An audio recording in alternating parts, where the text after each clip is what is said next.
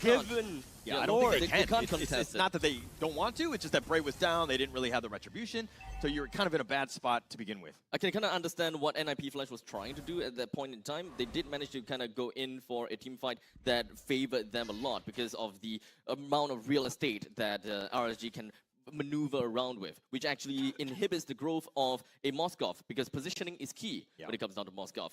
But it also plays a very difficult part for NIP Flash. The moment that they are all huddled together, it actually also helps Moskov. So by the end of the day, NIP Flash, they went in, they found Bray, they got him they got a kill off of him, and they're like, okay, there's a lot as well. The moment that Bray goes down, we can focus on the standing up onto neutral objectives, which is exactly what NIP Flash did. But by doing that, they backed off and lost 2. Oh, the feathered airstrike, in addition to the Lord Mickey, it's difficult for them to even get to it. Yeah, they did a little chip damage on the T3, but that's the first Lord, they'll take that. Yeah, the first Lord doing damage to the tier 3 turret is definitely what NIP Flash is looking for. Diablo being a little bit cheeky. Force the flicker. Force the flicker, that's pretty much it. But the feathered airstrike, right back off on cooldown. He's going to go for this. They get the T3 bottom. That is an opening. That's what you want as NIP Flash. That is great. Especially since this is the first Lord. Yeah, not to mention that they're up also 6.4k gold. That's 2 entire items right now. The gold, keep in mind, guys, just about 2 to 3 minutes ago was very, very close. And right now, the game has blown wide open to... Sorry, the game has flown to NIP Flash's side. At this point, NIP Flash looking extremely dominant. Itemizations-wise, we do have Vanix that has pretty much gotten themselves with a total of 3 items, the Feather of Heaven, the Scythe, as well as a Holy Crystal. While Hades, he's got 3 items as well, with the Hunter Strike, Malefic Roar, as well as the Blade of Destruction, almost with the Endless Battle. So from maybe about 2 minutes from now, it's pretty fair to say that NIP Flash would have quite a lot of lead, and they would have a full item away from their counterparts. Yeah, things are looking a little bit grim for the side of RSG, but the silver lining is that CS has completed his Holy Trinity and looks as if he's building towards potentially a Has Clause. So honestly speaking, I think CS is going to be the saving grace for the side of RSG. I mean, they rely on Bray, right? They're trying to funnel as much as possible. He hasn't had the greatest of games. He's died 3 times already. He's 2 levels behind Hades. So this is a pretty sizable advantage that they need to overcome. And RSG right now, they don't really have a whole lot of farm. They're getting choked out. It's going to be very difficult for RSG to get back in this game. But with that all said, RSG's game will only really start when Ling is at level 15. That is when they will be able to play on more of their macro game. They will play around the Lord's Dance and take the opportunity of putting and applying pressure on the opposite sides of the map. Because right now, there's still a lot of pockets of gold in the NIP Flash's territory, right? We have a total of 5 standing objectives that is still available for the picking. However, RSG, they don't have that kind of opportunity to create space and to make some diversions because of the fact that they just cannot fight for the Lord.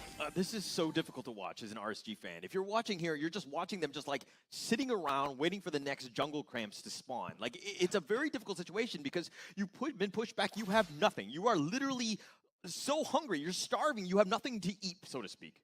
Yeah, and look at that, Diablo is just walking in, trying to steal as many jungle camps as he can, choking RSG out even further. Honestly, this is, as you mentioned, painful to watch, Holler. I mean, it's as an RSG fan, this is not what you want to see for your first game, especially with how things were looking at the start of this game, right? Now NIP Flash up 8.6k gold. Feathered airstrike, more to zone, but they're going to take this T3 middle. Diablo getting a little bit low. He does need to be careful. He's going to be focused in, and they do get the kill, and that's a good start. Closer will take credit for that, but they do trade the middle and the top T3 for that. Now, NIP Flash still sticking around. The Lord is still up there. The Tempest of Blades. He wants to go for Hades. He's not able to get the snipe out, and it looks like they're going to back off NIP Flash. Very worth it, to be honest. Only 1 death on themselves while getting a total of 3 inhibitor turrets. I'll take that any day. Oh, but Lalzi all up in front. Yeah, he charges. He's got the knock-up as well, and Godzilla taking most of that. The penalty zone, but he might have gone too far, and he does fall in the end. CS is going to be next on that list. Closer getting focused now as well, and NIP have found that opening all off the somewhat greed, so to speak, of Godzilla on that one. The base wide open. They're going to wait for the next minions. It's just a matter of time. Bray's just going to try to do what he can, but with the base wide open, they do chase him out. Ex-teammates, the Feathered Airstrike, they're going to take game one. Oh, what a way to close the game, unfortunately for RSG. I don't believe that Godzilla's intention was to jump onto that Tigreal with his penalty zone. I am almost 60-70% sure that he wanted to use his penalty zone to actually go back to base, but accidentally tapped on it instead. Because he was zeroed in directly onto a Tigreal. When there's still quite a lot of space to work around with, you could hit the small little pixel bush right next to Tigreal as well, but he just intended to just zero in onto the Tigreal. So that's my conclusion. It was a big blunder. Yikes, a misplay to end the first game of the day feels kind of bad, but you know, I think regardless of whether the misplay actually happened, RSG, I don't think there was a way for them to come back. They still could. The game really starts when Ling is level 15, when they can really start to play around, dance with the Lord, and Godzilla is pretty tanky as well, we have saw before. So the moment that he starts to become tanky, you can just kind of like pull and push on the Lord, and then you can expect Ling going all the way to the bottom lane, split pushing, and then slowly getting all these pockets of gold out of turrets.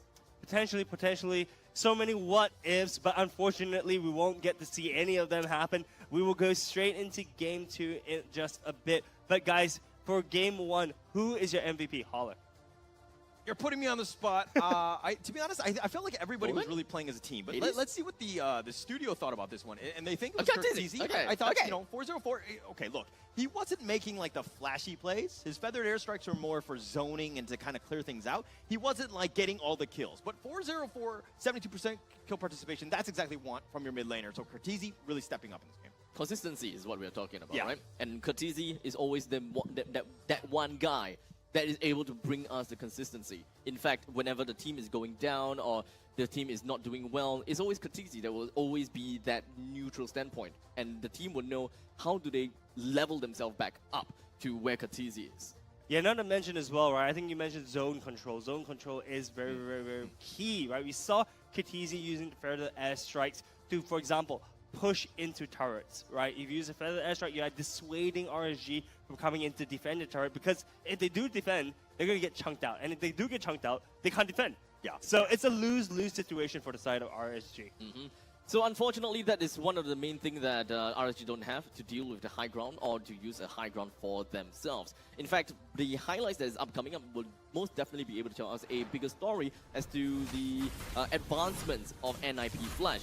Why did they got to this specific point, despite not having a very good start? In fact, having giving 3 kills right off to the RSG at 3 minutes in. Yeah, so looking at the highlights, you see, just as we mentioned earlier, a lot of skirmishes happening at the early game. And honestly speaking, initially, RSG had the advantage. They had the first 3 kills of the game, but then they started giving away kills in the middle of the game for free. They started giving away turtles for free. So as we see here, these skirmishes start to pay in favor towards NIP Flash. This is actually where we see CS starting to pop off just a little bit, managing to get 2 kills off Diablo as well as Lalzi. But unfortunately, even with those 2 kills, was not able to do anything with it. Right? So honestly speaking, and this is the play that we saw could potentially have been a misplay, which actually ended the game for RSGSG. Yeah, I am a lot more sure that it was a big mistake.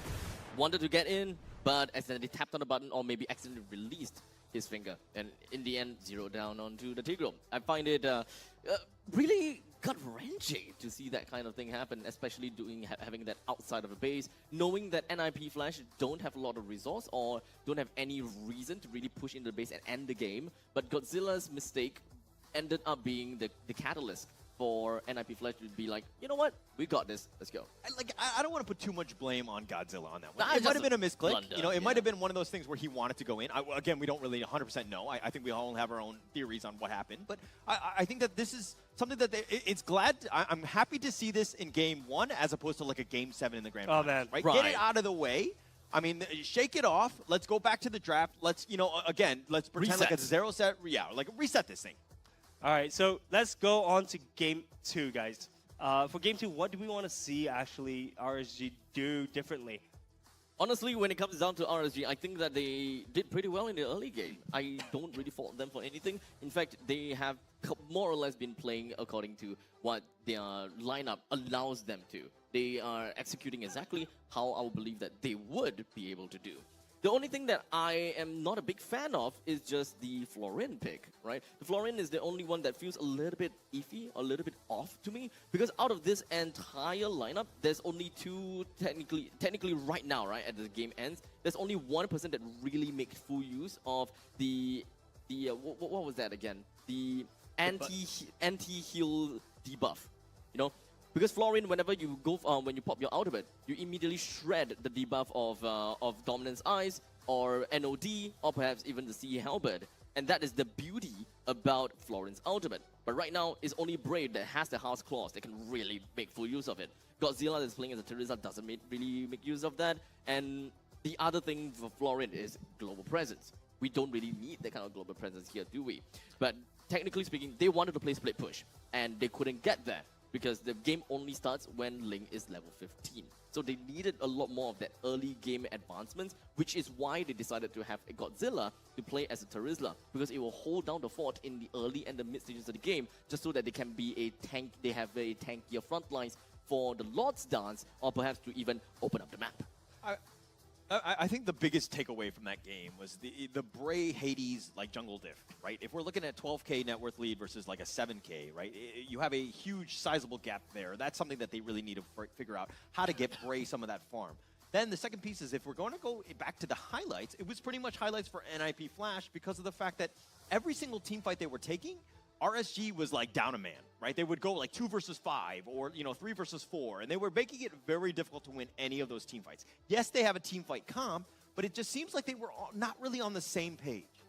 Yeah, the team did look slightly disjointed, right? As well as, like I mentioned before, they were kind of giving objectives over to the side of NIP Flash. And we see here, right, on the stats on the screen right now, every single major objective was given over to the side of NIP Flash. And I would argue almost none of them were contested, except for maybe the first one, which was a good steal from the side of Hades. Well, you can, in MLBB, you cannot give anything for free. That is the biggest thing, right? If you're going to give up the turtle, fine. And Kwasong, you said this, right? You got to take the tower elsewhere. You got to split push. You got to take something. But just stick it around and be like, we can't fight, we don't have smite, or whatever it is, that is unacceptable. Correct. You will definitely need to find a trade one way or another. Agreed. You know that there are a lot more people that's going to be congregating around the turtle, so why not bring our resources somewhere else? I would say that the mid stages of the game when we have Florin as well as CS just kind of like working around together, they didn't really manage to do too much things that is fruitful, unfortunately. So I guess they just needed to nip that in the bud. How do they find trades outside of playing for turtles? If they can't find that kind of stuff, and if they can't find an answer to that, might as well go for other conventional picks that actually contest for turtle instead. Yeah, fair enough. Well, moving on to the side of emblems, I'm actually really questioning Davies' emblem choice of the Brave Smite. I would have much preferred to see the Focusing Mark instead, right? I mean, typically when you see Enchanter-style supports, you choose the Focusing Mark to amplify the damage that your teammates can do to your opponents, right? Honestly, Brave Smite, I don't know. Help me see a reasoning why. The only other thing that I can think of is just, I mean, understandably, Brave Smite helps you to survive longer, right? And surviving longer might actually be the key to a proper team fight. Because if you are playing a split push composition from the side of RSG, you don't really have a lot of people that is within the main bodies. And the only main body that we can expect to see is the Terizla, the Axebog, and very potentially the Florin. Sometimes the Moskov may be away, or sometimes the Ling may be away. So you gotta need someone that can really hold onto the fort and to throw out more of these crowd control, which is something that they lack. they don't have a lot of crowd control they can just casually throw out. It's only the Florin that has that. Otherwise, they can only rely on Godzilla's penalty zone, and that's pretty much all. Well, that is fair. Now moving on to the post-game stats, guys. Honestly, I don't see anything super outstanding. We see 100% kill participation by Davey, which is great. But I mean, with only 7 kills, 100% is not super hard to reach. But honestly speaking, guys, I want to talk in the next game, right? NIP Flash, I think they don't need to change anything. I think whatever they're doing is working for them. RGS, you talked a little bit about what they can do, who they can focus on. The question that I want to throw to you guys is, do we want to see a mage mid again, or do we want to see them trying out this Terizla? They picked it first, right?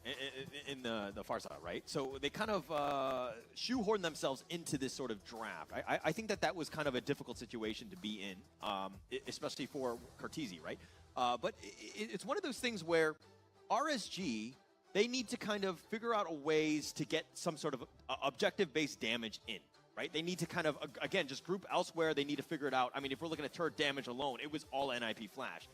RSG really had no answer to that. But their draft, you talk about Florin, but it had Sustain, and they have potential, but they weren't really clicking, right? The spears were off the mark. Bray was kind of going in solo at times. There was no real, like, wombo combo that this RSG lineup can really do. Wombo combo is not exactly what we want to see from RSG, but it's also one of the main ideas and the main thing that doesn't help them during the laning setup, whereby they can't exactly push NIP Flash away because they want this turret. They don't have one thing that is the most important, which is zone, range. Yeah.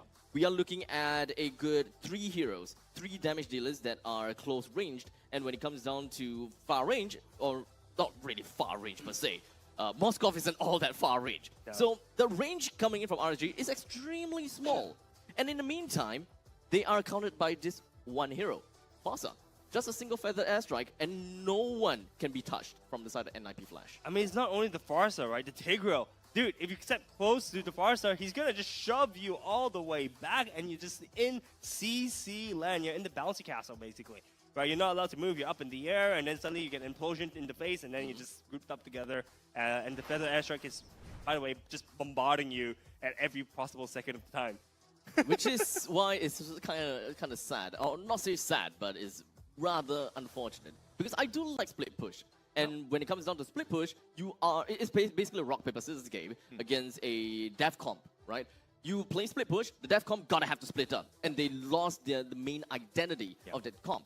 Unfortunately, because they couldn't exactly pave the way for the level 15 game for them to actually execute that kind of split push, solely because of the fact that they have small range and countered by the Farsa. If the Farsa wasn't introduced in the game, I'm pretty sure that RSG would have done so much better.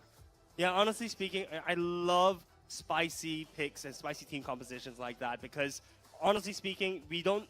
like I said, split push is great, but having the Terizla mid is super, super spicy. You know what else is spicy there? Chicken McCrispy. Chicken McCrispy. It's the mixed spicy, not the McCrispy. But nonetheless, you know, I think there was a lot for this one. I think, you know, we're not just talking about spicy foods from McDonald's, but we're also talking about, you know, just a spicier team comp, I think. Yeah, that's true, that's true. But, you know, with the Chicken McCrispy, right, the bite, the crunch that you can get from it is almost as good as the team fights that we saw just now. I think I can still taste the Chicken McCrispy in my mouth right now. You just had lunch, man. Did you have it for lunch? Yeah, I You had just this? Okay. Yeah, I had it for lunch. Well, I can still taste the spice. And the crisp. well, guys, if you guys are hungry for more matches like these, you know, you can always key in. TMC X Mlbb. He still remembers it. This guy, like, he said it once and he just memorized it the entire time. You know what else I remember? Is that with 850 points, I believe, in the McDonald's app, you will be able to get $4.50 off for your next McDelivery order. You look, this guy is the walking McDonald's atlas. This guy. That's what we're doing. I have no idea why I know that. Well, but that's also my happy place. So go up to the McDelivery, you know, McDonald's app and play the My Happy Place, and you could be able to get yourself a couple of deals over there as well. I love it. I Sponsor love me. it. Okay, Honest. let's look at the draft, guys, and let's see. Let's kind of break it down and let's see how things could have been slightly different.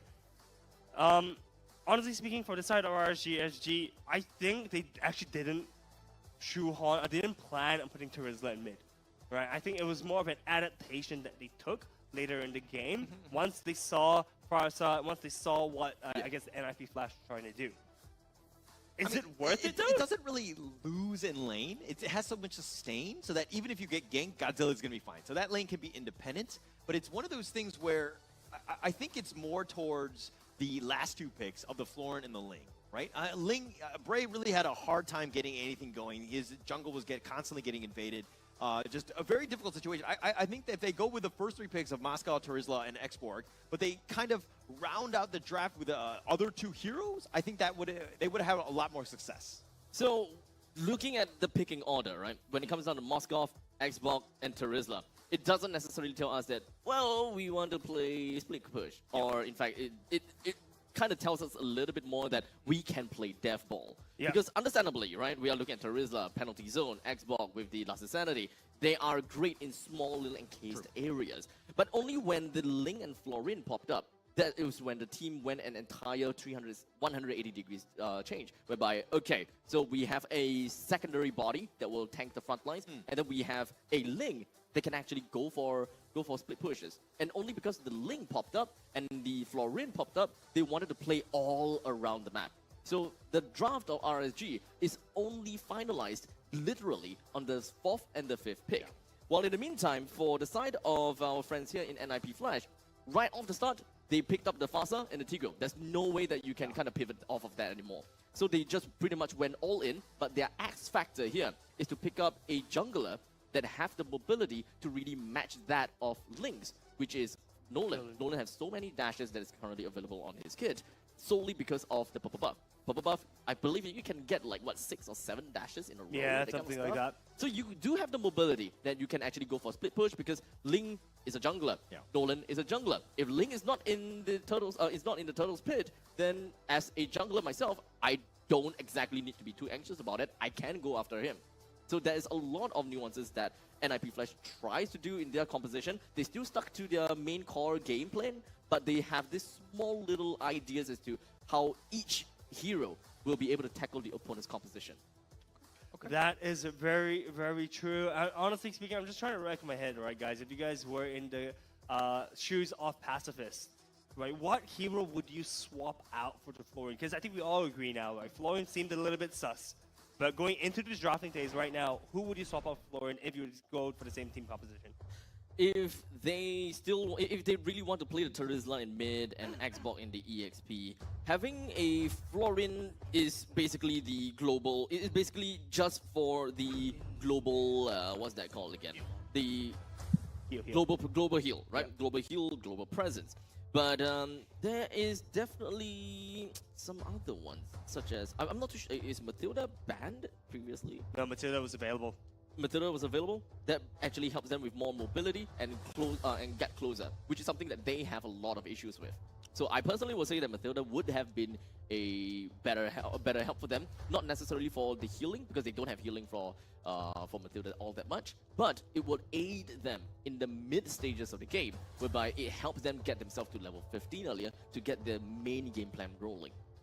That is very true, but let's check in on the picks and bans right now. For the side of RSG, we've got the Lloyd, the Roger, the Moscow ban coming from the side of RSG. And for the side of NIP Flash, we've got the Valentina, the Kadira, as well as the Harif being banned out. And immediately, we see NIP Flash kind of coming in with the same kind of team composition, with a Farsa and Claude picked up for them for the first two picks. And for the side of RSG, we see them first picking a Natan.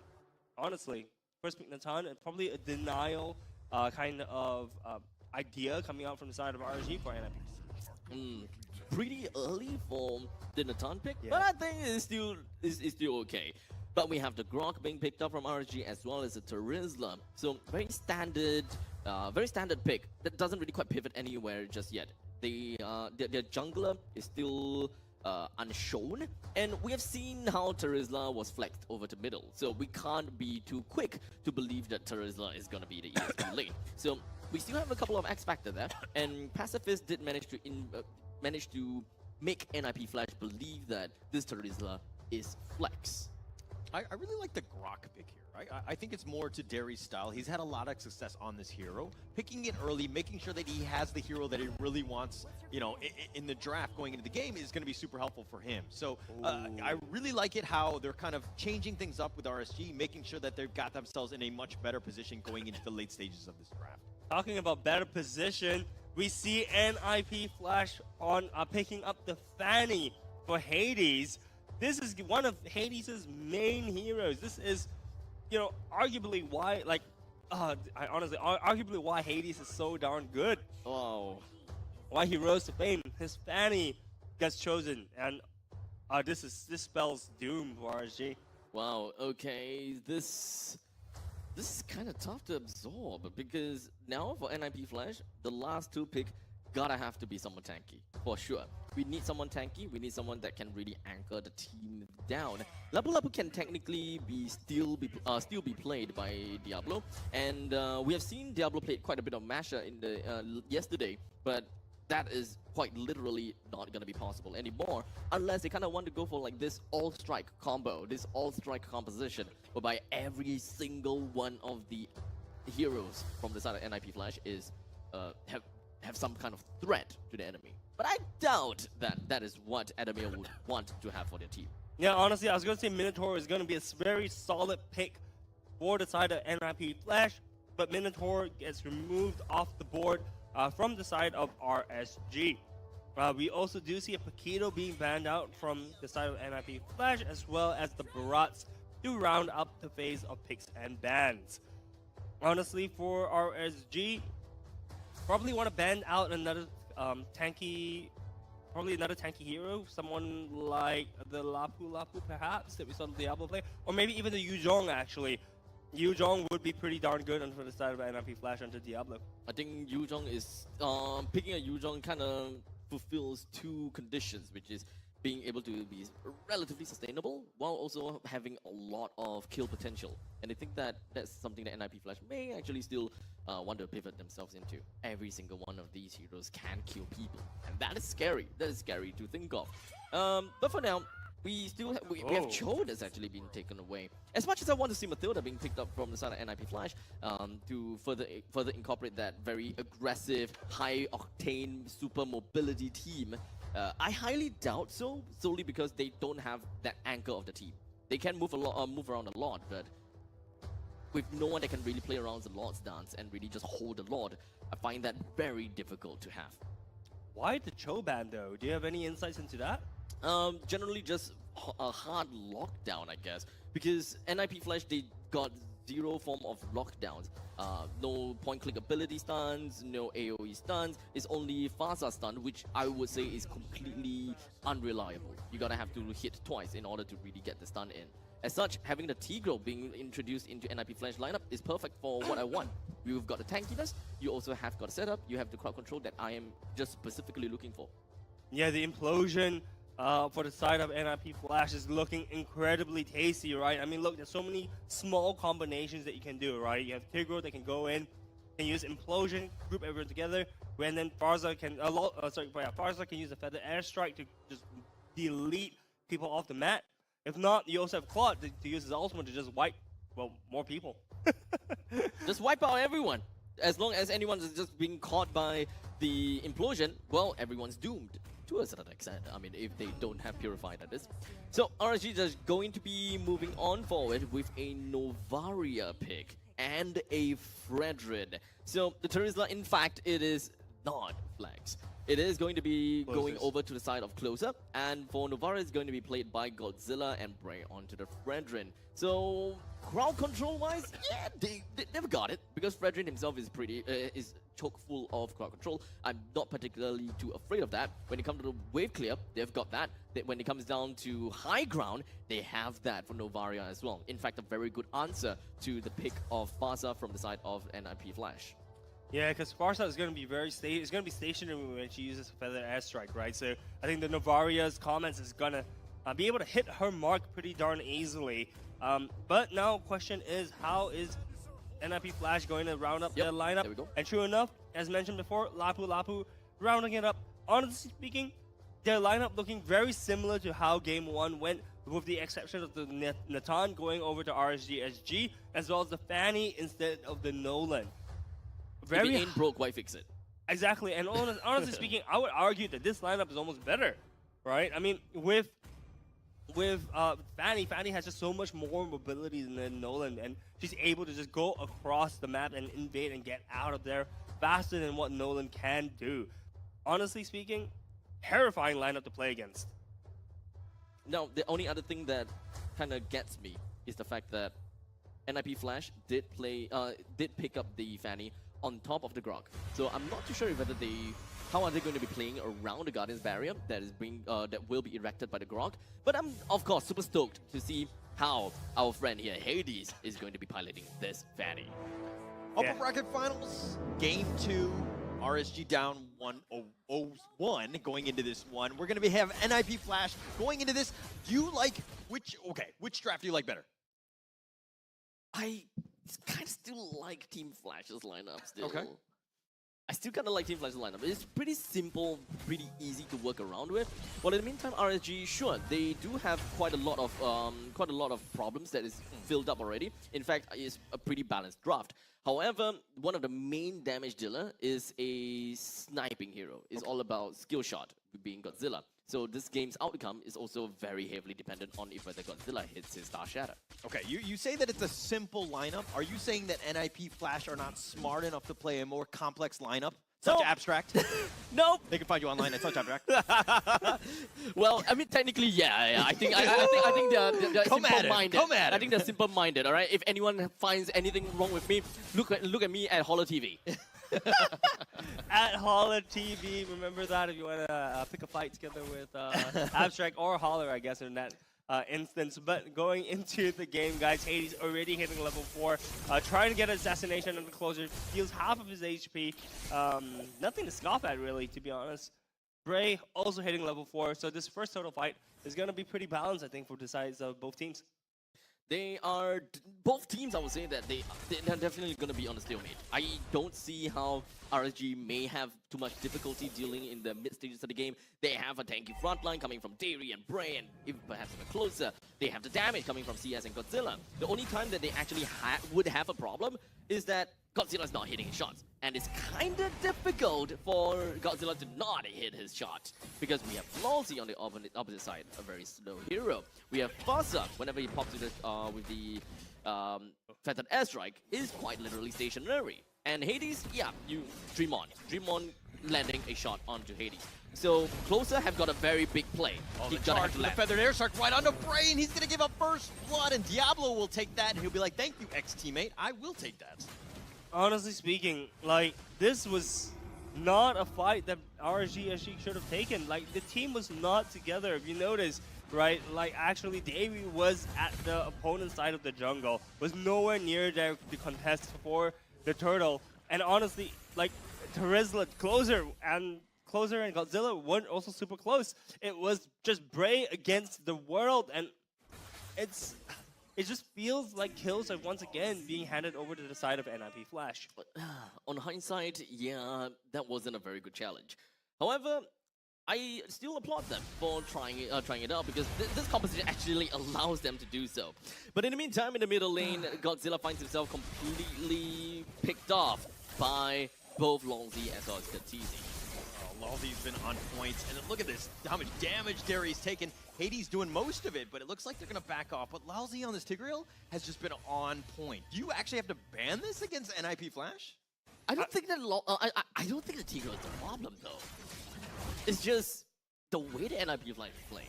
And of course, with RSG's lineup, it will definitely take some time for them to really go online to put some pressure onto Lawsy as well.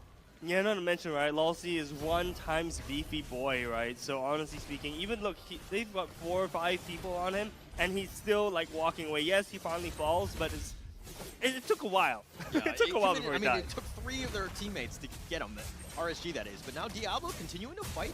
He does have it. He's doing a lot of damage on a Bray, who Brave assaults back to safety. It all boils down to the wet noodle fight when it comes down to all of these heroes combined. If Hades is not in the fight or Katrisi is not in the fight, yeah, it's all wet noodle. Wet noodle fight. I love that. But you know, Lapu was not really slapping of a wet noodle, right? He can use his bravest. Pool noodle. That's a pool noodle from Lapu Lapu. You can't convince me otherwise. I'll give it to you. I'll give it to you. I'll give it to you. Honestly speaking, this game is looking like NIP Flash is in the driver's seat once again. 1.8k gold lead up towards the side of NIP Flash. Gold is pretty evenly spread across all across the whole team. Rather, nothing, no significant advantage over their counterparts in RSG. We do see Natan building up his first item though. I do believe that there is still a lot of opportunity for RSG to come into this game, but I will always keep my eye on to closer. You gotta have to land the right penalty zone, because at this point, you kind of have to consider, do you want to go for the penalty zone on the easy, or do you want to ground this bird? Because Fanny is pretty darn annoying, but do you have anyone that can beat you with Fanny aside from yourself? Ooh. We have a kill happening at the top side. I think Kurtizi as well as Vanix is just duo killed CS there. So the gold that's evenly spread is not going to be so even after all. Well, the charge forward, the knock up onto Derry, who's taking a lot of damage, but they're going to back off here. Now, okay, one thing I like about RSG is that they're focusing more on that turtle. Obviously, you left CS wide open in the top lane, and he was vulnerable to getting ganked, and he did. But it's a situation where RSG have made some changes in their playbook, so to speak. Yeah, made some changes, but the thing is that they're still not grouping up fast enough. They do a feathered airstrike right on top. The charge back pushes Bray away, and they're doing a lot of damage. The two-man knock-up, Lalzi, closer first to fall. Kurtizi will take credit for this. Lalzi will fall in return, but Derry now a little bit low. Hades gonna back off. He's gonna recharge that energy. Hades wasn't exactly very present in that previous team fight. Maybe had a little bit of a mishap here and there, but NIP Flash could use a lot more of his damage. To be fair, his items probably not quite there just yet. The only thing that he has is a single blade of the Haptoses, so we would expect a lot more assassination attempts rather than proper team fights coming from NIP Flash. It will still take some time, especially also we are looking at Vanix that's playing as a Claude. We gotta have to wait a long time before Vanix is coming in with proper damage. Kurtizi, understandably, will be the main damage dealer here. So RSG, all they gotta have to look out for is to go for the penalty zone on the Kurtizi and really ground this other bird. Oh, Derry being focused. He's been within 5. Hades will take credit for this. Bray now is going to be energy erupting the Diablo, but the knock-up onto Godzilla. The penalty zone now being committed, but it looks might be a little too late. Bray does get the Appraiser's Wrath, and he does get a double kill, but he does fall. Closer now on the run. Diablo's going to chase him out. Kurtizi, I don't think they're going to commit for this one, but 3 members still surviving from NIP Flash. This is hands down a pick-off comp coming in from the side of NIP Flash. They pick off one, and then Lalzi just like, you know what? I'm gonna flicker out this one random Godzilla. Why? Because I can. And they went for it. Diablo flicker back. Kurtizi will take the credit for the turtle, though, so that's a win. But Vanix now images back to safety. They do have the Echo if they want to go. The wild charge is going to be committed, but now Derry trying to find him, but it looks like Kurtizi and Vanix are going to back off. Honestly speaking, the previous fight was going to be absolutely disastrous for the side of RSG. Thankfully, Bray manages to pick up 2 with the Appraiser's Wrath, right? And if he didn't do that, oh wow. Last-ditch effort though, damn! Yeah, like really props to Bray for being able to pick those last 2 kills up. But once again, RSG looking completely disjointed. They were spread across the bottom half of the map. Yes, they were starting to group together, but they got picked on before they could group as 5, and that is the problem that they're facing right now. If they do not group up once again, and they take another fight like this game is close to unwinnable. They're going to slowly take their time to really settle into this game, right? They are about 5,000 gold behind of NIP Flash, and when it comes down to items, they can't really go for fights. But in the meantime, We do have the feathered airstrike that somehow managed to hit quite a lot on the Godzilla, and I believe that is all about the lethal ignition that burned him out. Oh, they've got the knockoff, the two-man. What they want, they got Derry. They're gonna take him out. Vanix joins the fray. He's got his blazing duets, and he's gonna flex, but he's taking a lot of damage. But Hades on the backside cuts him off. All members still up, 4 members down from RSG. There's no answer. There's no answer to Katizi at this point in time. I think the closer is not exactly actively going in and jumping onto Katizi. They're gonna have to find the right opportunity to do so. And maybe they just haven't seen that opportunity just yet. Look how much damage. Closer's already half life with that feathered airstrike. And only 2 hit, by the way, right? Yeah. So honestly speaking, like I said, this RSG is not grouping up. They keep getting picked off one by one. Godzilla had no business there, and he got instantly eliminated right from the fight. So realistically speaking, RSG right now, what do they have to do, boys, to survive to the later stage of this game? It's kind of tough to say this, but it's back again at the level 15 in the game. Because in the early stages, when it comes down to the early and the mid stages of the game, they can definitely still pick up a pretty darn good fight as long as they focus onto Katizi. They had the Terizla to really answer to this this dub, but now they don't really have an answer to that because Godzilla of the picked blood off wings. again. Guys, time again. I'm honestly speechless, right? Like we saw Lawsy, I'm not sure if you guys saw the interaction just now, but Lawsy was approaching the bottom tier 2 turret. Closer was near the turret, and Closer had no choice but to flicker out. Oh, they're gonna go for this massive stun. Tigreal goes in for this one, but Bray taking a lot of damage. He gets back to safety. Vanix is gonna somehow survive. Lalzi, he's so low. He's on the run, and I don't think they have a follow-up as Diablo has joined the fray. But this T3 now, they do have Echo. They do spot him out if they want to go, but I don't think this is gonna be a full commitment. Hades gets the tower. Now gonna focus on the T3. Bray trying to get something. The energy eruption onto Cortese. He's focusing him in. The Appraiser's Wrath shuts him down. That's one way of doing it. And CS does get Vanix as well. So that's a good win for RSG. Okay, the answer that we needed. At least for the side of RSG. They just need to do that 5 more times and they're good, man. They just need to defend. Time and time again. Just keep on defending. Y'all make it sound as if it's so easy, man. Y'all make it sound like it's so easy. I mean, they barely survived doing that. And by the way, right, they didn't have 5 members of NIP Flash there. They had like 4. Yeah. And they barely survived that fight. Yep. All right, I mean, look, I'm playing devil's advocate here, right? It's extremely hard for RSG SG to come back into this. Yes, if they hit level 15 where gold doesn't make that much of a difference, they may be able to pull something out of their pocket. But look at the HPs of the tier 3 turrets right now. It's very, very low. One more Lord should be able to shove the turret down. Oh, that was foresight coming in from Dairy. Expecting that there is going to be Katizi inside or someone that is inside the brush, but unfortunately doesn't have the flicker. If you had the flicker, that's probably going to be a dead Katizi anyway. Look at Hades. Just being so annoying. Oh, but he's being focused. He actually might be He's killed. he's okay. Oh, he's Steel okay. Cables gets on out of there. He's perfectly fine. Oh, Derry, though, not as lucky. Diablo takes him out. They've got the knock-up on a Bray as well. So, you know, 2 for nothing. I mean, they might have gotten Hades. They almost got Hades, but unfortunately they didn't. So we'll focus on what they managed to and what they didn't manage to. So we have got about 25 seconds left until the Lord eventually spawns. The middle lane is going to be crashing in soon. Bottom lane is going to be synced up as well. And for the side of RSG, they don't have Bray, they don't have Dairy. So they gotta have to force the issue here.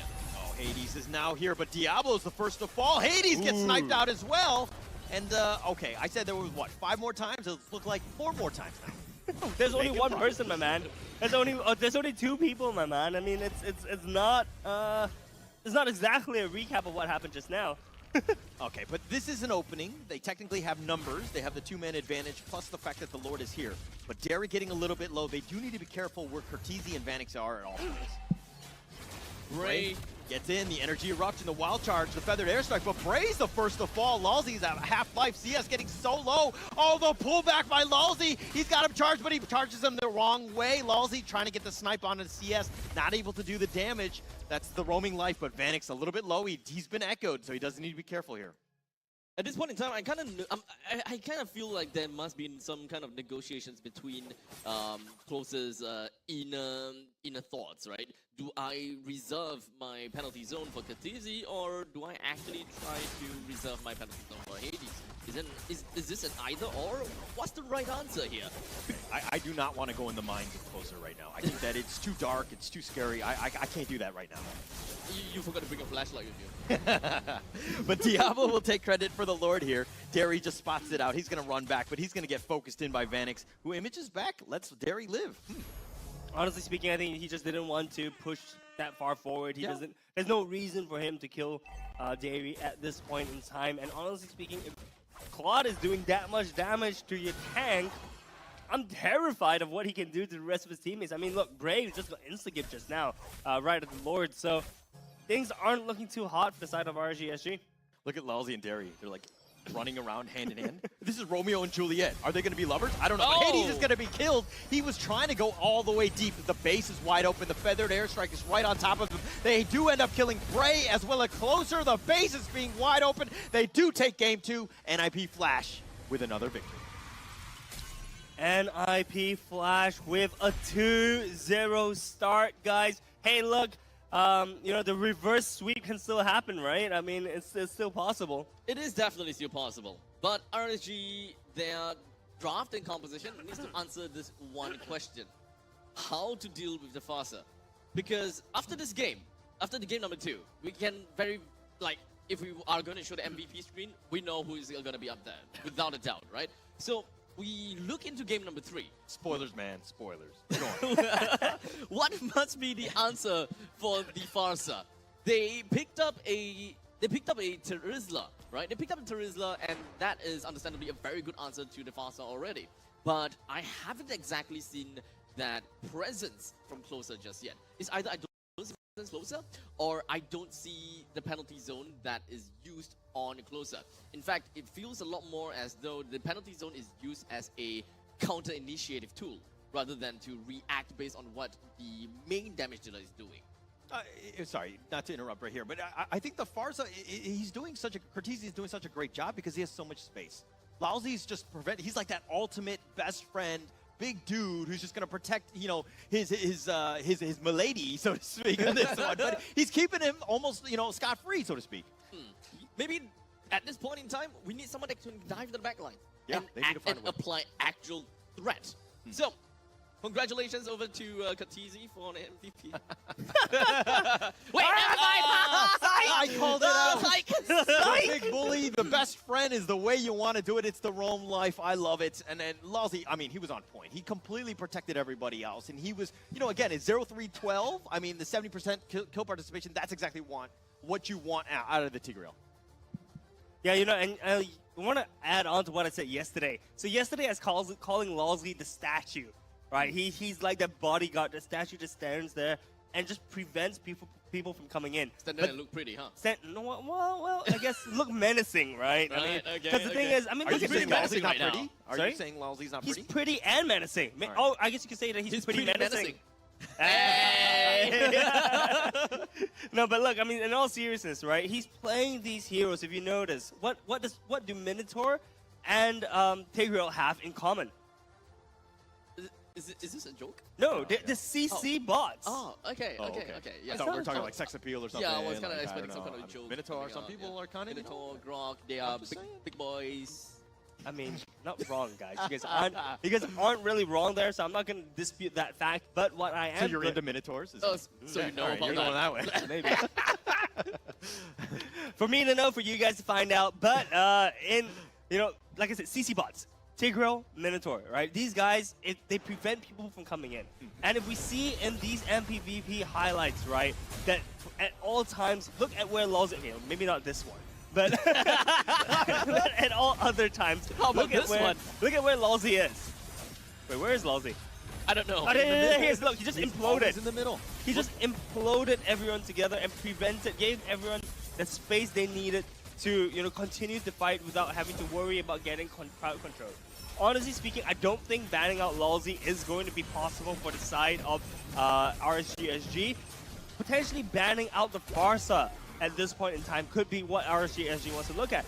Once again, it's a problem if Farsa is able to use the Feather Airstrike the entire duration without worrying about getting CC'd or getting destroyed, right? Farsa is squishy. You know, you could go for a full dive composition, or just ban out the Farsa. The amount of crowd control duration is actually pretty darn long. Not gonna lie, coming from the Tigreal. So technically speaking, maybe Tigreal is the problem, right? They have been locked down for an extended period of time. Maybe there should be some respect to the amount of crowd control that that Lolzy is able to bring out. So Purify might be one of a good idea, one of the good battle spells that you may actually have to consider. No, but I mean, keep in mind, right? If you're planning on banning the Tigreal, you need to ban out the Minotaur. Because if you don't leave either of them open, Unless you're gonna get first picked. pick, I guess. Yeah. So, but are you gonna pick first pick Minotaur or Tigreal? Why not? I mean, then the opponent can just pick Diggy. Yeah, let him. Change it up. Challenge NIP Flash. That's what you're telling me. Yes. Yes. Yes. All right. So looking into the item builds, lads. Does anything immediately stand out to you guys? I wouldn't say really stand out, but I do highly appreciate the Blood Wings as being picked by Kha'Zix very early into the game. Understanding that he is one of the pivotal player of NIP Flash at that point in time. Mid-game, Kha'Zix, full-on damage. You gotta have to respect how much zoning potential this Farsa is able to put in and how much just pure damage he can do to the front lines of RSG. Because even if, let's say, Closer do land the penalty zone on the Kha'Zix, he's not gonna die solely because of the massive amount of shields that he has got for himself. Okay, my biggest worry here is, again, and I'm sounding like a, Broken record? A broken record here, but Bray, the 7K net worth versus the Hades 11K, I mean, it's a slightly better advantage than the last game, but this is Bray on Fredrin, which is his, like, I would say comfort hero, and not being able to really shine is putting themselves in an awkward position. Like, where do you go from here, especially with Game 3 coming on? This is, your backs are on the wall, what are you going to do? Have Bray play his assassin. Okay. Again. Yes, we have saw Bray actually going in to play Ling in the previous game. Yeah. But with this current composition, I thought that the backlines require more threats. Because Kha'Zix is the one that managed to bring the game from the start to the end very convincingly. And there was an answer to Kha'Zix. Yes, like I said before, Closer, jump, the rest collapses, etc., and the rest is history. But I still pretty much like the fact that whenever Bray plays an assassin, he feels more at home. Yeah. And understandably, Bray started more as an assassin jungler to begin with, and he started to play more utility jungle to accommodate for his team, because they want to have a stronger EXP laner, for example, to play damage EXP, so on and so forth. So in this situation, where the EXP laner is utility and the jungle is utility, the damage is absent. Yeah. And in this game, having Bray playing an assassin might have probably been better.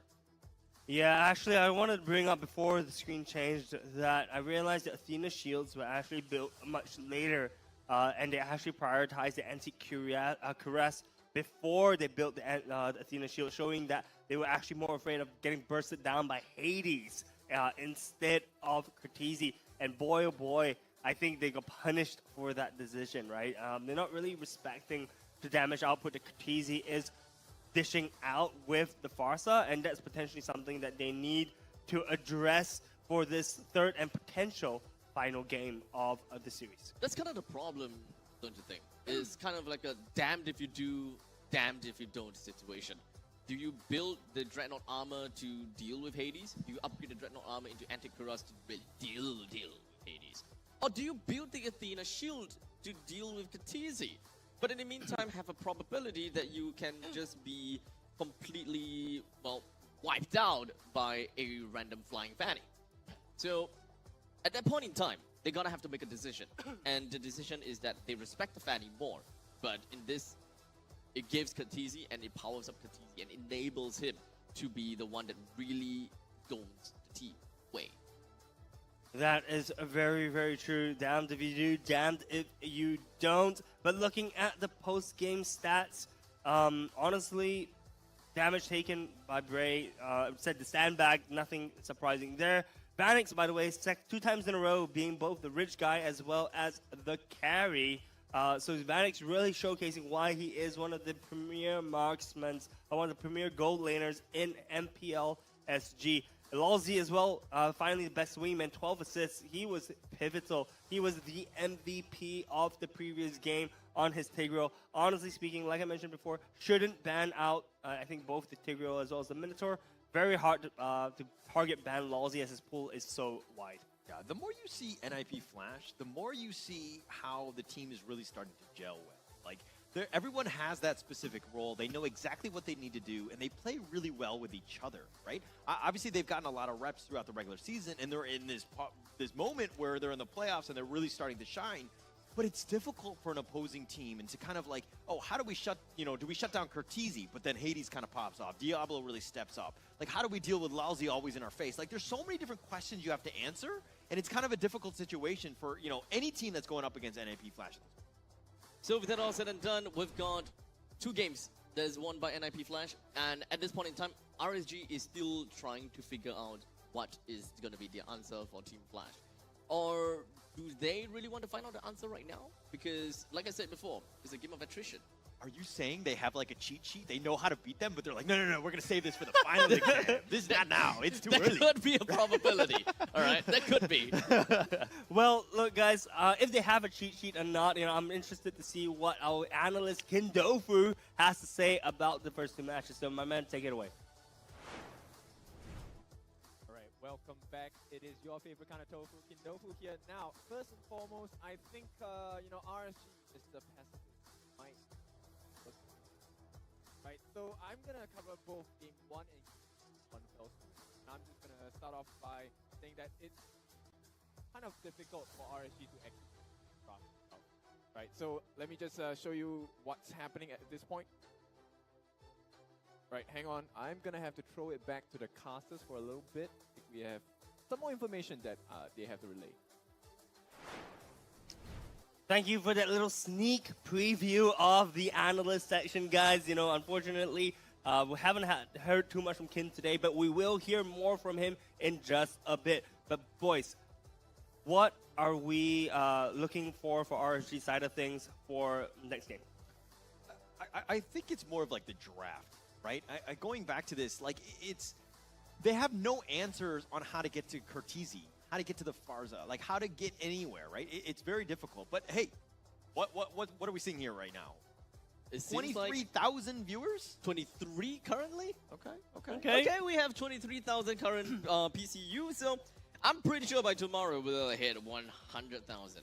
Guys, look, if you guys want to redeem your skins, right? If you key in that code, the higher the peak current viewership is, the higher rarity of skins you get. So, get your friends, get your family, get your partners, get your kids, Goldfish get and everyone. pets and dogs and cats and parrots. Sorry. Tune in to MPL SG Season 7. I mean, look, this is where all the action is happening. And if you want more skins, or rather better quality skins, do make sure to tune in for, I think, the rest of today and tomorrow as well. Yeah, so we've got a full day of games for you guys here. In fact, even after this entire series is done, we still have one very scary game to stream, and that is Asterisk versus Bleed, which I'm pretty sure that the caster's desk may actually have some very interesting opinions. Ooh, I can't wait for that. I am excited for that. But we already know his answer, so we don't really have to ask him. But what's his answer? Asterisk. Is it? Yeah. No, Spoiler, Bleed. dude. We're gonna get to that. Coming up. Dude, there's no spoiler. You said it at the start of the show. I know. Did I? Shoot. I feel like I'm seated in the wrong spot. You guys should be like next to each other. That is perfect. We can kind of like have a quick little boxing match tonight. Well, it's time for us to throw it over to our favorite kind of tofu, Kindofu. All right, welcome back. So let's kickstart the analyst here. So first and foremost, I want you to keep your eyes on to Godzilla here. He actually missed his penalty zone, landed only on the one guy, which is going to be Lalzi, and he is the worst target you actually want to catch if you're from RSG. Now what's going to happen next is a series of unfortunate events here. First and foremost, CS gets caught out. He's the main damage dealer here on that Moskov. Unfortunately, he gets caught out by 2 big ultimates here. It's going to be the implosion into the feather airstrike, and I mean, I wouldn't want to be in his shoes at this point. And, this is kind of where things started to go awry, because end of the day, you're supposed to have the heals coming out. But what happens when your healer gets taken out? There is not much options for you to explore, and that's exactly what Vanix had in mind. Once he set his sights on it, it was Dairy no more, and you know the rest was history, because at this point, Bray has nothing to offer because Tempest of Blades has been used already earlier in the first part of the fight itself. And from there on, it was just flashes of victory. All they had to do was to make sure they created enough space so that Bray didn't have an entry point back into the base to try and clear the creep wave. I mean, end of the day, it's really just about the backdoor protection, right? So Bray, no options left. Game 1, it was quite a smash coming out from NIP Flash. Now let's move on to the second game as well. Now, second game, I think at this point, we're going to see a very big issue here, right? The strength of RSG's draft is the fact that they have very strong AoE crowd control skills and huge ultimates that play off big team fights. But at this point, the way that NIP Flash plays, they can play as each individual. And so you have a lot of strength on one side for the side of RSG, but they're extremely weak on the other, which is individual team fights. And for those of you that don't know, this is kind of like a reference towards a stroke itself. So RSG itself couldn't handle the pressure, and this is how it all went down. Now, this was unfortunate, but I think this was kind of a planned move, actually. Hades obviously didn't want to die at this point, but he had to be unalived from the side of RSG with the help of Bray as well as Godzilla. Gets the kill, but more importantly, this actually sets the stage for the Lord to come in. At this point, this is what I'm talking about. This is about individual efforts combining into one. Right, you will see that Lawsy is actually pulling Dairy away, and Vanix does have the option to choose, right? Does he want to go for the base, or does he want to help out and kill Dairy? And of course, you will see he has made the smarter decision here to actually go and attack the Crystal instead. And if you take a look at the composition on the side of Team Flash, you'll notice they're never together, because that is the win condition for RSG. We want that epic Guardian's Barrier wild charge, and NIP Flash never gave that away, and this is the result of it all. Vanix gets to have a free hitting session here, while Lawsy, our lovely Trigo here, gets that 3-man implosion combined with the courtesy fed airstrike, and the rest is history as NIP Flash take game number 2. Now, big question is this going to be a 3-0? I hope not, because RSG, I know they have more in tank. It is now the time to rise up again and hopefully bring this to a 2-2. Now, boys, it's back to you. This is all my time for the time being. Thank you for breaking that down to us, Kindofu. As you mentioned before, I think NIP Flash looking very much like a cohesive team, right? Especially when Lawsy, redirects attention to him, and then Vanix is off to do his own thing. That summarizes this first 2 games up really, really well. It seems that RSG is not on the same page yet, actually. It feels like they're writing different essays with each other. Yeah, at this point, though, are you worried? Because your prediction was 3-1, right? Yeah. Both of us were 3-0. I think we're sitting very happy. I'm very happy with how things are going. But how about you? Do you think they're going to pull off one game? At this stage, honestly, a little bit nervous, not going to lie. It's not looking super, super hot right now. Yeah. But I do have the confidence in the RSG boys to pull up a pocket trick. Because if there's any time to pull off a surprise pick or a surprise composition, this is the time. Because honestly speaking, yes, you guys mentioned, oh, this is not the finals, they could still win from the bottom and go back up to the top. But that's such a tiring route to go, right? Honestly speaking, and that's all the games are happening tomorrow, right? So they're going to be extremely tired if they were to have to go through the bottom bracket.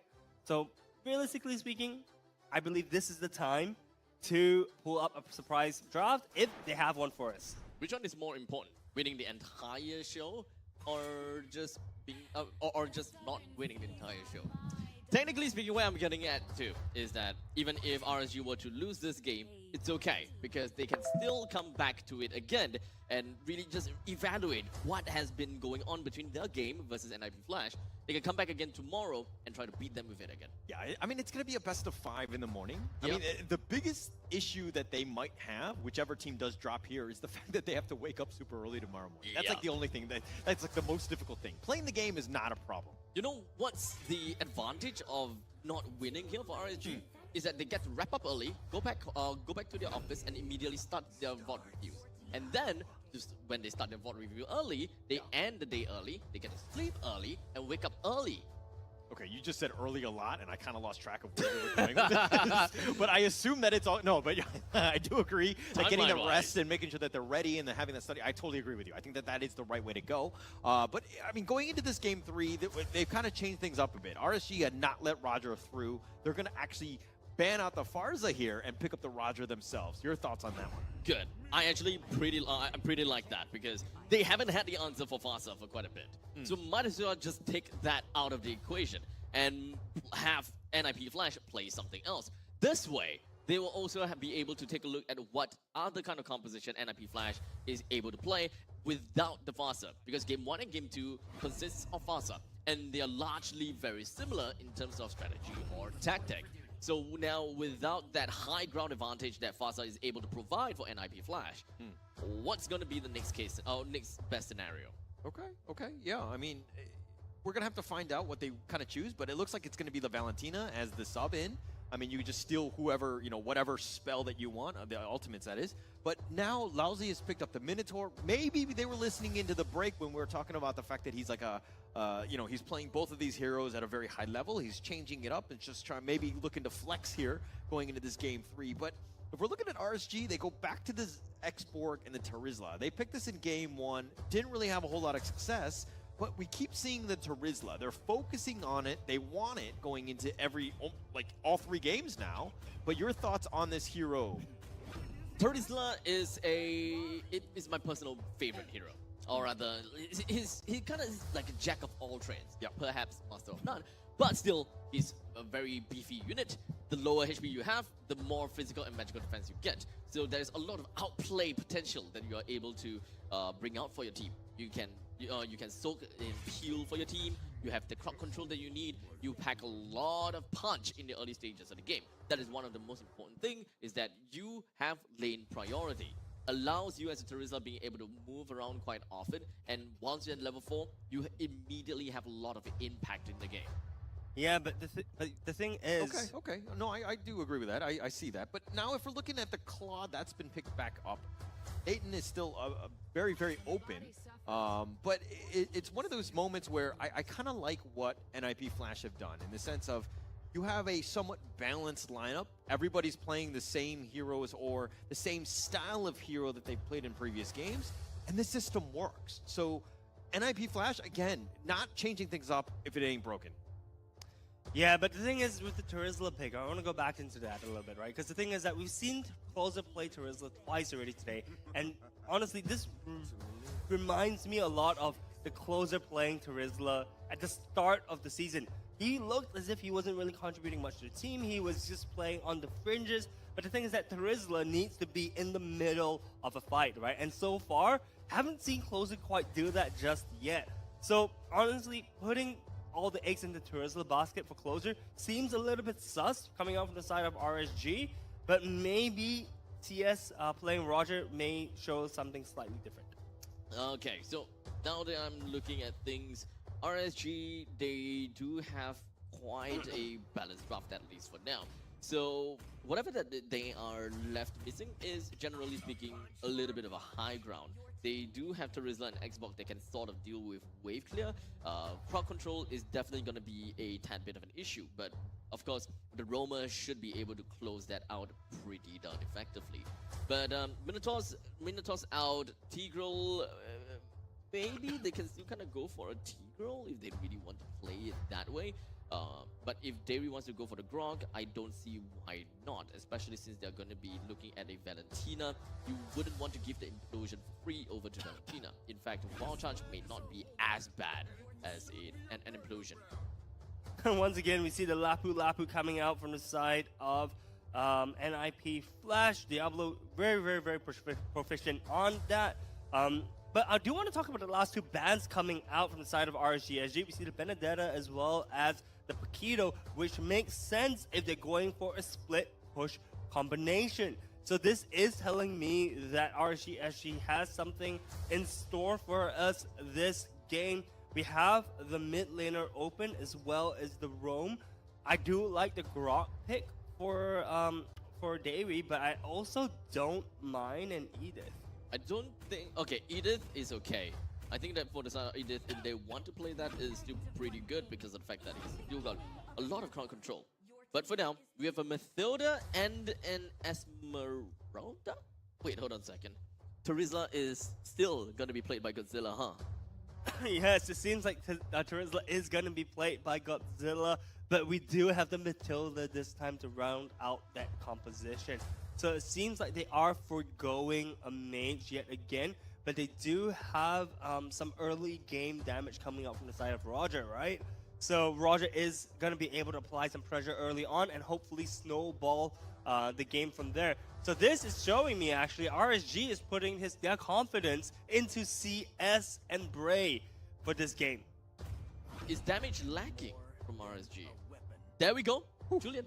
Lydia. We called this in the back today. We were saying that Julian is going to be played by Hades, and I am so happy to see Julian being played in Game 3 of this upper bracket finals.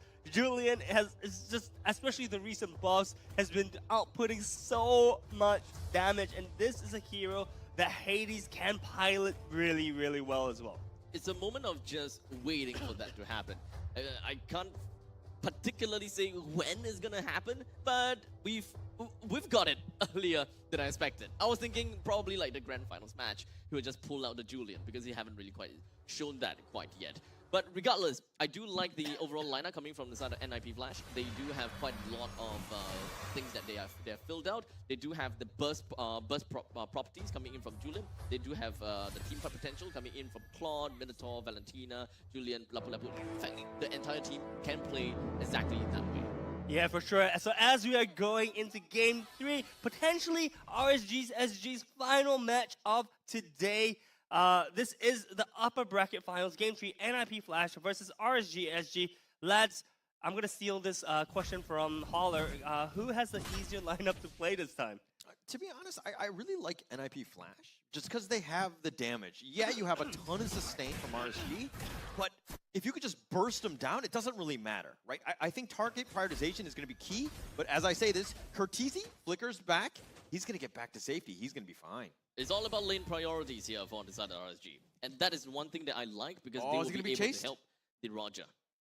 He is going to be chased, but the question is, do they secure it? They do! Godzilla with the first blood does not let Curtizi out easily. And I was going to ask, you know, earlier during the pick and ban phase, if we were going to see the Megumi skin coming out from Julian. We do actually see that from the side of Hades. So I'm glad to see some of those special effects happen in game.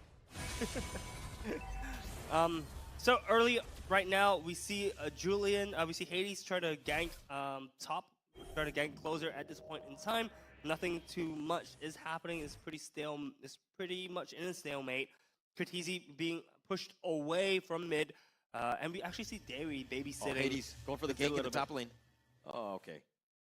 Back off. It's an Esmeralda, man. I mean, she's gonna be fine. Still, you know, Hades committing. It's one thing to go for it, but you're pushing it back. You're creating space for Diablo, right? The turtle's gonna be up.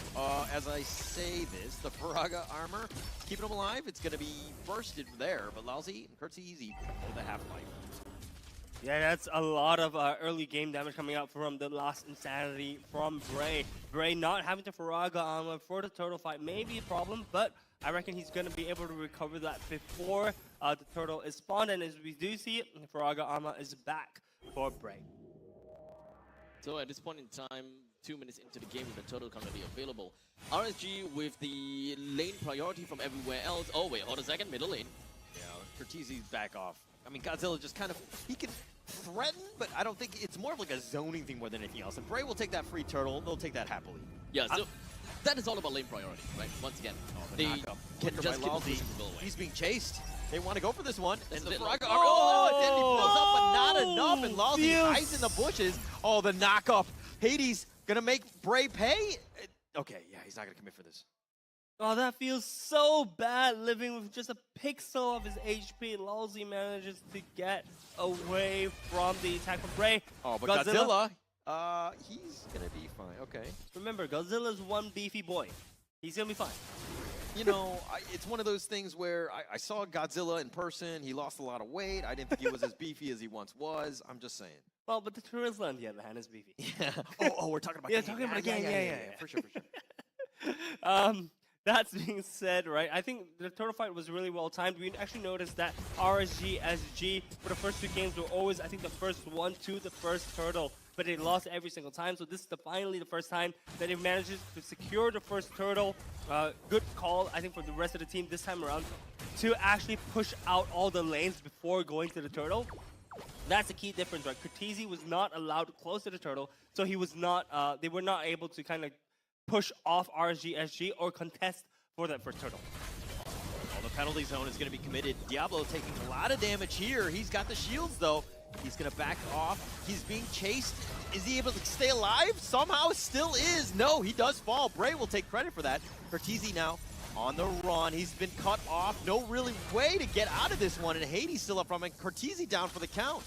And now they've got the stakes. They're trying to pull in. They're going to dive for the tower, but Hades sticking around. Derry taking the tower. Hades will survive. I'm kind of surprised that Hades has been using the enhanced scythe for throughout the entire duration. I haven't really enhanced chain. It's always the enhanced chain. We haven't really quite seen the point in time where he's just going for the enhanced scythe to do that burst damage that we have always seen before. So perhaps, you know, maybe it would take some time before that would actually happen. Maybe once he gets himself maybe the Stadium Scythe or something along those lines. But it's gonna take some time, definitely. Yeah, but the Circling Eagle does connect Lalzi and Hades on that side. The stomp in return. Cortese getting a little bit low. Does need to be careful. They do have Lalzi. He gets the stomp, the flicker back. He's fine for now, but CS taking a lot of damage, and Cortese will take credit for this one. Godzilla still fighting with Diablo. They do have that, and NIP Flash are forcing the T1 mid, but the stomp from Godzilla, the penalty zone is going to be committed. Everybody is so low, and finally Lalzi does go down. Hades going to be next on that list. Hades is killed, and that's going to be a double kill. Holy crap, Godzilla's cracked! No, I was gonna say Derry's cracked. He's been so instrumental in all these fights. Oh, Cortese, the flicker back. He's being chased, though, and Bray's like, not this time, my friend. He takes him down. Bray's going to invade the enemy jungle. I think that this game is very micro-intensive for RSG. In fact, I'm mostly looking at Godzilla. You have mostly been looking at Derry. The both of them is really just putting themselves quite a really good game. And this is quite a testament to what Hollis said before. Once RSG have got a good game, Derry just pops off. Yep, Derry is essential to RSG SG having a good game, and we see it finally with him on the Matilda. He has been instrumental so far, being able to pull back and pull his teammates towards the fight. Yes, Godzilla has finally been letting good penalties though. He's being focused with the outplay. He does get Bray. The frog armor's nothing, and Hades will go slice you down. And they've gotten for Godzilla. They're trying to go. Lalzi gets knocked up. Returned by Godzilla. He does have the penalty zone, but they did get Lalzi, so they did get something in return. RSG now, they do have a bit of an opening as they're looking to push this bottom T1. Finally, we see action happen. We see signs of duet. light. Phoenix, Godzilla taking most of this one. He images back. Yeah, there was no way he was going to take that fight squeeze safely. a recall in between before he PMIs back. Yeah, there was no way Vanix had any business to try to do anything there, man. I mean, it was a 3v1 situation. I at this point in time, I really like what Godzilla is Oh, doing Hades. so far. Oh, the chain onto Derry. He takes so much damage. Derry's just like, I'm out of here. Yeah, I mean, look, that is the power of Julian right now, lads. Julian looking really strong as you see another skirmish happening in the mid. Or not. Or not. I mean, RSG, this is the thing. They have beefy, tanky boys, right? They want to fight. They don't really have a whole lot of damage, so it's one of those things where if they can get that pick off, they're going to have a great time. But RSG having a much better game. This is 7-3. They're up 2K in terms of the lead. And this is exactly where they want to be. They want to be in the driver's seat going into the mid game. Yeah, RSG looking much more in the driver's seat with 2.3k gold. That's about a whole item up. And we see Diablo perhaps going to be ganked by CS and Derry, but CS not being able to get through the turret initially calls this a failed gank and decides to move up towards the turtle. Oh, Bray taking a lot of this one. Godzilla going in for the penalty zone. Connects onto 2, though. The Frog of Armor. And they have a knock-up again onto Godzilla. Cortese gets back.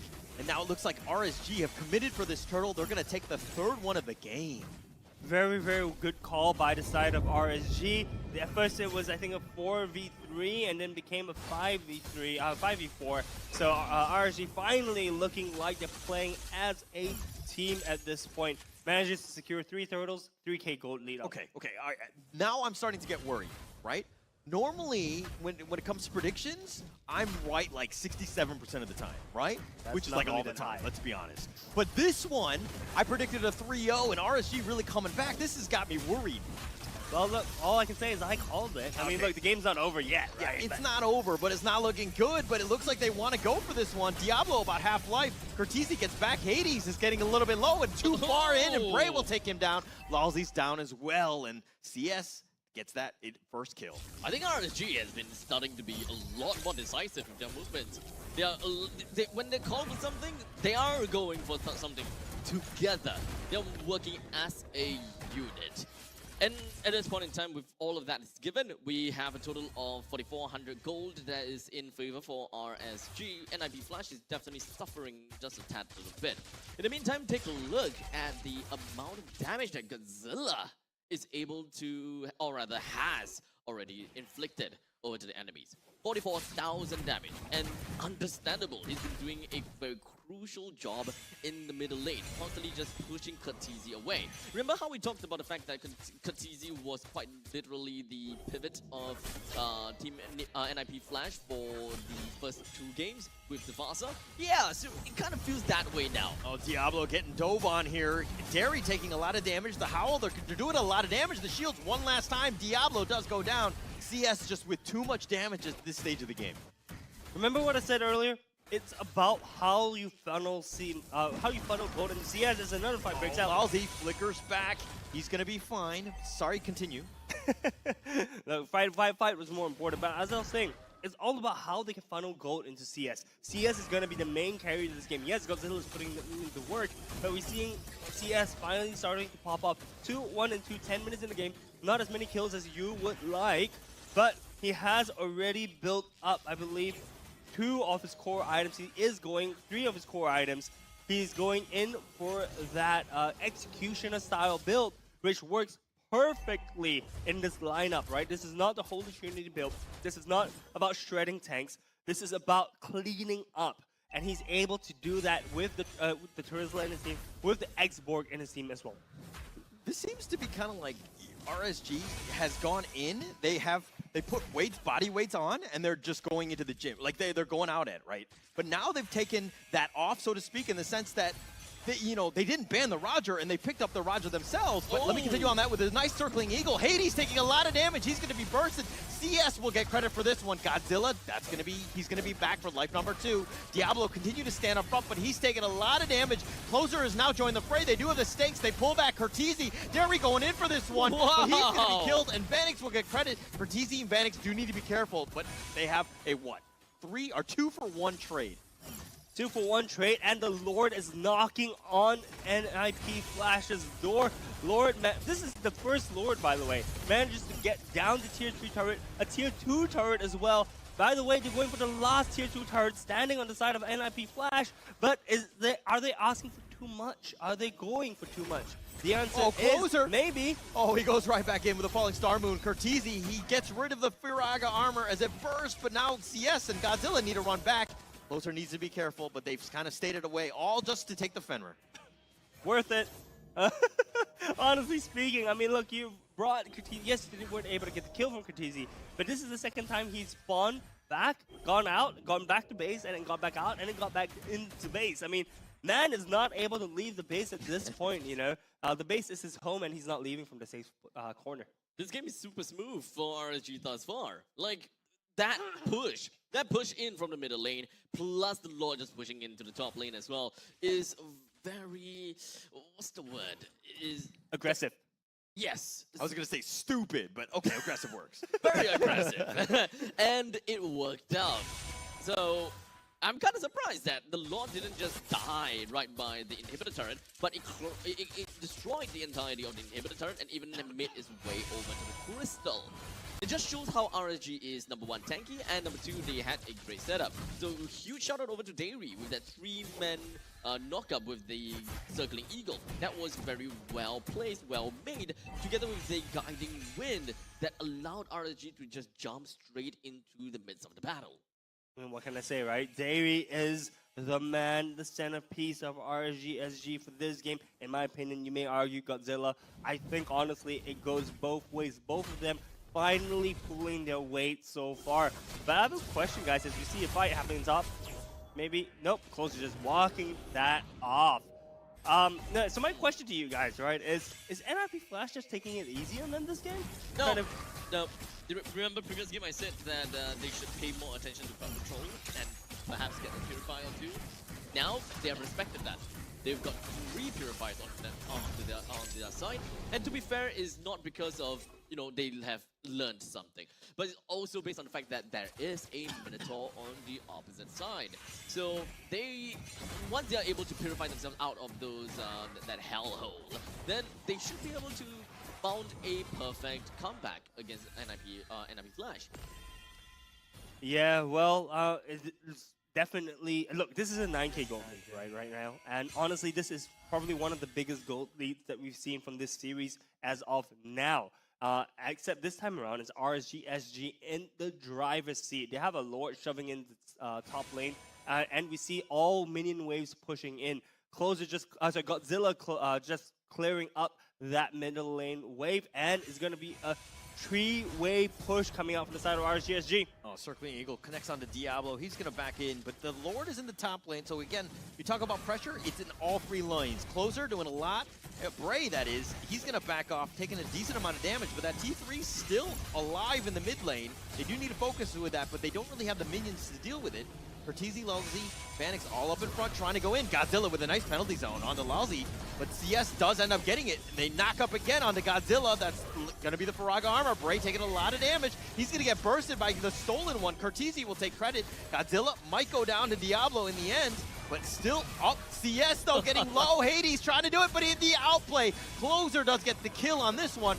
They've got Cortese as well. The Circling Eagles now going to be committed. They got onto Diablo. They got Lalzi. They got Vanix running into the hills, and it looks like they've got it, but they don't have minions. Minions are now going to come in, and they'll just slowly parade themselves in as it looks like Game 3 is going to go the way. I was right, boys.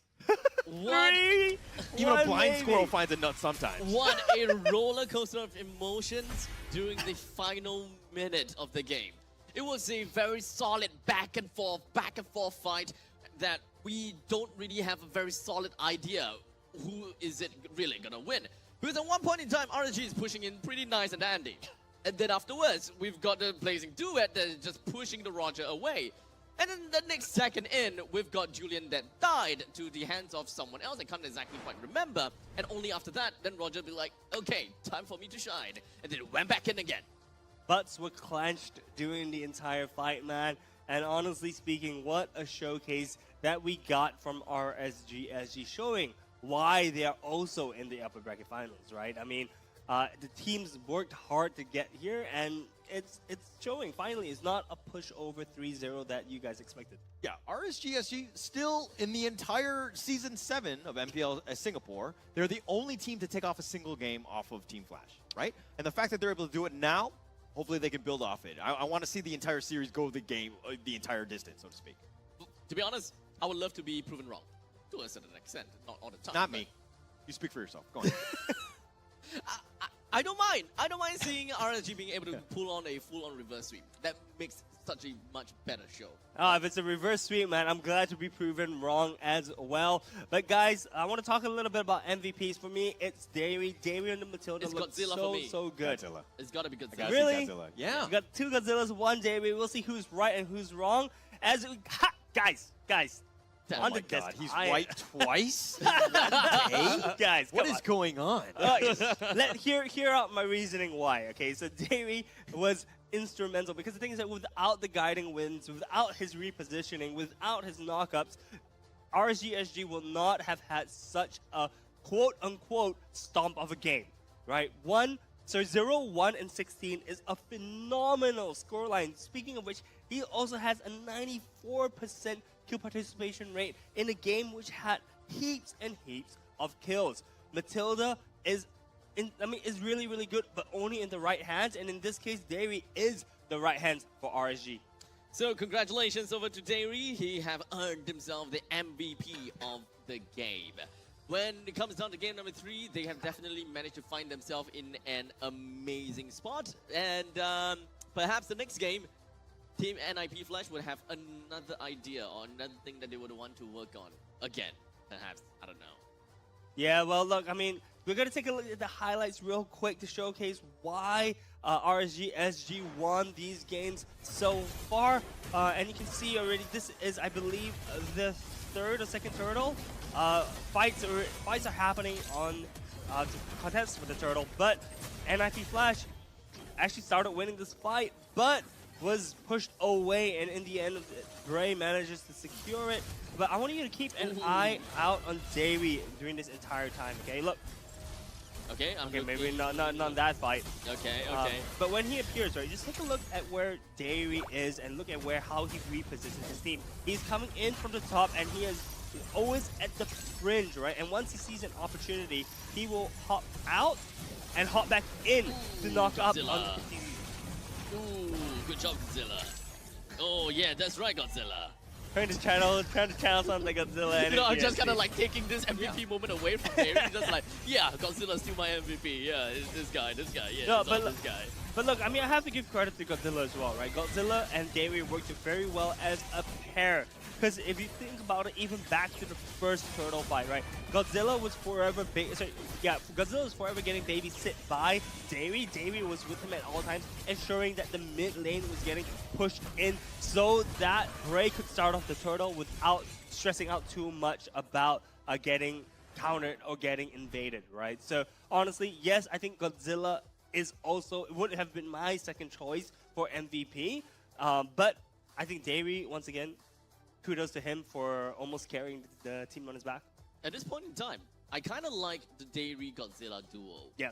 The both of them seems to be really solid with one another, and it really seems as though that they did manage to take control in the middle lane pretty effectively. They've got each other. They have got each other's backs very effectively, and time again, I've seen that Godzilla could play exactly the way that he's playing because he knows what kind of value Davey is able to bring for him with all those guiding wind and such. Yeah, exactly. So when Godzilla does hop in, he's able to get pulled out by Davey. And honestly speaking, I think finally, we see that Godzilla can play the Terizla, right? And Terizla is actually a pretty decent pick if you are supported with the right teammates. Going into item build, I just want to point out that yes, CS managed to have success with this executioner style Garrocha build that we've seen some of the other players try to pull off, but not succeed with it. The key difference is that this time around he had kills earlier in the game and he was able to kind of snowball that advantage. We saw in the last fight when, finally when the side of NIP Flash was low, he was able to go in, sweep in, and clean up on Isle mid lane. Yeah, and I think that the RSG, the biggest difference was the fact that, I mean, they didn't ban the Roger, they picked it themselves, but the Roger impact was quite there, right? Like, the entire team wants to run at you, and having that Roger that just kind of pounces on you, cleans things up, and just, gets the 6 kills that you need to really put yourself over the top. I mean, Godzilla and Derry had great games, but you need somebody that does all of, the damage, so to speak. And he had the farm, he had everything that you wanted. And again, RSG really, changing things up and having a really good draft in that game. So with that all said and done, we've got RSG clinching a win for the third game by having a very flawless neutral objective game. And even when you're talking about the standing objectives, things are looking to be pretty darn good either, with a total of 8 turrets taken down versus NIP Flash's total of 2.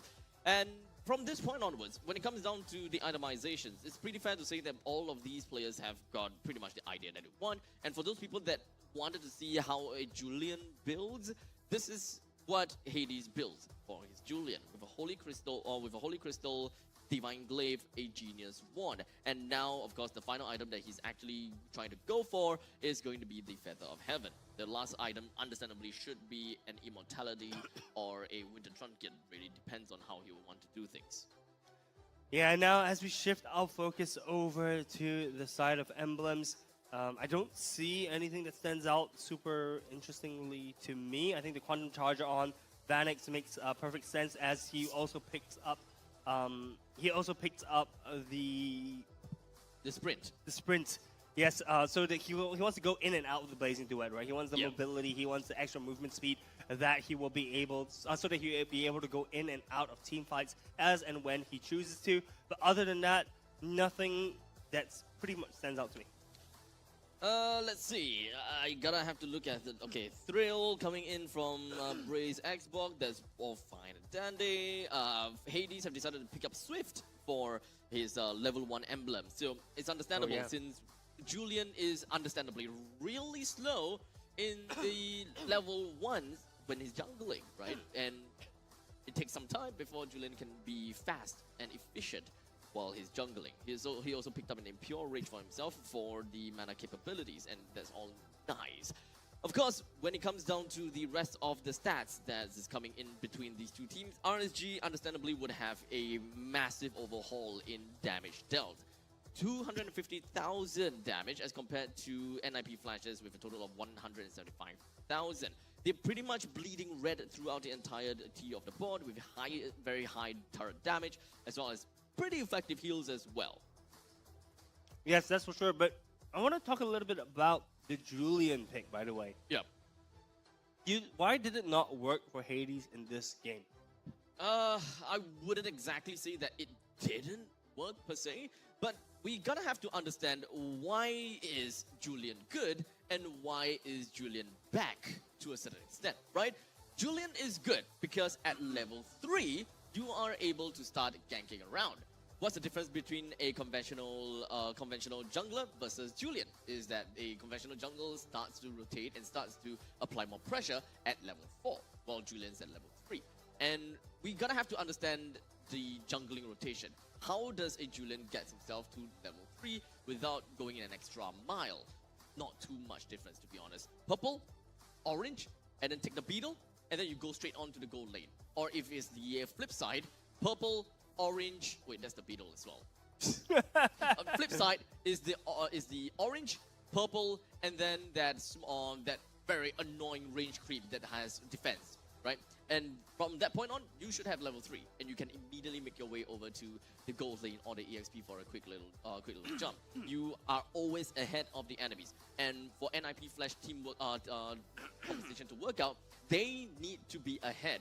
And they need to be the one that sets the pace. They need to initiate. But the main problem that really worked out, that didn't work out for them, is not because of Hades, but it's because of the fact that Kha'Zix was stuck behind the first tier defense turret because of the oppression that Godzilla constantly puts out. He is painful. He have massive lane priority. Kha'Zix needs to go in close in order to clear the wave, but Godzilla does the same thing, except tankier and more painful. Okay, I think I do agree with you. I also think that Hades on the Julian, you're going to have to watch the replay to see some of the extra rotations that didn't really accomplish anything, right? There was the time where he was level 4, he tried to go up in the top lane, they were going to try to attempt to go for a gank, and the Esmeralda, it was like, there was like no potential, right? So why waste your time, right? It's one of those things where these minor things of, wasting time in the jungle, you have to be super efficient as the jungler, and he wasn't really able to do that. He wasn't really able to shine because, again, those the extra steps, so to speak. Yeah. Not to mention as well, I think that most of RSG's side are really, really tanky and slippery because of the Matilda, right? So Julian is not able to go in and put in that kind of early pressure or the early kill pressure on the side of RSG, because RSG can just soak up the damage and walk away. Now, of course, when we are looking at squishy targets, we only have 2 heroes that is relatively squishy, being the Roger as well as the Matilda. If you try to go for a kill on the Roger, then you're gonna have to expect that the Matilda must not be around. Yep. Because the moment that Matilda is around, okay, goodbye, guiding wind. You are not gonna be doing anything. Even if you are using enhanced size, enhanced chain, enhanced size, whatever it is, you might not be able to get early kills unless you pick up a Genius Wand super early into the game. Yeah, and it's going to be really, really rough if you do that, because, I mean, you need to be ahead, you need to get the kill pressure, and then if you get the kill pressure, then it's... Wait a second, you can't even get the kill pressure because they're tanky. Yeah. Right, so therein lies the problem. All right, so we've broken down the game slightly for you, but for the full breakdown, we're going to throw it over to Kinzofu. Take it away. All right, it's my turn now, and what a game by RSG here. Dairy, especially the MVP of the day. I'm going to show you why he is the MVP with the amount of saves, amount of deterrence and amount of aggression, something that Matilda has in her kit, and exactly what Dairy displayed the entire duration of this fight. This clip is a minute long, but yeah, I'm gonna try and rush through it here.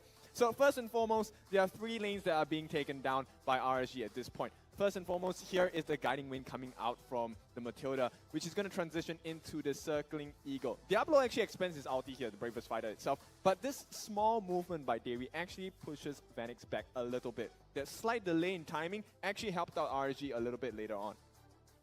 Right, so Circling Eagle onto Diablo, and this is going to cause Diablo to call for help, right? And this is where Lawsy and Cortesia are going to hit down. But I think at the same time, Hades was calling for help as well because he wanted to burst down Bray. So there was a lot of confusion on the backlines on the side of NIP Flash. And, you know, when you give RSG an advantage, you know they will take it for sure. Right here, with the 3-lane pressure, most teams will say, hey, let's just try and focus on 3 different things at the same time. But RSG made a very clever call to say, let's just put where our focus should be. Let's move towards the top lane here. Transition, since the pressure's already on the bot lane, let's go and try and chunk down this mid lane structural damage onto the mid tower itself. They got the tier 3 on the top as well. And this is where Dairy makes money's worth in a short amount of time.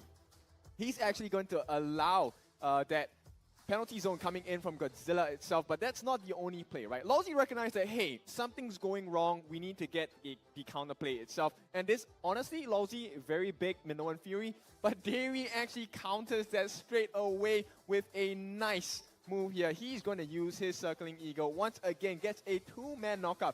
And 2 very important members, by the way. This is the tanks. It is going to be actually Lawsy as well as Diablo. Both of them knocked up, which allows the space for CS to come in, get the Lycan Pounce actually, and jump towards the backlines, as you will see very shortly as well.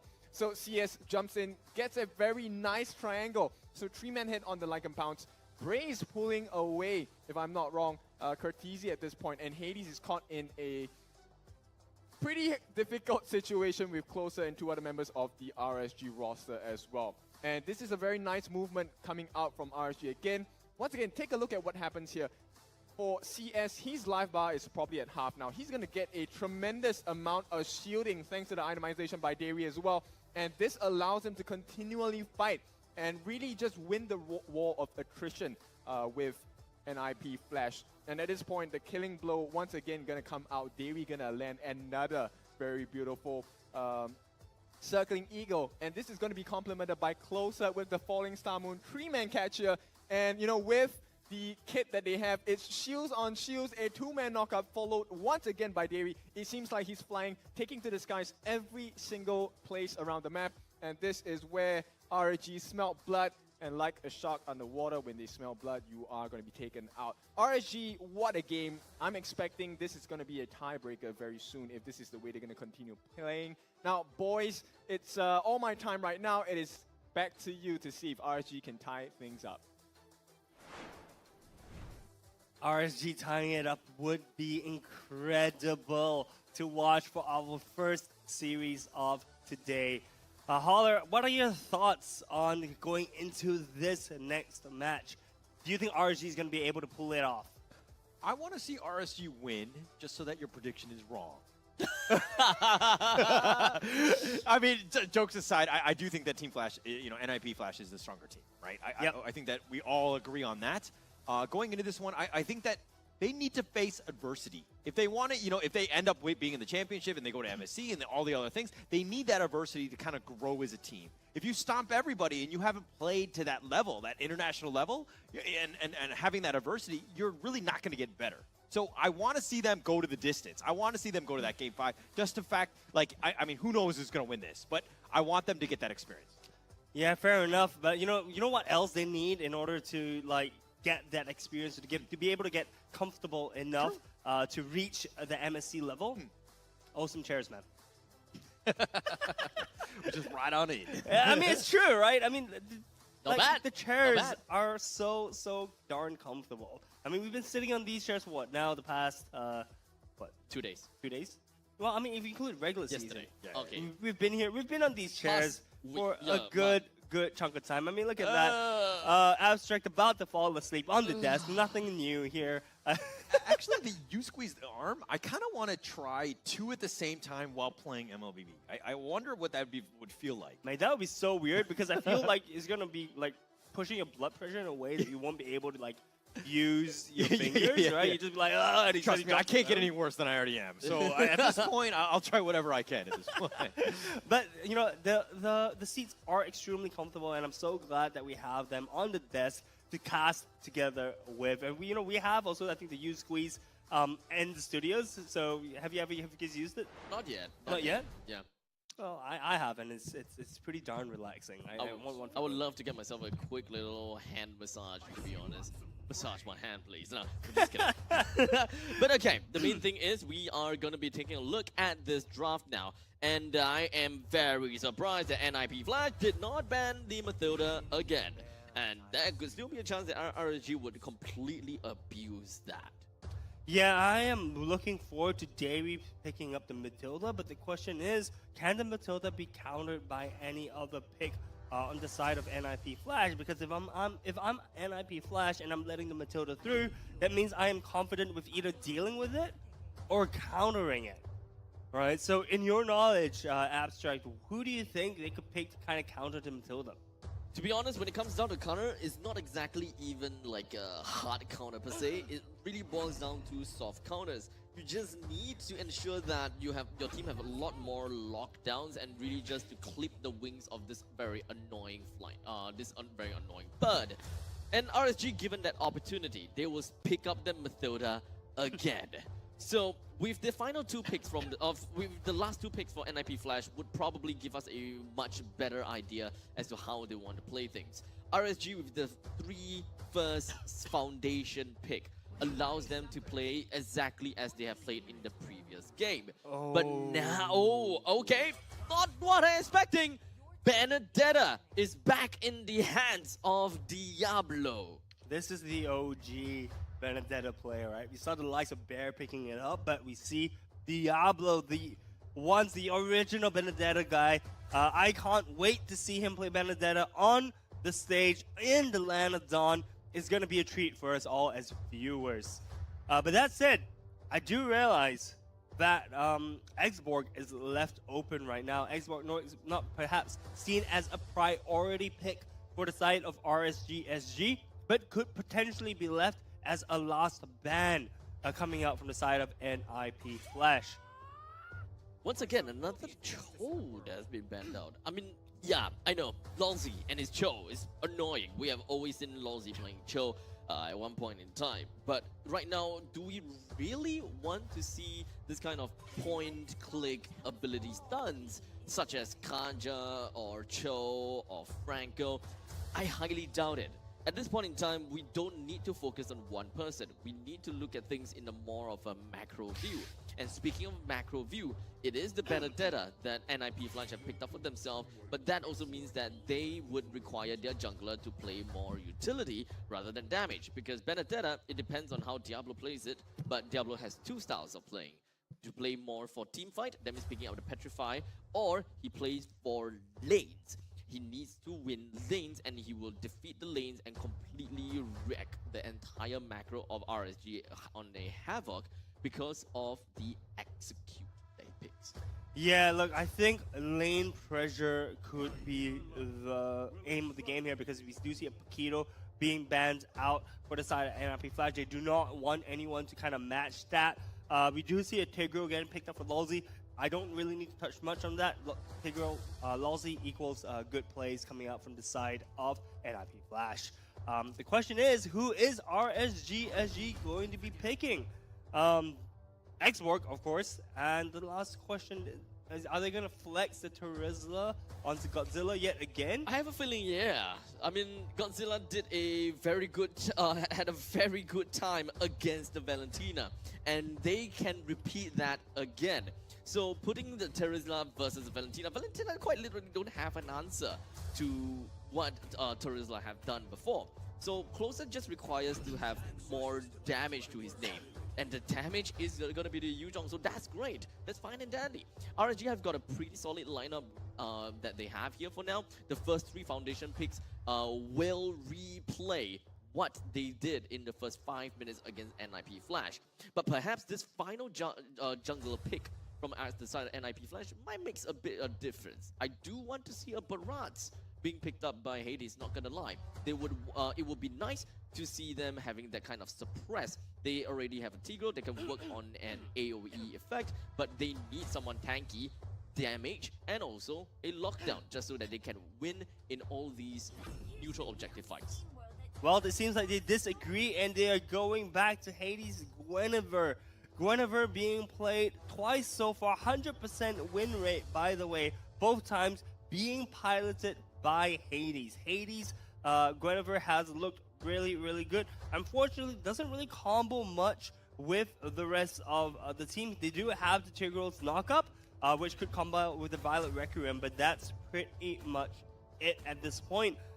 In terms of lineups, RG seems to be really comfortable with having Godzilla on the Terizla pick.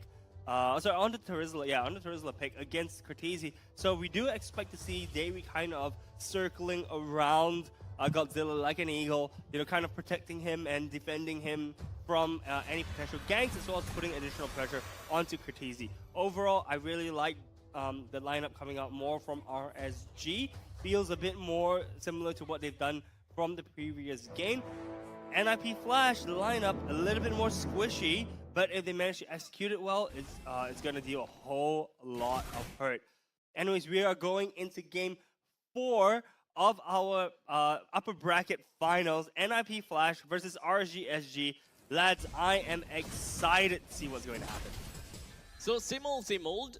Godzilla will definitely have got some crazy early game control over Cortese, and they would have information as to where Cortese essentially goes. So one thing that's slightly different is that if I remember correctly, Longzi wasn't always with Cortese in the previous game. So this time they are actually bolstering the middle lane a lot more. As you can kind of see from the minimap, we do have the Xbox and the Mathilda that is really focusing a little bit more onto Longzi as well as Cortese itself.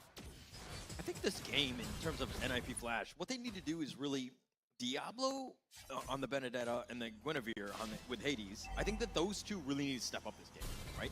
Everything really relies on these two guys in terms of like carrying the load here, because again, we've seen what RSG can do. We know this lineup. They're very comfortable with it. They want to tank. They want to fight. They have the Roger that just runs at you. But I think getting into that situation where now Lalzi is going to give up first blood, not really the greatest start.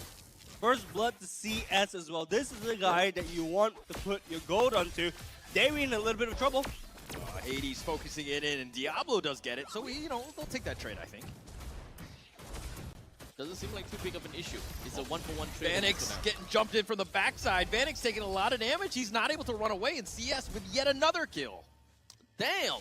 Okay. 2 kills to the side of RSG. Damn! On the person that you want. Damn! I was expecting one more, man. Damn! Okay. We got a turtle that's going to be taken out by the hands of Hades. We've got 2-1 is the current score line for the kills at the very least. RSG have got a tad little bit of gold advantage, but not like it's going to be flying so high at least for now. Oh, knock up CS. Oh, Vanix focusing it in. I think he actually used... Oh, no, Luzzy. I mean, they tried to go for this one, but now they're the return. They do end up having Godzilla and Derry join the fray, but, NIP Flash are going to just avoid that. I'd like to mention that RSG SG have changed their play style a little bit more. We noticed a lot more movement coming out from the duo of Godzilla as well as Derry, and we did see Bray for the first time in this 4-game series not initiating on the first turtle, by the way. So it's going to be interesting to see what the plans are and how they have adapted to NIP Flash's play style. Honestly, for this game, I am just stoked and ready to see Cortese stealing the Black Dragon form away from the hands of Closer. This game, so far, when we have been looking at NIP Flash, Cortese plays a very important role in a lot of these games won. So I'm just waiting for that point in time, right? They need to have a little bit more damage. Oh, the electro final blow cutting off the end of retreat. Bray loses the Faraga armor, but he's going to survive. He's just so tanky. That's actually a very tanky Xbox. Electro Final Blow plus the Violet Requiem. The only thing they can bring out was the entirety of the Faraga armor, and that's pretty much all. Pretty scary if you ask me. Yeah, actually, it looked, I mean, it could be from the angle of the screen, but it looked as if the Electro Final Blow actually, like, barely whiffed. Barely missed Bray, but I would need a more close confirmation on that. But, you know, I think the game so far is kind of gone back into the stalemate. We see the gold lead kind of dropping a little bit for the side of RSG. NIP Flash kind of evening that out through, I reckon, CS. Not CS the player, but through the creep scores, the kills. This game is a lot easier and a lot better for Katizi. Because of the fact, probably because of the fact that Diablo has constantly been, Diablo and Hades has constantly been roaming around and really showing a lot of presence in the middle lane to ensure that Katizi charge can back, escape. throws back Godzilla. Lalzi with a circling eagle connecting onto him. He flickers back to safety. He's going to be fine. The Black Dragon form doesn't really get much. So NIP Flash do have an opening. CS has used his howl. He's going to back off. The turtle's back in his cave. Diablo on the backside goes for Bray. Wasn't personal. Not really sure, but now he's being chased. Derry continuing on. The knockup by Hades. They do get something, and they get closer. So they do have an opening now. This is one member down and closer, but are they going to take the turtle? Derry's still sticking around. Godzilla as well. Things are a little precarious at this point, but it looks like Bray joins back into the fray. Hades, the circling eagles, keeping him alive with the stolen Black Dragon form. Goes back in, but it looks like Hades is going to take the turtle. Kurtizi continuing forward. They're going to look to do as much damage as possible. Lalzi barely gets away. RSG now disengaged. No one died? Yeah, that was like a Marvel movie, right? Yeah. Nobody fighting, nobody dies. Like, come on, man. What's the point? No one died. That's incredible. Honestly speaking, I thought the moment that Kurtizi had the Black Dragon form and he was starting to crowd the members of RSG, SG towards his team, I thought someone was definitely going to die, but wow, all that happened and no one dying is a little bit disappointing, not gonna lie. I thought so too, Do you watch UFC to watch people die? I mean, yeah. What are you watching UFC Well, for? I mean, just to, like, to submit each other, like, you know, it's still a gentleman's game at the end of the day, even though they're trying to kill each other. No, definitely nothing. Definitely nothing. But I like how his first word was submit to each other. Get your mind out of the gutter, sir. Too bad, already too deep in. But for now, okay, but 6 minutes into the game, 2-2 is the current scoreline between RSG as well as NIP Flash. NIP Flash definitely have got a way better game as compared to the previous game. Katizi, he could get himself out of the grips of Godzilla this time, and they have been showing a way better time to fight. Hades being focused in. Oh, the backside, got the penalty zone, but Hades is somehow, okay, he does go down. Godzilla's gonna get credit for this. They do have it, but Godzilla taking a lot of damage, but I don't think they want to commit. They're going to let him go. I mean, Godzilla's just so tanky. Keep in mind that he has a passive that allows him to be more tanky the lower HP he is. I have to say... Nice two-man stun by Kurtizi, though, but nobody, again, dying on this one. Bray's going to back off. Yeah, he's got no armor, but they did protect the tower, and there were 3 members left, all at the cost of Hades, so not the worst thing in the world. This is looking like a very, very even game right now. We are only 7 minutes in. There's only a 500 gold lead to the side of NIP Flash, though RSG did have more kills. The gold difference is because of the 2 turtles that went over to the side of NIP Flash. I do expect contesting from the side of RSG for this 3rd turtle. So right now, NIP Flash is going to be putting themselves onto this turtle fight, and understandably, it would not be easy. Oh, the penalty zone has already been committed. Might have been a little too early. They're going to back off here. Derry going back in. Tried to go for Kurtizi. Black Dragon form. Nope. He's going to back off. Yeah, honestly, RSG should just be focusing on the turtle right now, but CS manages to get Kurtizi on the back line. Does a little bit of recall action, but it's going to get punished for that. I don't know if that was worth it. CS going down, especially when he had 3 kills at this point. It didn't seem like a smart move, but again, I'm not as smart as CS. And not to mention, I mean, the thing is, yes, they lost CS, but they got Kurtizi and they got a turtle as well. So overall, the trade, I think, was not too bad for the side of RSG. I think it feels as though for NIP Flash, the real game has yet to begun. I always like to say that, but it seems to be true. Penalty zone on the Lalzi. He's taking a lot of damage. Oh, the last insanity is going to be committed. The Electro final blow. And then it looks like Diablo has come out of left field. He's going to get this. The Circling Eagle. Where does he land? He's not going to land on anybody with a stolen one. Oh, it's like Top Gun. It's like a dogfight. Dogfight, but no one dies because of that. Diablo really low. CS! Oh, he dashes away. He's going to be fine. Oh, Diablo playing not only with the enemy team, but also with my heart. Jason's coming for you. Oh, is he just jealous? Probably. The spatial migration. Oh, they're doing some work right onto Derry, and Oh. they burst him down. What And a Hades waste. with a nice kill. Yeah, that is even a Purifier that has been used by Dairy. That's the difficulty about picking a Purifier against a Guinevere, right? Because right after... okay, wait, hold on a second. Middle lane. Electro final blow. Nice 3-man stun. Closer's going to be down for the count. Diablo will get credit. Lalzi taking a lot of damage. He's in the heart of the enemy team. He's going to go down as well. Cortese wants something in return. They did find CS, who is getting shot down. Hades goes back in, goes for this one. He's going to be fine, and Bray, everybody's so low. Diablo looking for something more, perhaps, as he enters the enemy jungle, but is he in too deep? Oh, Diablo. CS dashes over the wall. He gets shot, sniped out. Diablo's going to get credit for that one. And Derry now, just all he can do is watch. There's even the Lord that's currently available.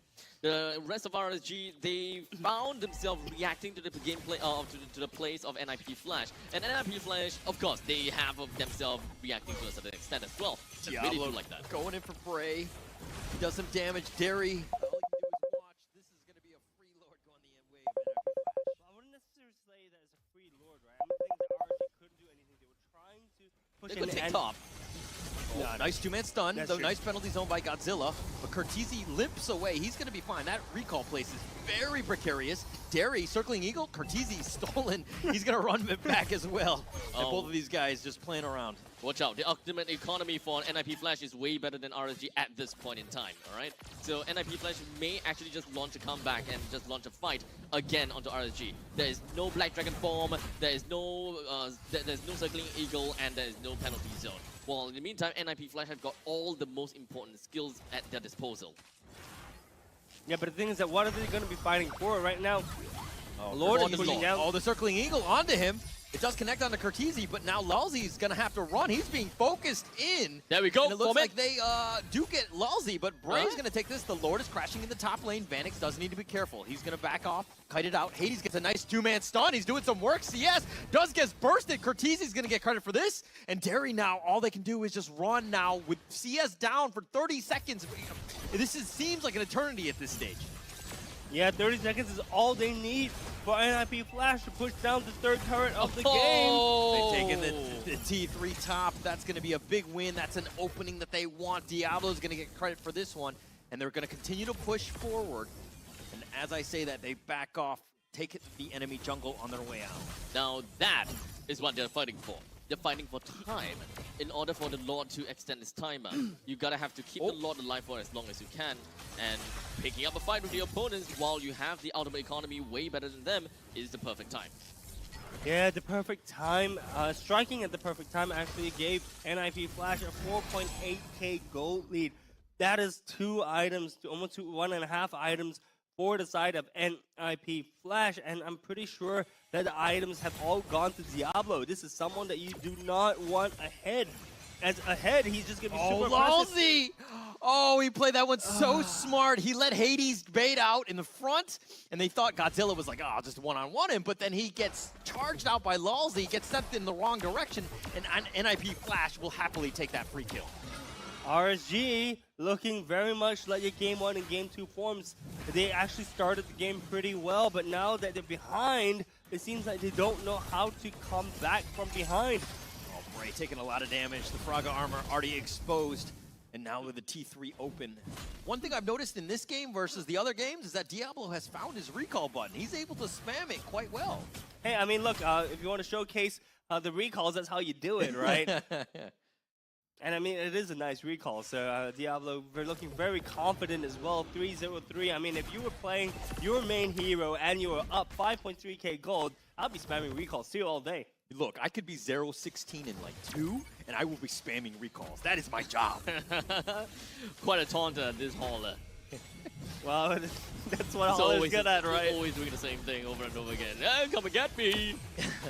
Well, my name is Abstract. Oh, okay. Godzilla running away. Darian Bray, they're going to have to back off. Vanix goes in for this one. Bray, he's going to be exposed. He's going to be targeted. That's going to be life number 1, the Black Dragon form. Oh. What can he do?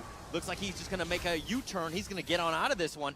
And it looks like they're going to focus their attention back onto the Lord. Diablo's still up front, realizes that most of the RSG members are gone, but they've been zoned away. Vanix and Hades trying to burst it down as quickly as possible. Cortese still up in front. Last Insanity committed. A nice circle on top of Diablo gets the Lord. And Cortese goes down. Lousy, he's going to be back for life number 1. Cortese's down. Diablo as well. CS has been killed, but now Vanix is on the run. Trying to chase out Closer. And Closer does go down. So Vanix, last man standing. With the Lord that will be by his side soon. Regardless, all in all, we've got RSG that lost 3, while NIP Flash that have lost 4. But at least the Lord will be marching in from the top lane, and as much as I want to believe, the Lord will probably reach close to the opponent's base, or only when the rest of the team respawn. So Guys, that is still some time to play around with. Guys, this instant replay shows just how scrappy the fight is. CS going down there was not what SG wanted to do. And oh my gosh, 3 to 4 trade, but the Lord actually being taken away by Diablo of all people. I saw what Bray was trying to do. He was trying to bring the Lord down with this last Insanity Retribution combination, but unfortunately missed it by a sliver of HP. Diablo saw him coming, decides to stop that from happening. If RSG had taken the Lord, then that may actually have been the key they needed to turn this fight around. But now we see NIP Flash knocking on the final inhibitor turret for RSG. All zoned by Godzilla. They're going to go for this one. Vanix still up in front, chipping away that tower. The Circling Eagle connects on the 3. That was pretty legit. Hades does get a little bit low, doesn't be careful. Closer's going to be killed. Malsey as well, but they've backed off with the entropy from Vanix. He's going to be fine, but again, they just don't have the minions in the bottom lane. No minions pushing in means that SG gets a small breathing room, but NIP Flash is right outside the door. The third inhibitor turret is definitely Hades, the going nice down. spatial migration connects. Derry down for the count. Bray being focused. He's going to go on for this one. He's somehow alive. Cortese really wants him. CS does get Diablo, but Bray is down. Godzilla now running to the hills. He gets in somehow alive with the base. Vanix and Hades have taken the base, and they will take the series in the 4th game. What a game 3. We did see some signs of life coming out from SG's side, but unfortunately, it was too little, too late. I would say that they are slowly climbing back into understanding how to deal with NIP Flash. So yes, they lost the first 2 games, but let's be honest here. If this was a best-of-7 series, I wouldn't even be surprised that RSG is slowly starting to figure NIP Flash out and start to give them a harder run for the next few games onwards. No, I agree. It's definitely a moment where, yeah, they've learned, but it's still just 1 game, right? And yeah. You can hang your head on that one, which is great to do, especially in this league. It's very difficult to take any sort of game off of Team Flash. Exactly. But getting into this situation now where, okay, now we need to go back to what you were talking about. We have the rest of the day to do our studies, to do the VOD reviews, get ourselves ready for the next, the series, which is going to be tomorrow morning. Unfortunately, you got to wake up early, though. Yeah. Look, I love it. Even though the games are long, we see smiles on both players' faces. It was a really good game to watch. So huge shout out to the players for giving us that series. Honestly speaking, the games could have gone either ways, but after all, I just wanted to say, guys, that I was right. You got to go there. Okay. It's like that. All right. I am not sorry, guys. Okay, all right. It's okay. A blind squirrel finds a nut sometimes, and It's okay. I think in this situation, it's fine. We still have the rest of the day in terms of tomorrow or later today, and I'm sure. I hope your predictions are wrong. Yeah, don't worry. We have the entirety of today to keep on doing more jokes and doing more in your faces kind of thing for the fact that you may be right or you may be wrong, or instances whereby you may say that you are right but very clearly you are wrong kind of thing. Yeah. I just Don't feel worry, like we have a lot of you've time. opened Pandora's box, and I think that now things are personal. Look, Okay. I love it, guys. Super personal. Okay, I don't know if you guys are gonna In make your out or something. It's personal very space now. awkward. Give each other some space, my friend. Look, I can see you I on the don't- pause, by the way. I don't mind. I don't mind. I mean, look, close, cut up and close and personal. Look, I love it, guys. That shows how close we are as a table, you know. So, but enough about us. Enough about the disc. Who is your MVP? Oh, yikes. Pretty sure that Katisi is not the one. Because we know that the Fast Out games is all him. Dang. I can't. MVP for me is Diablo. Really? Yep. I mean, I'm trying to see, like, Lolzy? who really stuck out? I think the team played really well, but okay. Oh, man. Don't say anything! Oh, God. Okay, Don't look, Diablo. say anything! I will say though, Diablo is my MVP for these following reasons, right? Diablo was able to, he wasn't making the macro plays, but he was always the one finding the angles to the team fights where he was able to cut off one or two members of RSG at all times, right? So the thing is that Diablo is doing a lot of damage. Look at his full item build, by the way, right? He is fully equipped to just delete anyone off the map. And the thing is, Diablo was wiping people off the map, and his timings using the Electro Final Blow was immaculate as well. He was using it not only to escape, to get into angles, but also to deal damage, by the way. And I don't think landed too many of those 5-man petrifies or 4-man petrifies, but he was impactful enough to really change the outcome of the team fights. I gotta have to say, as a Benedetta player, I actually didn't see too much of zoning too much onto what he's been doing. But one thing's for sure, he changed his item build, and this has been quite the mainstream item build now for Benedetta. Not a fan, but it seems to work. Well, let's hear what the players have to say, maybe about the item build, but about the game. Let's dive into the mic check.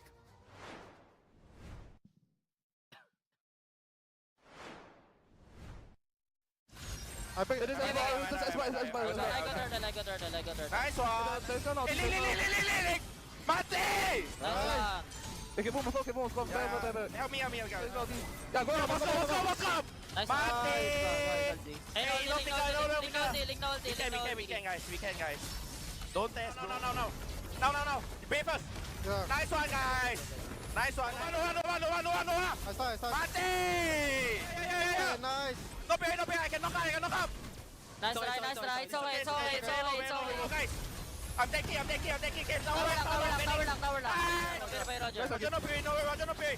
Nice, Diablo. Nice one. Take me. Hey, careful lang. No. We can. I know. Just careful. The whole time, all I could hear is Lolzy. Yeah. Mati! Mati! That's like kill, right? Yeah. Actually, it's not kill, it's more die. Oh, well, there we go. Okay. Death.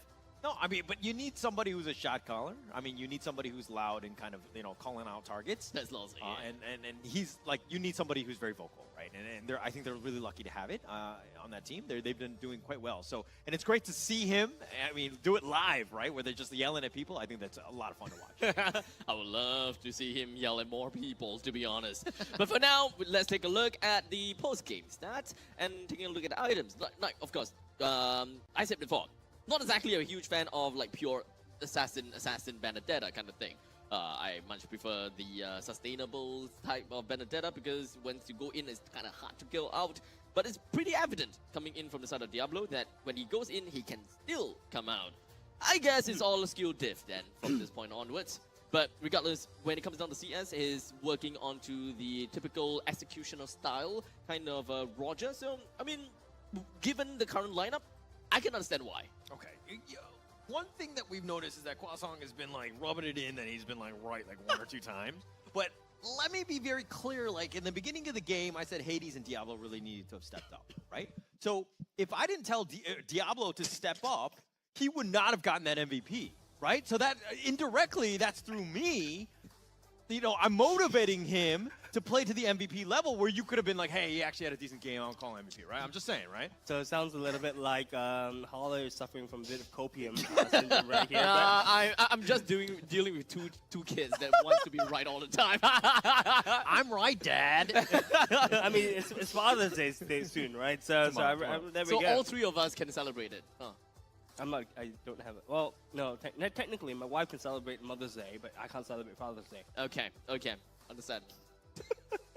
But focusing on the game, though, honestly, item builds wise, as you mentioned, execution aside, build from Roger, pretty standard stuff. Nothing new from the side of Matilda. Going down the list, it looks like pretty stock standard builds for everyone, right? But I think it all came down to kind of execution. It actually really comes down to execution, right? Yeah. Because the matchup between the Terizla and a Valentina is exactly the same. We've got what we've seen this in game number 3, and we're seeing that matchup again in game number 4. But it's vastly different. The encounter, the differences, the experience, and the outcome. This time, Katizi is no longer that oppressed by Godzilla playing as a Terizla. We don't see him going for early recall. We don't see him being stuck in the middle lane, being pressed on by Godzilla anymore. It's very likely because of the different kind of rotations and the macro game played by Hades as well as Diablo. Understandably, Lolzy being in the lane with Katizi has helped a tremendous bit, but RSG wasn't able to take control of the game in the middle lane like they did in game number 3. Yeah, that's the key difference, I think. And you can also see, I think, in terms of the emblem builds, I don't actually see more of a sustained option for Katizi. He kind of just went the same item build, so it was definitely the execution and the way that the team played around Katizi to give him enough support and not leave him on an island, right? Because I mean, we saw earlier that when Katizi was left on an island, it became a problem for the entire team at the late stage of the game. Emblems, I see a lot of quantum charges on the side of RSG. They wanted to go fast, they wanted to go vroom vroom. Okay. Going into this one, both of these teams, none of them are eliminated from the league yet, or the playoffs, right? So if you had to give them one advice for each team, what are you going to tell them? Like, what are you going to tell RSG? What are you going to tell NIP Flash? Ooh, damn. I would tell RSG to be decisive, I guess. They in game number 3, it seems like they are very decisive. Like they knew exactly what they needed to do, and when they called things out, they're just gonna jump, jump whoever, and just kind of learn from the mistakes, right? Because clearly RSG definitely learned from quite a bit of mistakes. As for NIP Flash, all I can say is don't be complacent, because understandably they are the fan favorites, right? And everyone has seen what they are capable of. But the moment if they start to be a little bit complacent and be like, yeah, they can lose a little bit here and there, it could just snowball into something completely different. For me, I would tell RSG, look, give Davey Matilda. Give Davey playmaking heroes. Because the thing is that Davey is a very good centerpiece that you can play around, right? I think Godzilla is fine. He can play anything. Bray is looking good on his X-Borg, or his Ling. Both are okay. But give Davey what he wants to play, and give something give Closer something that he's comfortable at playing. Because honestly, this U-Zone game looks it looked a little bit weird for the Closer. Like he wasn't really utilizing U-Zone's Black Dragon form to move around the map, or he was using Black Dragon form to push away or corral NIP flashes together, right?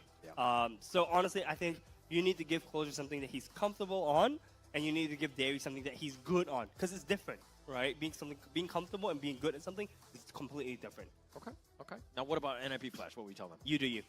You do you? Okay. Because I mean, honestly speaking, they're fine, right? Yeah.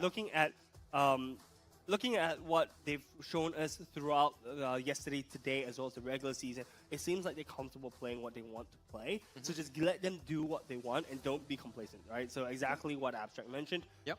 And looking at the stats in game, right? Look, honestly, they had slightly more damage dealt to the enemy team, right? But they had heaps more turret damage, right? Which showcases how dominant they were in this game. Honestly, kills-wise, aren't too far apart, by the way. There's only 3 kill difference, but gold difference was massive. Yeah, no, it's all about the objectives of this game, right? So kills are one thing, and that's why I think if you're just like a, you know, if you were at home, it's one of those things that you need to kind of imbue into your teammates so that they're not just chasing kills, right?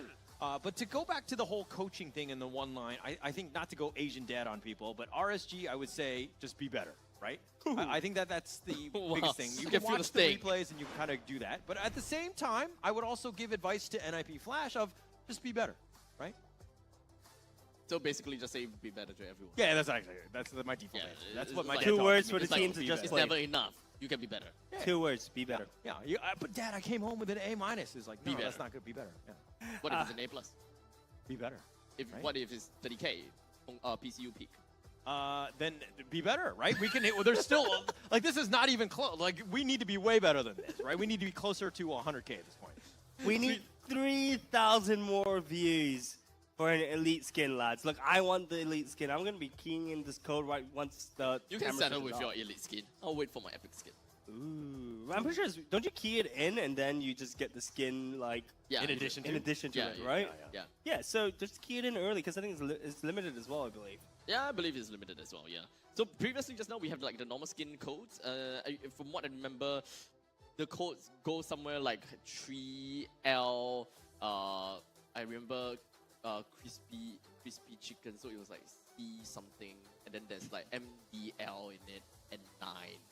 Yeah, because it He's really good at memorizing codes. Hey, Holler. Yeah, to be honest, I don't know if it's a gift or a curse at this point because it's like the usage of it. Like there's so many things that you like. If you remember, like memorize pi to like the 100th position or whatever, it make you To be honest, kind if of I maybe use recited it. something to But you right these now- codes is kind of like I'm like what like at midnight I'm gonna be like I'm super hungry. I'm ordering McDonald's. I need what is that code? I'm gonna call you. you're gonna be number one on my quick dial list. All right? Speed dial. Speed dial. Well, speaking about helping people out, right? If you could help us improve a little bit more, there's a QR code that's kind of like right there, right? So if you could scan that QR code and do a quick survey for us, we're always looking at improving. And look, I mean, look, if we're not doing good enough, tell us to just be better, right? Yeah. And we will listen to your advice. So do send in your feedback to that QR code right there. And give us your feedback and give us your honest feedback. Okay? Yeah, You that's great. can be like super specific and say like, Holler is such a mean dad, or Holler is just like not. I was gonna say the enough. same thing about you, but you cut him off before I get Look, to I ours. already expected coming. Okay, I worked with you long enough. I was gonna say, hey, if you have any problems with our casting, please reach out to Such Abstract and kind of go into that. But yeah, okay, whatever. All right, we're moving on. All right. So I think that's enough from us for this series. Let's throw it over to our favorite kind of tofu, Kindofu, Kindofu. guys. Take it away. That's right. It's my turn now. It's going to be the Tofu Academy here. We're going to be learning a little bit about the ninja way, and this is going to be the Ninjas in Pajamas Team Flash here. So it is very important that one of the lessons you learn as being a ninja is that you need technique as well as strength. And right here, you will see why technique matters a lot. In this big fight before the final stages of the game itself, you're going to see this last Insanity coming out by Bray, catching out actually 3 of the 5 members on the side of Flash. And that was a pretty good play as well. This is going to be complemented by the Circling Eagle coming out from Dairy. We've already seen Dairy's performance in the previous game. We know that this is his strength. He's able to catch so many different members, but this is where technique matters, and this is where technique counts. This is the counterplay actually by Team Flash. So at this portion, right, we have Godzilla coming in with the penalty zone as well. And let's be honest, when I was looking at this particular scene itself, I thought, oh no, this fight is over for Flash, right? This is an RSG win for sure. And look at the damage that's laid down onto the multiple members of Team Flash. But here's where technique matters. Diablo comes in to try and save the day. Actually gets a couple of clutch moments along with Lousy as well as our star player here, Vanix. And take a look at what happens next. So they get the damage down. They do get a couple of the kills as well. Cortese, unfortunately, going to hit the graveyard along with Hades as well. But this is where Diablo makes the play of his life along with Lousy as well. They are left for dead, but at this point, they 2-man implosion. Followed by Diablo cutting in as well. Actually manages to get them low enough such a way that Vanix actually manages to clean up the rest of the crew, make it out safely. And that's where it sets the stage for the later part of this game here. And yeah, we'll jump straight into that after this moment. So at the start of this, right, we have one member down a piece on both sides here. And this is where Hades makes it count and compliments to Diablo for adding in the damage as well, jumping in. He's going to have a nice item swap later on. He actually gets the Winter Truncheon here on Diablo, and that is going to help them out quite a lot. A very small micro play here, but it makes the world's difference for the side of NIP Flash. And that is actually getting CS into the midst of all the different players on the side of NIP Flash. Because he has the Winter Truncheon, he manages to survive a little bit, allowing Vanix to jump in, deal the damage as well. And the rest is history, because the last little play is actually from Hades, pushing Godzilla away. And for Curtizi to continue pushing Godzilla away, doesn't matter if he throws his life, because at this point, Lord God Vanix is going to end the game for you, and this is a win for NIP Flash. Now that's all the time I have. It is time for me to throw it over to Cheryl. Cheryl, it's your turn now. Thank you so much, Teacher Kid. Now, I have a very, very special person beside me. GM, team manager, coach, analyst, Joseph beside me. Hi, Joseph. Hello. Very rare face to really see right here on stage, so I'm very excited to ask him a few questions. So tell us more just generally, like how do you manage to form like this beast of a team that we see here today? I think as long as you treat the players right, you understand them, you have one or two key pieces, naturally the best players will want to come over to your team and join you. Right, so you were the one who actually got Hades on for the previous season. Yep, correct. And then how did the procurement of Curtizi come about? Hades was really close to Curtizi because they were teammates before in MPLPH, so he recommended. I watched some VODs of him, replays of him, spoke to him. I think he has a very good attitude, very good mental, and his skills speaks for himself like today. I don't think Roy stand a chance anyway. Right, so just for fun of all of your huge all-star roster, who is your favorite? My favorite is definitely not Lozzy lah. That's for sure lah. Hades lah. Hades, still your golden boy. That's in my team lah. Your team. Not in my team, then not Hades really lah. All right. So also a question that I believe a lot of Singaporeans are probably asking, but will we be seeing JPL? Because it's been 2 days and we haven't seen him yet. This is something that I definitely cannot answer, cause maybe Hades can play Rome as well. Anyone can play Rome lah. Adam also can. At this juncture? PO7 can switch 3 times. Sorry, again? PO7 you can switch your lineup 3 times. Oh, okay. So you guys are going to play fancy in the grand finals itself? Depends on who the opponent is lah. Right. So you were here watching day one's matches. Who do you think will meet you guys at grand finals? Asterisk. Asterisk. Wow. Now this, okay, so given that you guys met Asterisk yesterday in match 1, opening up the show, what do you think was something that you think that they have that they will go to grand finals? I think they are young, they are fearless, they can play anything and everything. Or at least, if they cannot play that well, but at least they dare to try. I mean, you look at other teams, they keep pulling off the same 1-2 tricks. So, it really stands a good chance. Oh, this is coming from Joseph himself. So, you think that Asterisk really has that wild card factor to them that will bring them to grand finals? Yeah, I think so. Oh, wow. Okay. So, moving forward, how confident are you that the boys will take this championship and head on over to the MSC 2024? I think as long as we trust ourselves, we do our best, yeah, I think the victory is ours. Ah, all right. So it's all a mental game. Thank you so much, Joseph, for joining us for this interview segment. Thank you.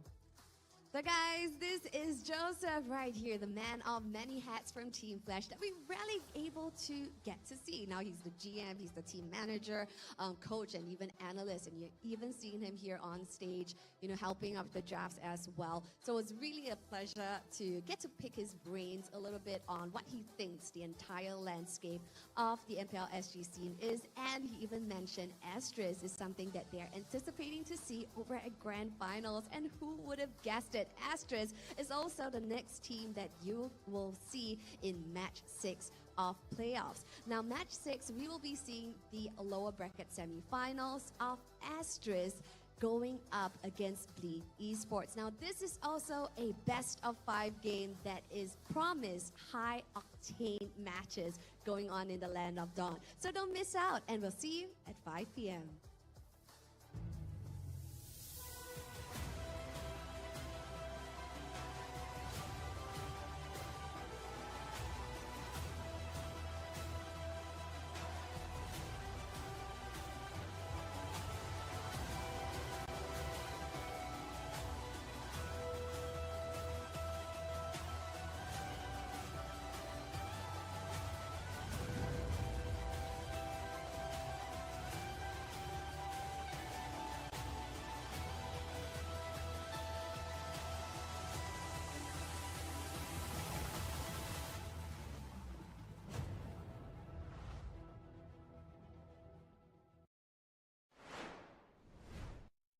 A crispier chicken McCrispy?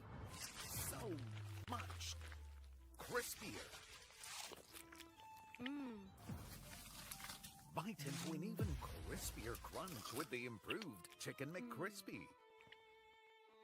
Now, wouldn't that be nice?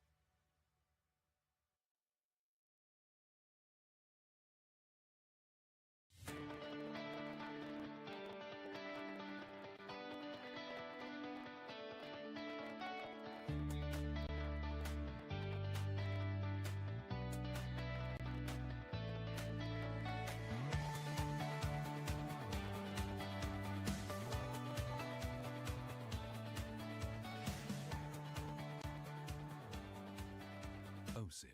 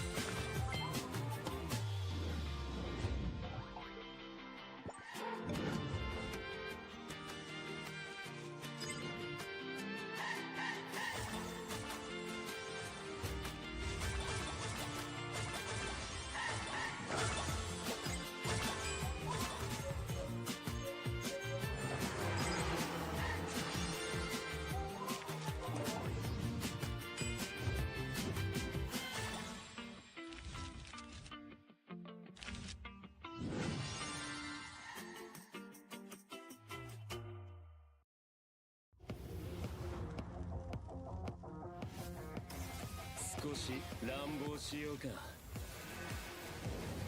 私は強くなるんだ。そのためなら何だって。自分の良心に従って人を助ける。オーラってやつは隠してもにじみ出るもんだからな。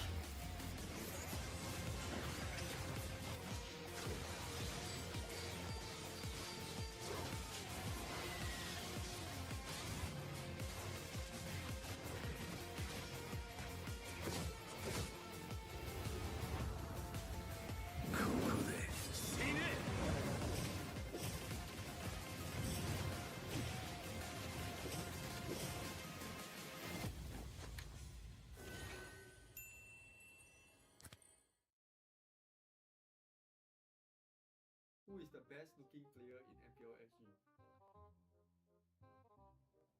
Oh wait. I know. Oh. I know. No, I know this one is the goat. Oh, this is the goat.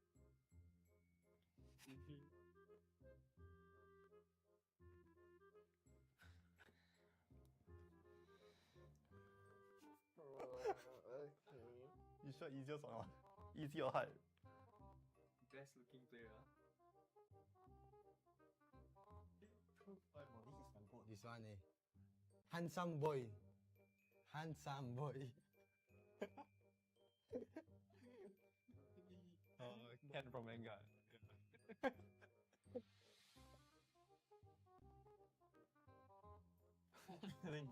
Getting the real game is yeah. 3, 2, 1. Okay. 3, 2, 1. 2, 1. 这个哟，这个 I don't know what to say. 3, 2, 1. Must didn't he have a different name? You write the current name. Okay. Oh, easy game, bro. Oh. Oh. Like you all say the old name or the new one? The answers? Okay. So easy ah. Wow. What's the old name? Dante. Not Dracula. 3, 2, 1. Technically both correct. Oh, okay. What the heck? Wow, this one I know. Wait. Huh? Oh. 2, 1. Eudora is correct. Yeah. That time her skin color, the basic one was red, bro. I forget. Eudora. Oh, wait, bro. Yeah.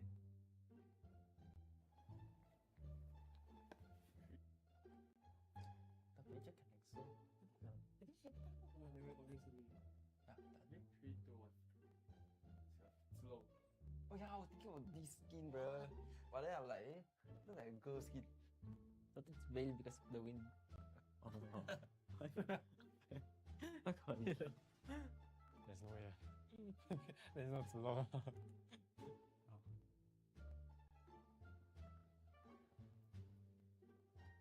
Yeah, mage. Oh wait. Oh, I know. Should be this one. I hate this hero, bro. I got my answer. Okay. Ah. Okay. Huh? Wait. Like a universe ah. Who's that familiar? Oh, okay. Let's see whether it's correct. This one is you can't even guess it. It's near impossible. Oh. You know the light orb? Yeah. They super zoom into it, bro. I'm done. Please. Okay. Can we read answers? Okay, correct. Let's take the correct answer. Wow, I forgot about that hero, bro. Supposed to be your main, your main. Because he got one. I wanted to guess the Ellie special skin, but then like I realized that the flowers was not like featured in the. Yeah, but he said it was default skin. Yeah, turns out to be a default skin. Universe ah.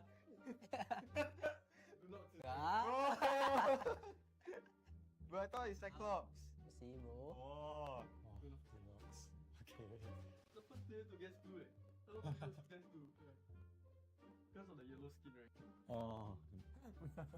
Why you don't know? Yeah, you're not me. A crispier chicken McCrispy? So much crispier. Bite into an even crispier crunch with the improved Chicken McCrispy. Now, wouldn't that be nice?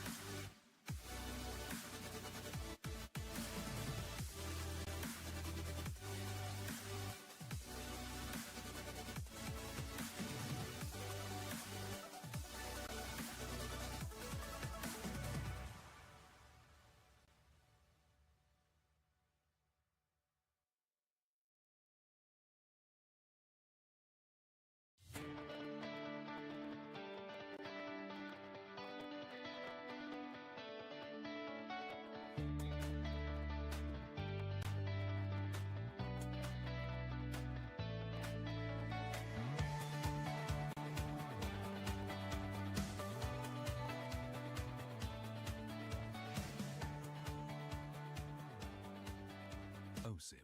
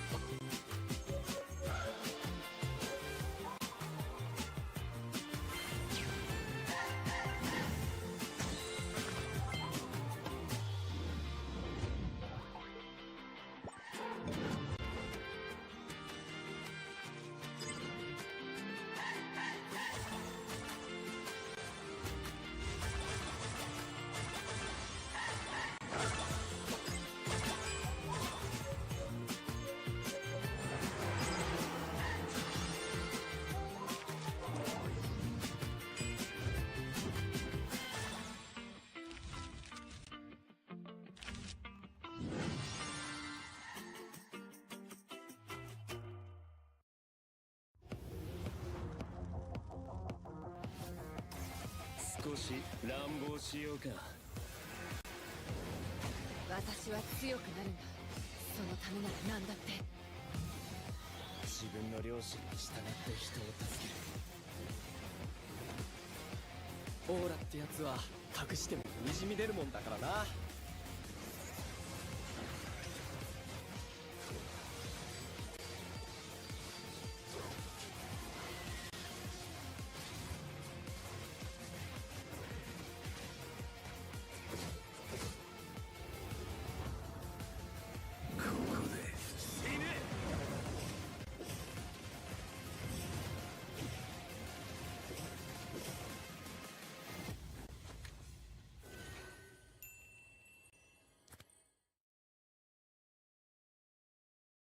Who is the best looking player in MPL SG?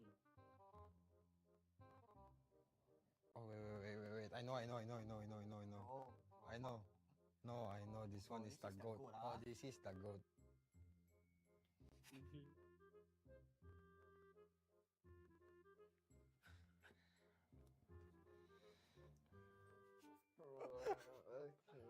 You sure easiest or not?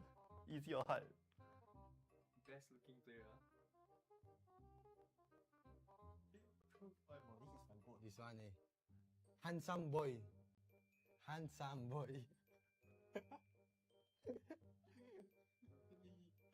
Ken from manga. I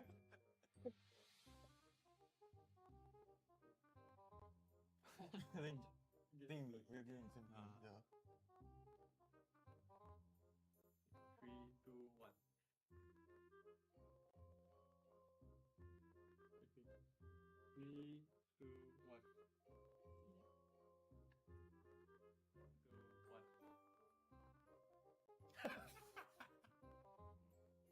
2, 1. I don't know what to say. 3, 2, 1. Must. Didn't he have a different name? You write the current name. Okay. Oh, easy game, bro.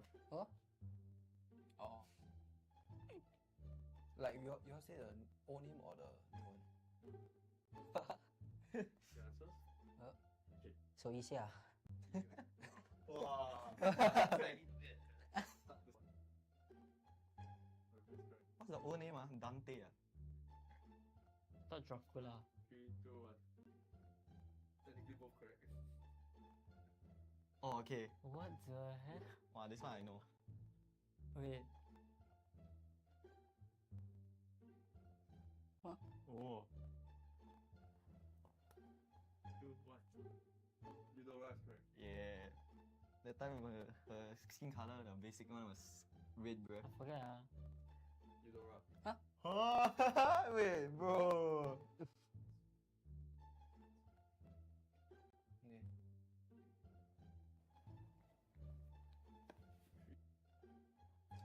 Tapi aja kan Exo. Ah, tadi. 3, 2, 1. Slow. Oh yeah, I was thinking of this skin, bro. But then I'm like, look like a girl skin. Thought it's veiled because of the wind.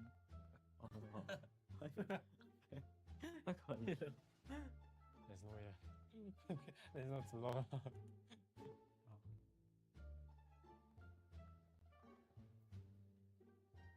Yeah, mage. Oh wait. Oh, I know. Should be this one. I hate this hero, bro. I got my answer. Okay. Ah. Okay.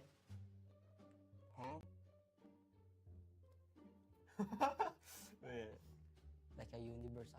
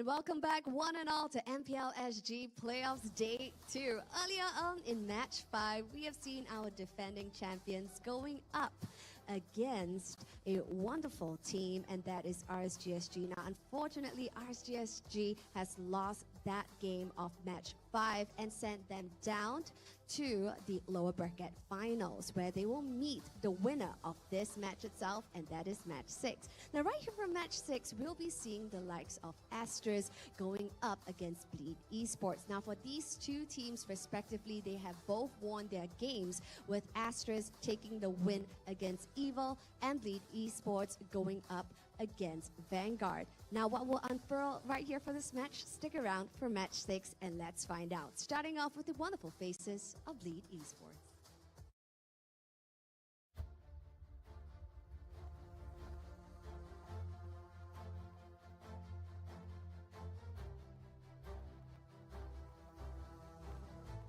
Now the boys are standing before you, proud and ready to take on this game, which is Match 6, to make them move forward one step closer to vying for the crown, and that is MPL SG.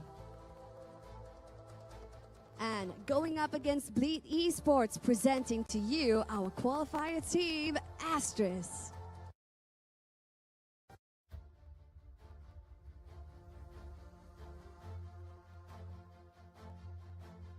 Now, Asterisk definitely has made waves right here at MPL SG so far with their stellar performance. Now, let's not forget, this is a match, after all, with the regular season's second seed up against the fourth seed.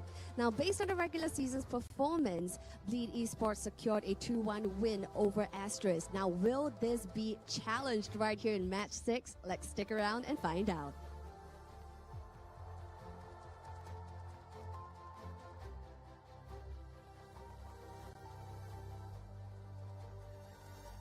The boys are heading over to their battle stations respectively, and all hell is going to break loose over at the Land of Dawn in just a few moments' time. Now, all eyes on Asterisk, really, because coming as a qualifier team into MPL SG, they definitely has made really remarkable results over at the Land of Dawn. Now, is that enough, ladies and gentlemen, to take down Bleed Esports? Let's hand our time over to the casters to find out more.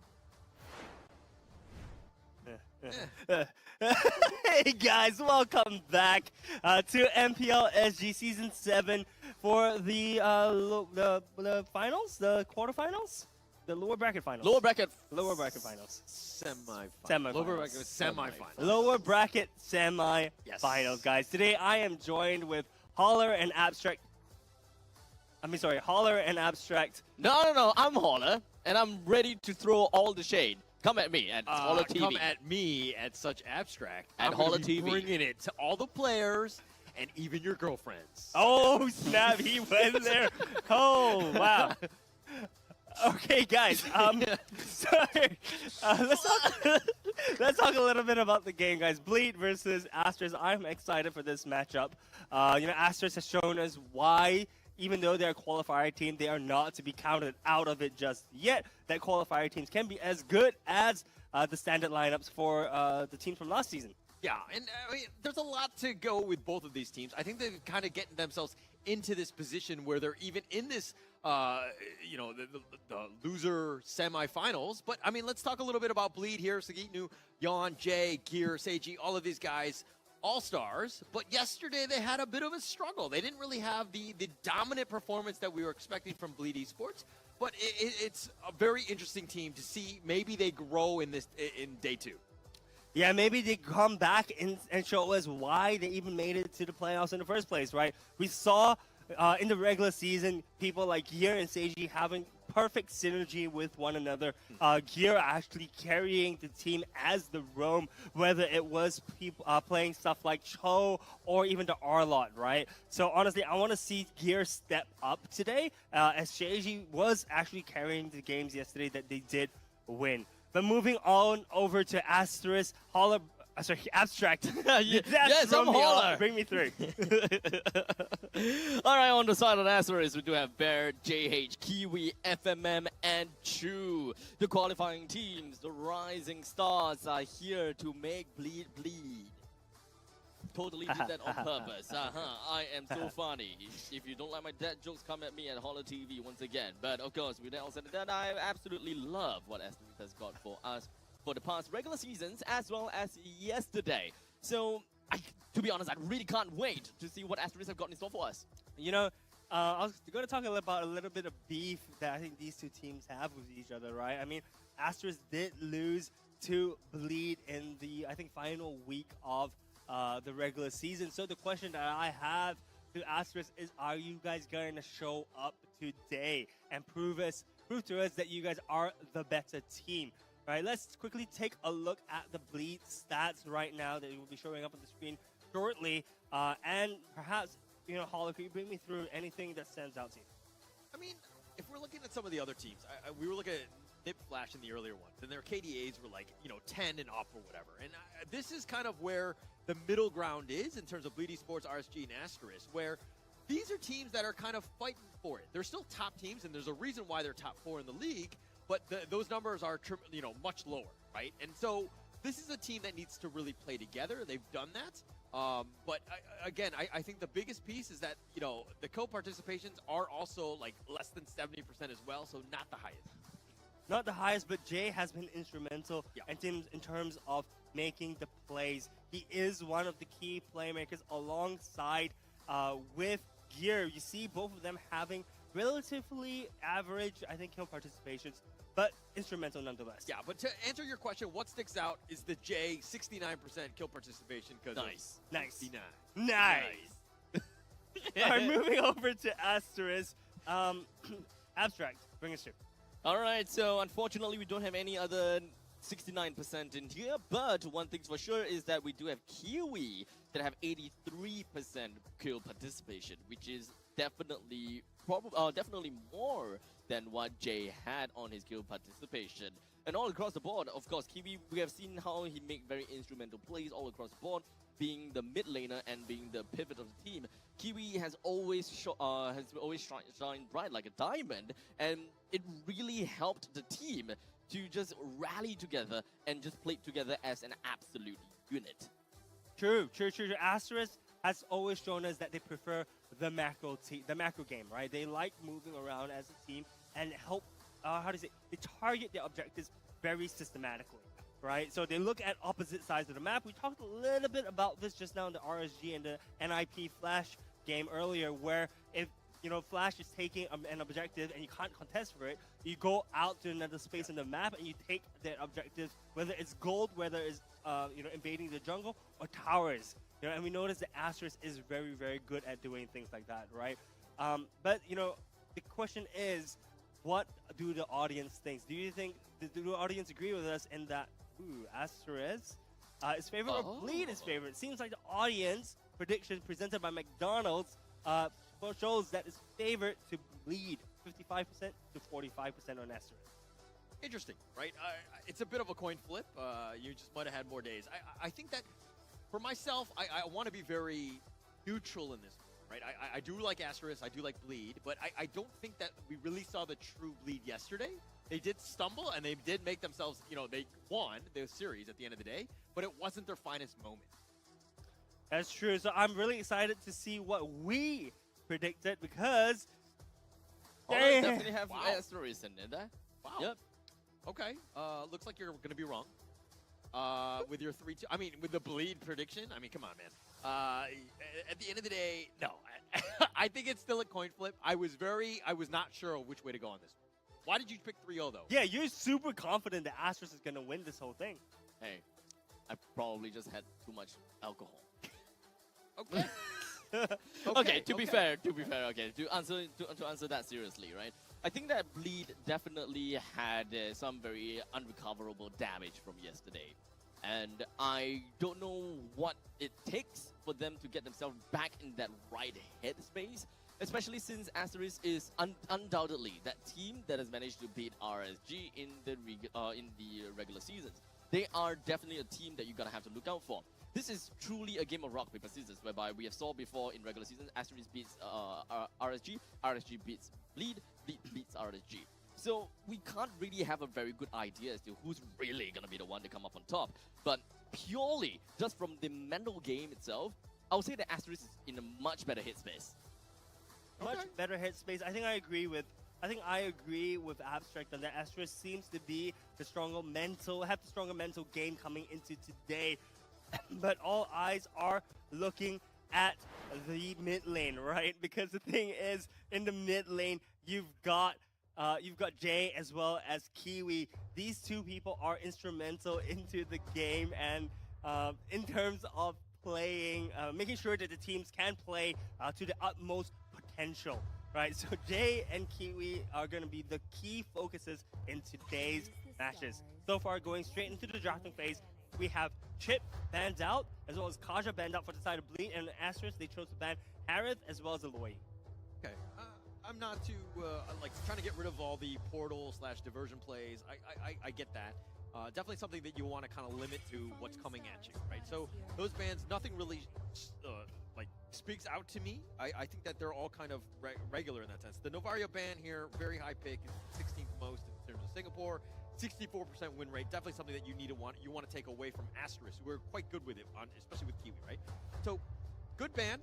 Nothing that stands out though. But if we're gonna go, like first pick, like what kind of are you comfortable with as Bleed going to be like the first pick?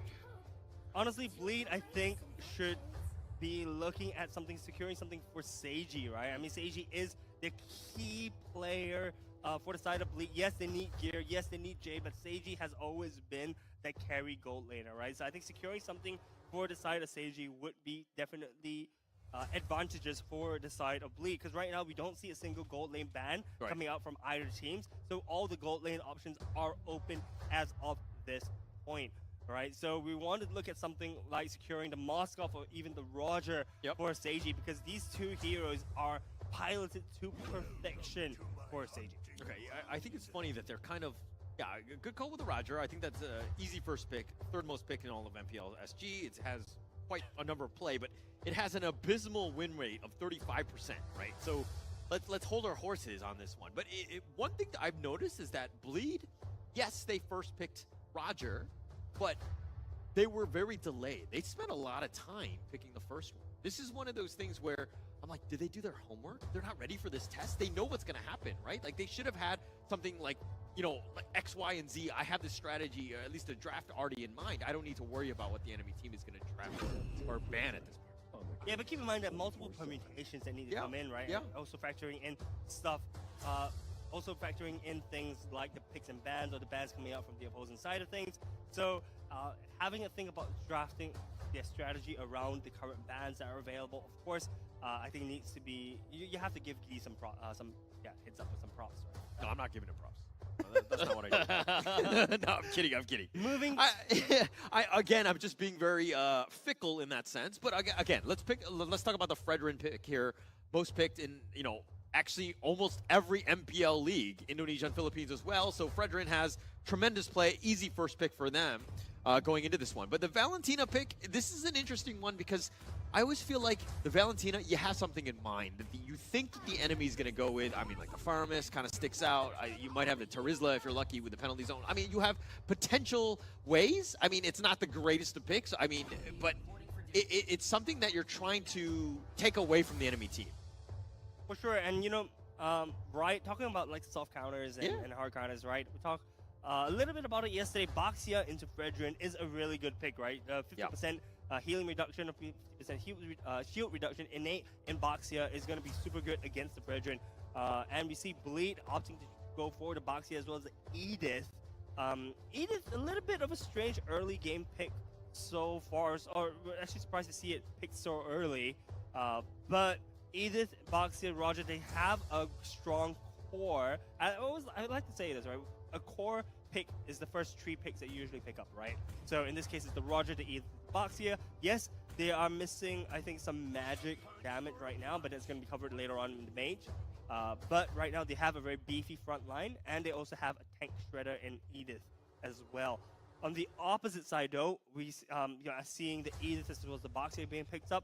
Export gets locked in. Yeah, it's very tanky, deals with it, but look, Bleed, the first 3 picks is just like, I'm running at you. I don't care what you do. I'm gonna continue to just just get in your face and just be this tanky beast. So the export kind of counters that, where you kind of hope to slow things down. Maybe you get the sticks to kind of get that pull, that one guy who might be a little out of position, so you have that chance. Now, if we're looking at what NIP Flash did earlier against tankier lineups that want to run at you, is that they had ones or lineups that were very damage oriented. They would be able to kind of basically Toriando, the whole, like the bull running at you, right? It's one of those things where you just get out of the way and then you just burst him up. I love throwing in that little Jits reference in there. Totally understood that reference, but for the audience that may not understand that, it's basically using your opponent's force against you, right? Boom. So being able to use whatever kind of force that they're throwing at you and using it against them. So that's what basically the Toriander kind of is. I feel like I need a translator, right? With the things that I say, I'm bringing such high level idea. No. No, but thank you for that. I think it is very helpful in that sense for these plebs. So to speak. Definitely such abstract All the things if you that want. Yeah. By the way, such that abstract. right now is You just can find me at putting such me in a abstract. You can find me at such abstract. All right, so focusing in on the last two bans coming out from Bleed and Asterisk, we see Moskov as well as Carry being banned out for Bleed. Securing the gold laner makes perfect sense earlier on. Thus, we see gold lane focused bans coming out from the side of Bleed.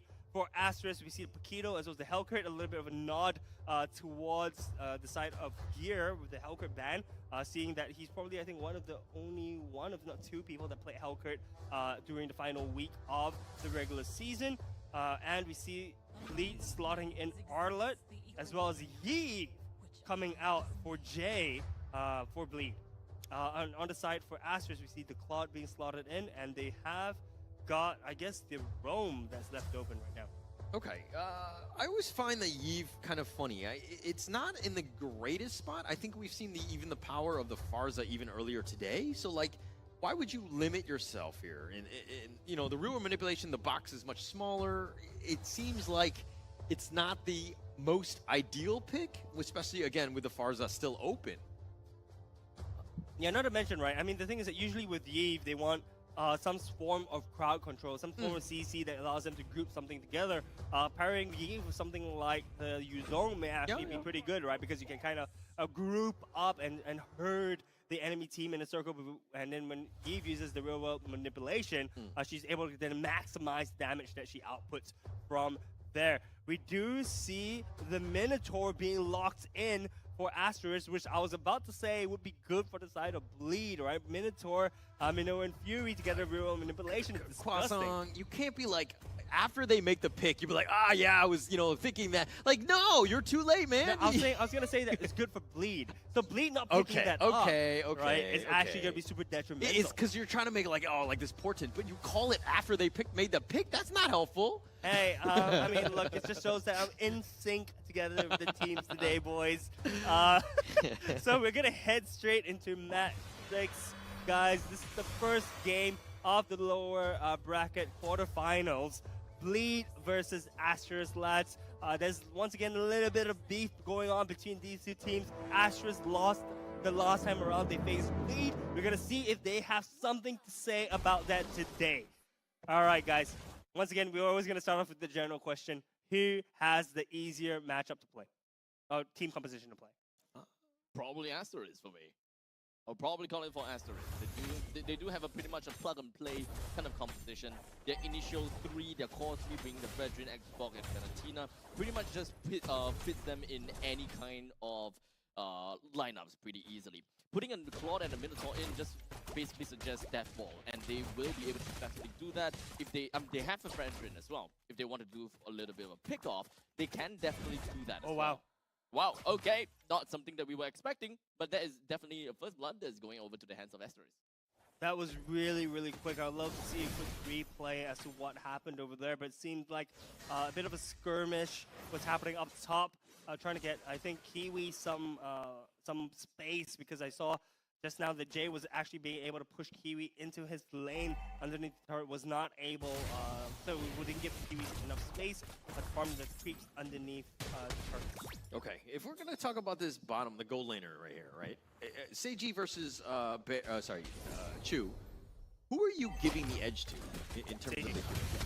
Sorry? Seiji.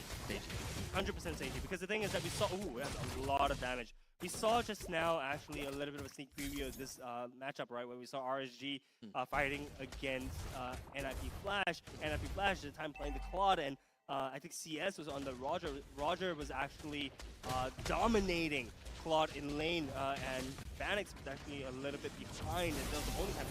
Gonna be inside top lane. Does seem like we have 3 men jump in coming from the side of Bleed, wanting to get a kill down on the Bear. With Yon being in the front lines and here actually becoming in as well. This 4-man team from Bleed unfortunately did not manage to reap any rewards. Yeah, it was a pretty sizable... Okay, what they were trying to... Bleed was trying to go for the gank in the top lane. They had 4 members. It's a pretty sizable commitment. But again, Bear is on the export.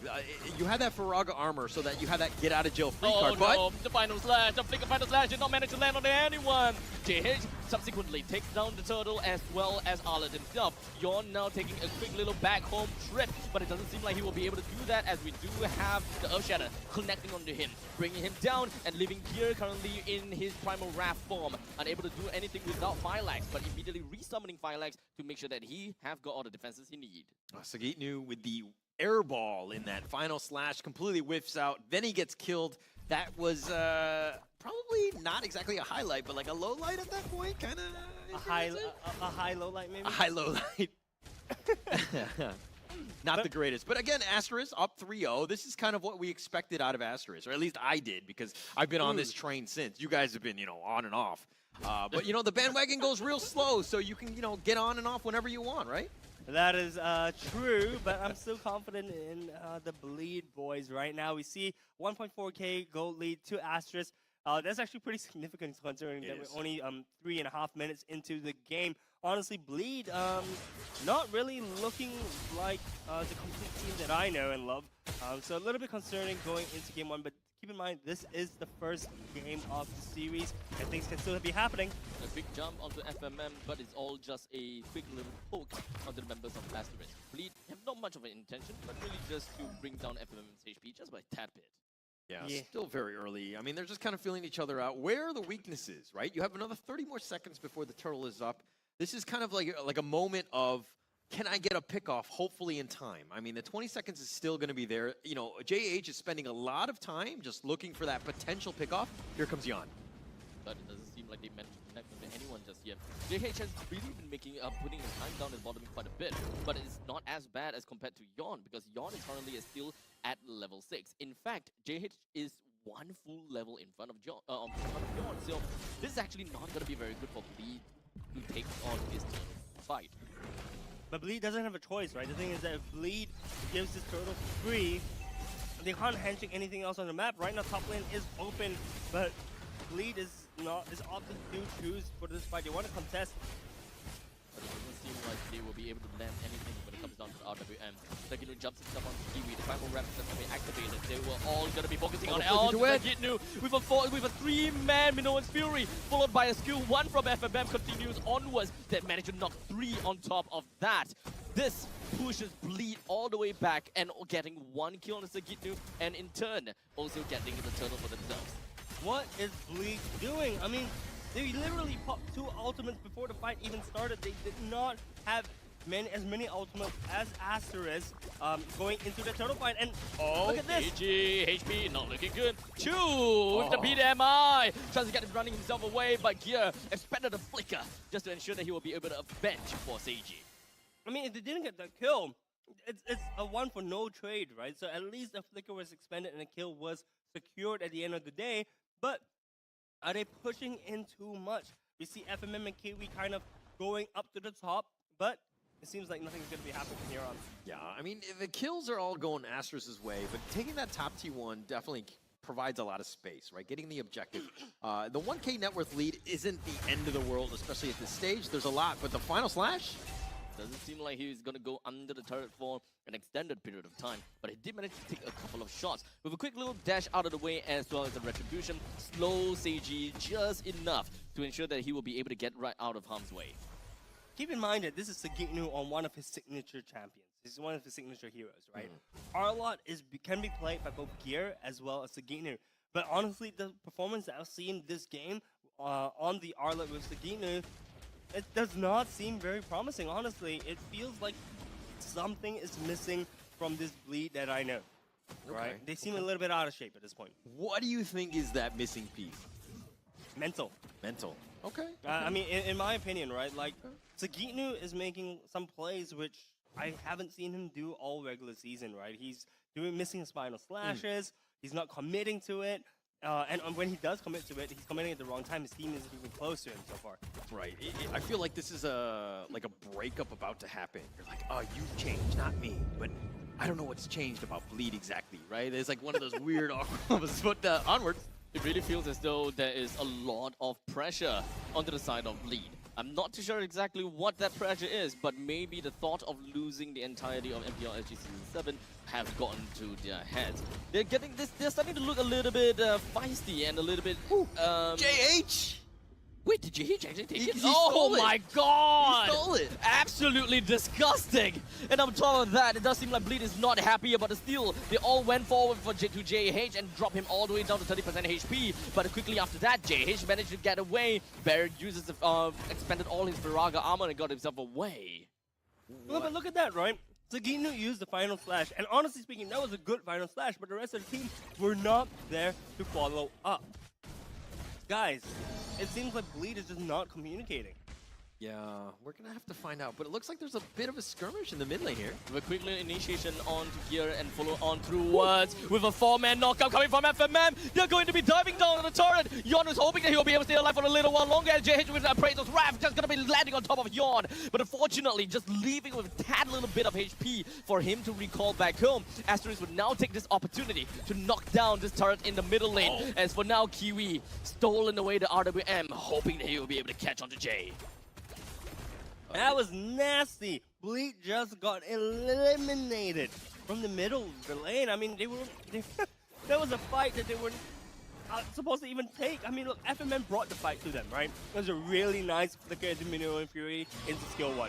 It was perfect. They caught 3 people, 4 people, and then the follow-up from the Blazing Duet from the stolen real manipulation is just flawless. Asterisk is on form, but there's a fight breaking down the mid. Aggressiveness all the way down to the bottom lane. They really want the blood of Bear, or can I say the oil of Bear, because he's the robot. Xbox, haha, moving on. I can't believe that was the joke there. Yeah, I thought you were going to talk about bears, and then I was like, wait, oil? Like, I didn't understand. But then the export maybe thing, I was like, okay. Oil of Xbox and just put in context there. I'll do better. Be better. Be better, Holler. Be better, Holler. Be better. I'm sorry, be better. Why like this? Okay, so going back into the game, we see the Lord being started up already from JH. JH, you know, being actually, to me, guys, JH, I'm calling it MVP so far.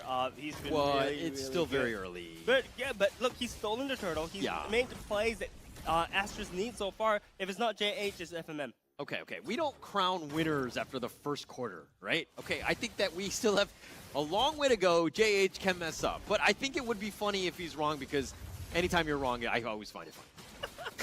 That is true. We see the Lord being started up right now, brought down to almost half HP. Bleed is really is trying to get in, but they can't find the angle to enter. FMM is being the statue there, preventing Bleed from approaching forward. FMM looking for flicker angle. Oh yeah, but they have that bush, which is kind of a difficult situation because they have so much vision from it, but Gear gets on out of there. They scurry away all the cockroaches, so to speak. Battle Spell economy as well as ultimate economies are all looking to find a dandy. It's all about who makes the first move, and if whether the first move is even good. Kiwi start things off by dropping Jace all the way down to half HP. Gear's HP not looking all that great as well, but now the Lord is just going to be taken by the hands of JH. And Yon was hoping he would be able to go for the sidelines to try to take the Lord away, but now he's being in the middle of all 3 members. The fight is completely going to be mixed up, as now Chu went in straight for the duel onto 3 other members, which unfortunately is not going to reap any rewards. But you know, that's the problem, right? If a Claude can go into 3 members and chase people away, you know, that's a problem that Bleed can't have on their plate as of right now. Literally 1v3, and you're able to chunk down 3 of the team members to like half HP. By the way, Jay popped RWM to try to chase Chu away. So there's one more wasted ultimate. Yeah, it's a lot committed. I mean, okay, another thing that we need to do is I wish we could have a counter of Sagitnu's missed air balls of the final slash, because he's had at least 2, maybe even 3. Okay, he misses. He gets the minion on the catapult. So Sagitnu's really hasn't gotten too much value out of the final slashes throughout the entire game. And I mean, you really need to hit those to kind of start this fight. Like, if you can get somebody pulled out, you got a chance to really make something happen. But they really haven't found that opening or that nice final slash that carries 3 or 4 heroes. Yeah, unfortunately, Sagitnu is actually one of the main setup for the team. Yeah. It's very hard for me to imagine that they would want to completely rely on the Earth Shatter coming from here. Technically, yes, you can, but the zone is kind of small if we are talking about just purely Earth Shatter. Yeah, zone is small and it's also really unreliable. I mean, there's a really good chunk of time that it takes for the Earth Shadow to actually hit, right? So honestly speaking, look, I'm just gonna count on our analyst to count the number of error slashes. Well, as happen. the analyst here, I forgot my abacus, so counting is a little difficult. Hey, you're not the only analyst, okay? That Oh, we've got okay. Kindofu, you know. That guy, that analyst. Oh, the guy that's actually getting paid for it. Okay, Yeah, so we are actually putting a lot of pressure onto his shoulders right now. Yeah, counting something on that he didn't ask for, by the way. Kindofu, you have one job. Yeah, one job. Count the number of ass slashes. But going into the game, we see the Lord spawning in about 50 seconds, but we see it's kind of like a Mexican standoff happening right now as both teams are facing off each other in the jungle, not revealing each other's presences, but both of them are grouped up as 5. They kind of know where each other are currently at, right? Which is why they're not moving forward. But it's still a kind of strange situation since there's no objectives. I love this. It's like a giant game of hide and seek, but nobody knows who's supposed to catch the other one. Okay, Jay goes out. He does spot him out with the orb. So they gotten something, but now Gear probably should make a beeline back to base here. Oh, were they just guarding the Fenrir? Sorry, what? Was it just like guarding the Fenrir? Yeah.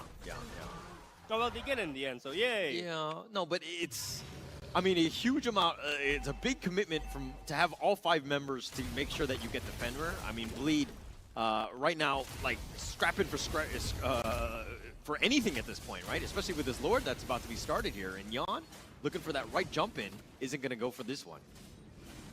Yeah, he's just going to do like a quick drive-by, say hi to his friends over the Astros and come back, you know, because there's really no angle for opportunity as we see the Lord dropping down to quarter HP. In the meantime, FMM did manage to get a quick little spot onto Gear. Well, Chu is just bringing down Gear's AP down to a small little amount. But we've got to take a look at the southern part of the fight as we do have Yon being taken away. Gear continues onto the fight. He tries to go for the Primal Wrath. Was hoping that abandoning Firelight will be able to get his HP all the way back up. But that's not going to be working for him. Sagitnu, Seiji, and Jay. It's going to be the last 3 members remaining, but they're still going to be hovering around. May not necessarily be the best idea because they don't really have much of a setup. They don't really have much of a way to bring down the Lord. As such, Sagitnu fed himself over to the Wolves, and only then Jay and Seiji decided that it's time for them to bail. Why does Sagitnu even go back in? Yeah, to be honest, I'm not entirely sure. There was really no chance that you get the Lord. It's one of those things where if one person dies or, you know, you have a situation where it's unwinnable, you just got to go elsewhere. You got to split up. You got to figure out, you got to find some sort of farm. You know where they are, right? So that there's openings in the top lane. You have a chance. Right, but this is one of those things where it's like, I still see people. Maybe I can make some sort of play, but when you're 0-4-1, you really haven't found that right, you know, angle, so to speak. It's been very difficult for you.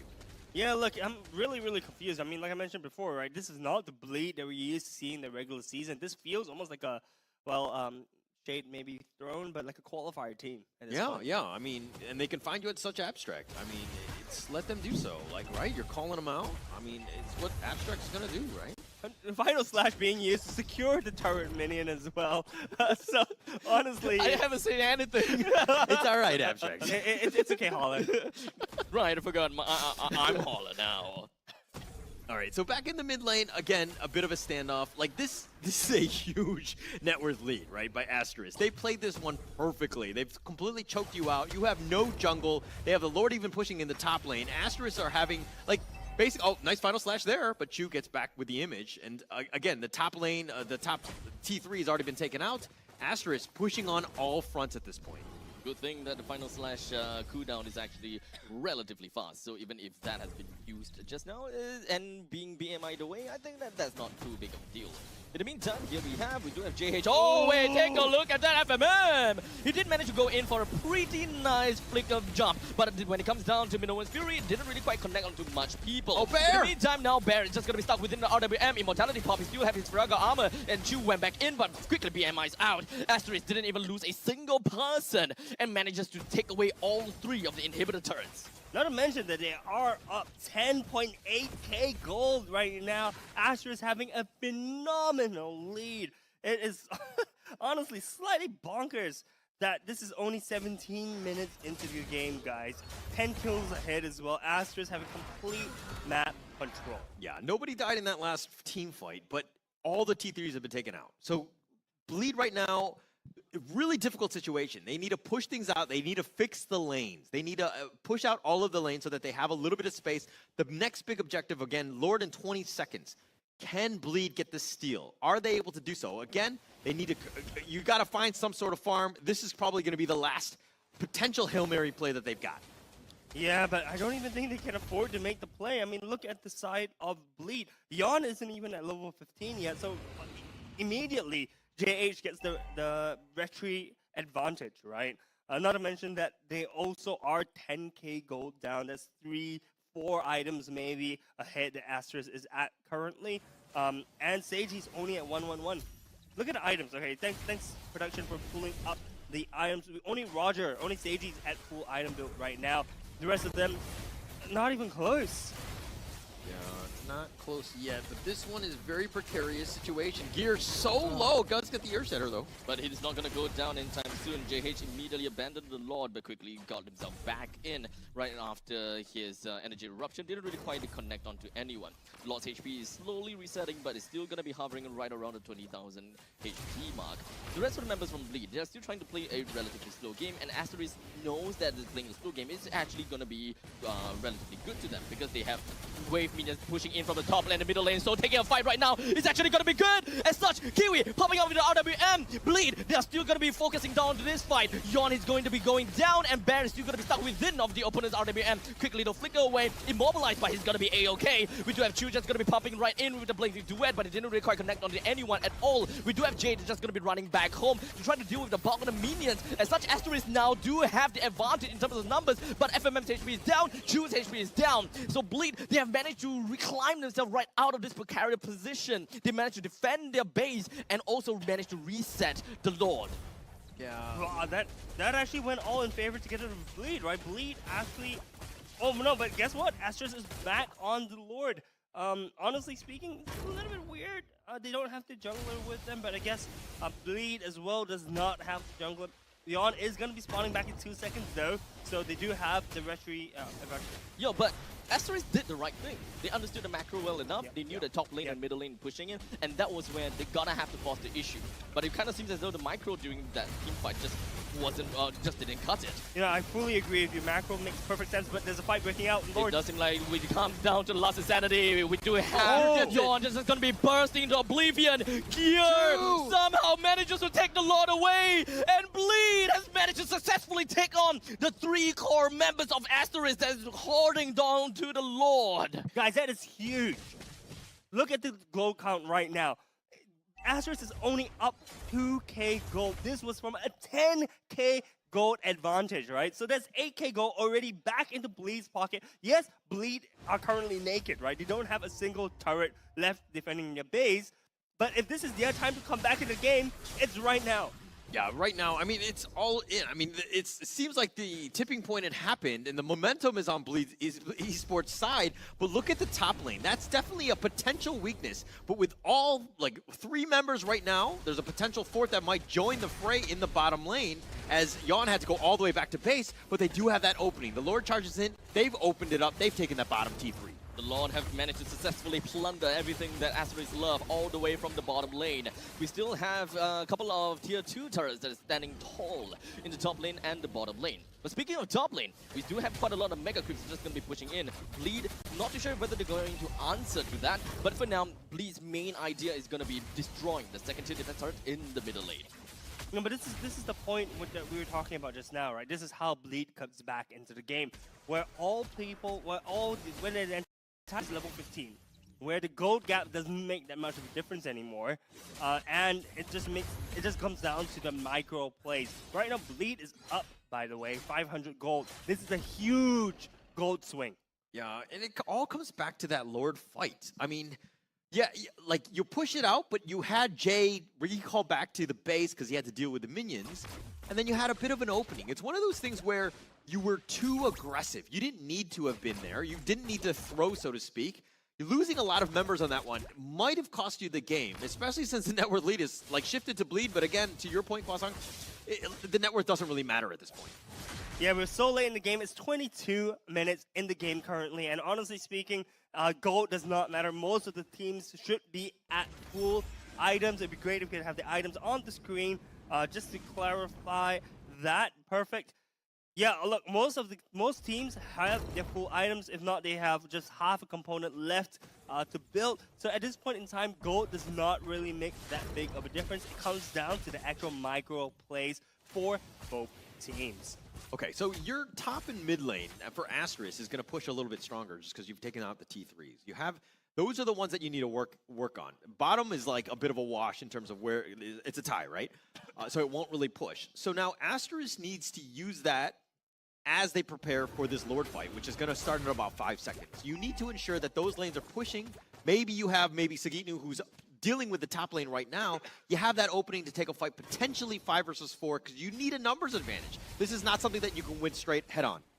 Or maybe you can just by outplaying, right? But the Lord has been started from the side of Asterisk. Currently at 1/4 of its HP gone. Sagitnu still nowhere to be seen. But we do see Chu actually pathing up to the top side. So that means that Asterisk does not have their marksman, their gold laner. That's fine, because Asterisk needs to know that, hey, since Chu is in the top lane, we don't need to push for this. We don't need to push it strong. We don't have Chu, right? So seeing that Chu, I think he's been off the map. I don't know if Bleedy Sports spotted him out. This might be an opportunity where Bleed is like, hey, what is going on? I don't see Chu on the map. This is kind of scary. Do we go in for this Lord? Seiji. Seiji manages to escape perfectly fine. They spot, Asterisk spots Sagitnu up top, and they decide to commit, I think, a little bit for the Lord. Jumping on the gear as it realizes that the gear wanted to go over to the Z bush, but it doesn't seem like Asterisk did manage to take the full HP down. They're gonna go! But now FMM flickers on forward. RWM is popped coming from the side of Kiwi. They didn't manage to call onto anyone except for Yawn. As such, Immortality popped. Changed RWM went follow through with the last Insanity. But unfortunately, here both sides just not gonna be getting a single kill. It's all throughout stalemate as well. Both teams just squaring up to one another. These fights are getting closer and closer and closer. I am so happy that this is the first game of this series. Lads, we are in for a ride. It's already 24 minutes in. Both teams, our base, have been on this Lord for at least 2 minutes already as we see a fight break out. Quick jump onto Sagitnu. They do have Immortality. The rest of Asterisk quickly backed off as they realizes that they are in a very big choke, a very small choke point. We do have the Yawn just gonna be jumping onto one, but quickly just retreats. Oh, now Praise on Rap. Kiwi takes the Lord. Kiwi, what are you doing? As now we're just gonna be left to get to it, hoping that he will be able to just running on through. Kiwi popped to the Immortality was saying he's in the middle of the fight. He's just trying to get himself away. FMS sacrifices himself to make sure that Kiwi will be able to successfully run away. As such, Bear, Kiwi, and JH, the last 3 members remaining from the side of Asterisk, alongside with a Lord, will now prance across the battlefield. Does Lord even matter if you're able to wipe out the entire of Asterisk? Probably not, but luckily Asterisk manages to survive thanks to FMM giving out his life. They also have an enhanced Lord pushing down mid, but it seems like it's going to be quickly dealt with. Tough situation. This is as Asterisk where you're like, hey, we had a, we could have potentially closed this game out. Now we're on the back foot. Yeah, we have the Lord, and they're potentially going for like a conceal play, but they need to defend this T3. They need to survive. They need to clear the wave, buy time, get Chu and FMM back in, which is 30 seconds. That's an eternity at this stage. An eternity indeed. We see top lane and bot lane pushing in towards Bleed, but mid lane is being shoved in. Bear having to use the last Insanity, the last hit, to clear out the minion wave. But it seems like Asterisk is going to survive this onslaught. Gonna be back to square one, man. Yeah, man. I mean, but like the 4K Network League gone Bleed's way. All you need to worry about where are the minions? Where are they pushing? Are you in danger? Then we can potentially do something. If we push it all out, we fix everything, we ensure that we're there. But Seiji, man, this guy has turned it on. He's found the right targets. He forced Chu to make some very uncomfortable plays. He doesn't want to image at times. He can't really go in with a blazing duet because he's being forced. And Seiji, even with the immortality, is just, you know, he's pouncing on you and he's basically like eating you up. Dude, it sounds like he's turning you on at this point, man. But, you know, Seiji... Was it that obvious? Oh. There's a reason why I'm sitting. I'm just kidding. What are we talking about? Seiji is really, really, really good. And this is, like I said, I sound like a broken record at this point in time, but Seiji is one of the premier gold laners. Yes, his performance was not as stellar yesterday as it was compared to the regular season, but he is currently popping off this game. 5.5 gold lead in favor to Bleed at this point, and at this point of the game, it's gonna show which team has the better macro plays, right?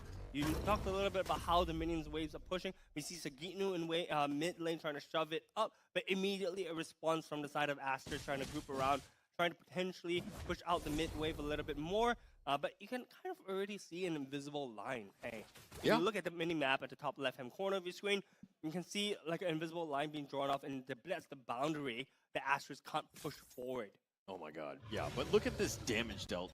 Jay, insane. What is that, 160,000? Oh my gosh. That's almost double what Chu has. Yeah. Almost. Yeah, almost. But, like, okay, I was questioning the Eve pick, but he's clearly knows what's going on. He knows how to play it to the perfection. But his orbs and his real-world manipulations have been on point. That's exactly what you want. And it's been very difficult. Like, the zoning that he provides, Jay, has just been on point. But Sagitnu going in for Bear? Doesn't seem like they will be able to get a kill on Bear that easily. He still have a lot of Faraga armor on himself. Yon finds onto JH, but it does seem like he's going to be actually pretty isolated. But the rest of the members from the side of Bleed, they are ready to come in and jump onto Asterisk whenever they find the opportunity to. But it doesn't seem like we have found that. Yo. Look at the top lane. Gear and Seiji sneaking up to the top lane. Do they push this one out? I mean, if Asterisk decides to commit for the Lord, there's a potential GG push that could happen in the top lane because there's two members. Seiji hits like a truck at this point. He would be able to clear it out. Yes, he's been spotted. Okay, it looks like Gear's going to make his way to the Lord at this point. They can't afford to do that, I feel. Honestly, this team fight is going to make or break the game if Asterisk manages to take the Lord or wipe out the rest of the members of Bleed. Seiji himself can't defend the base. They need to start grouping up as 5 as of this point in time. Yes, they got the top lane push, which is good and in favor. They also have the bot lane push and the mid lane push. Actually, all the waves are being pushed in towards Asterisk's side of the base. Lord, Bleed should have the slight advantage to draw this fight out for the Lord. Yeah, but Bleed has 4 immortalities right now.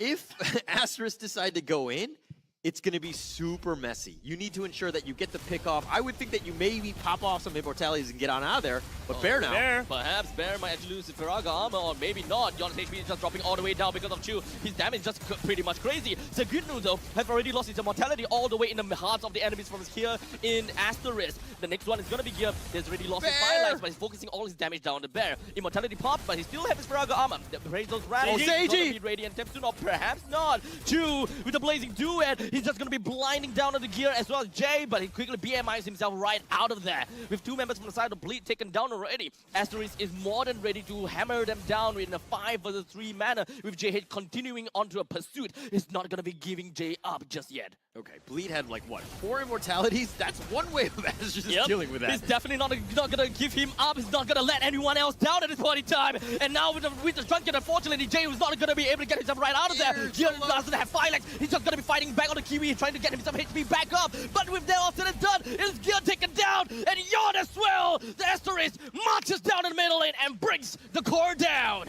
That was such an epic game coming out from both sides. Yes, Bleed started off really shaky, but they looked as if they got their footing at the mid-game. Unfortunately, we're not able to close up the game. Congratulations to Asterisk for solidifying their position right now, taking a 1-0 lead. Okay, I feel like Asterisk kind of threw the game to make it more interesting for the viewers, right? Like, that's the only explanation for that, where they kind of, again, they, all jokes aside, they did kind of throw it. They let Bleed get back into that game.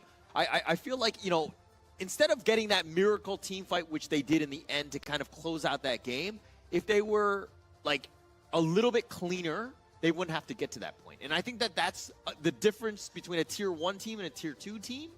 I'll let your own imagination put in which team is in which tier. But I'm going to go with Tier 3 asterisk because I'm such abstract. I'm gonna go with Tier 4 Asterisk. I'm holler. Well, look, guys, I still consider Asterisk as a Tier 2, Tier 1 they're team. Tier 2. So, in my opinion, Asterisk has played this very, very well so far. You're right. I think they need to be a little bit cleaner when it comes into closing up their games coming into the next one. But for me, MVP so far, I will stick by my guns and actually say I think JH is still going to be the MVP. All right, let's see what production has to say about that. I'm thinking it will also be... Say it now. Well, look, I said FMM or JH, so I'm technically No, right. you can't say that. You didn't even say that. I did. You I said did. JH. You can look back at the recordings. I said it like 6 Did he minutes say into that? the game. Did he say that? Such abstract. Yes. He did. No. Wait, what? Wait. Okay, nonetheless. I have no idea what the question was. I just said yes. In panic. Yeah, yes is the right answer, but yes is also the right answer to FMM being the MVP because he had 90% kill participation, 3-2-15 KDA. But the reason why FMM was also in the list in contention to get MVP was because of his zone control and initiation.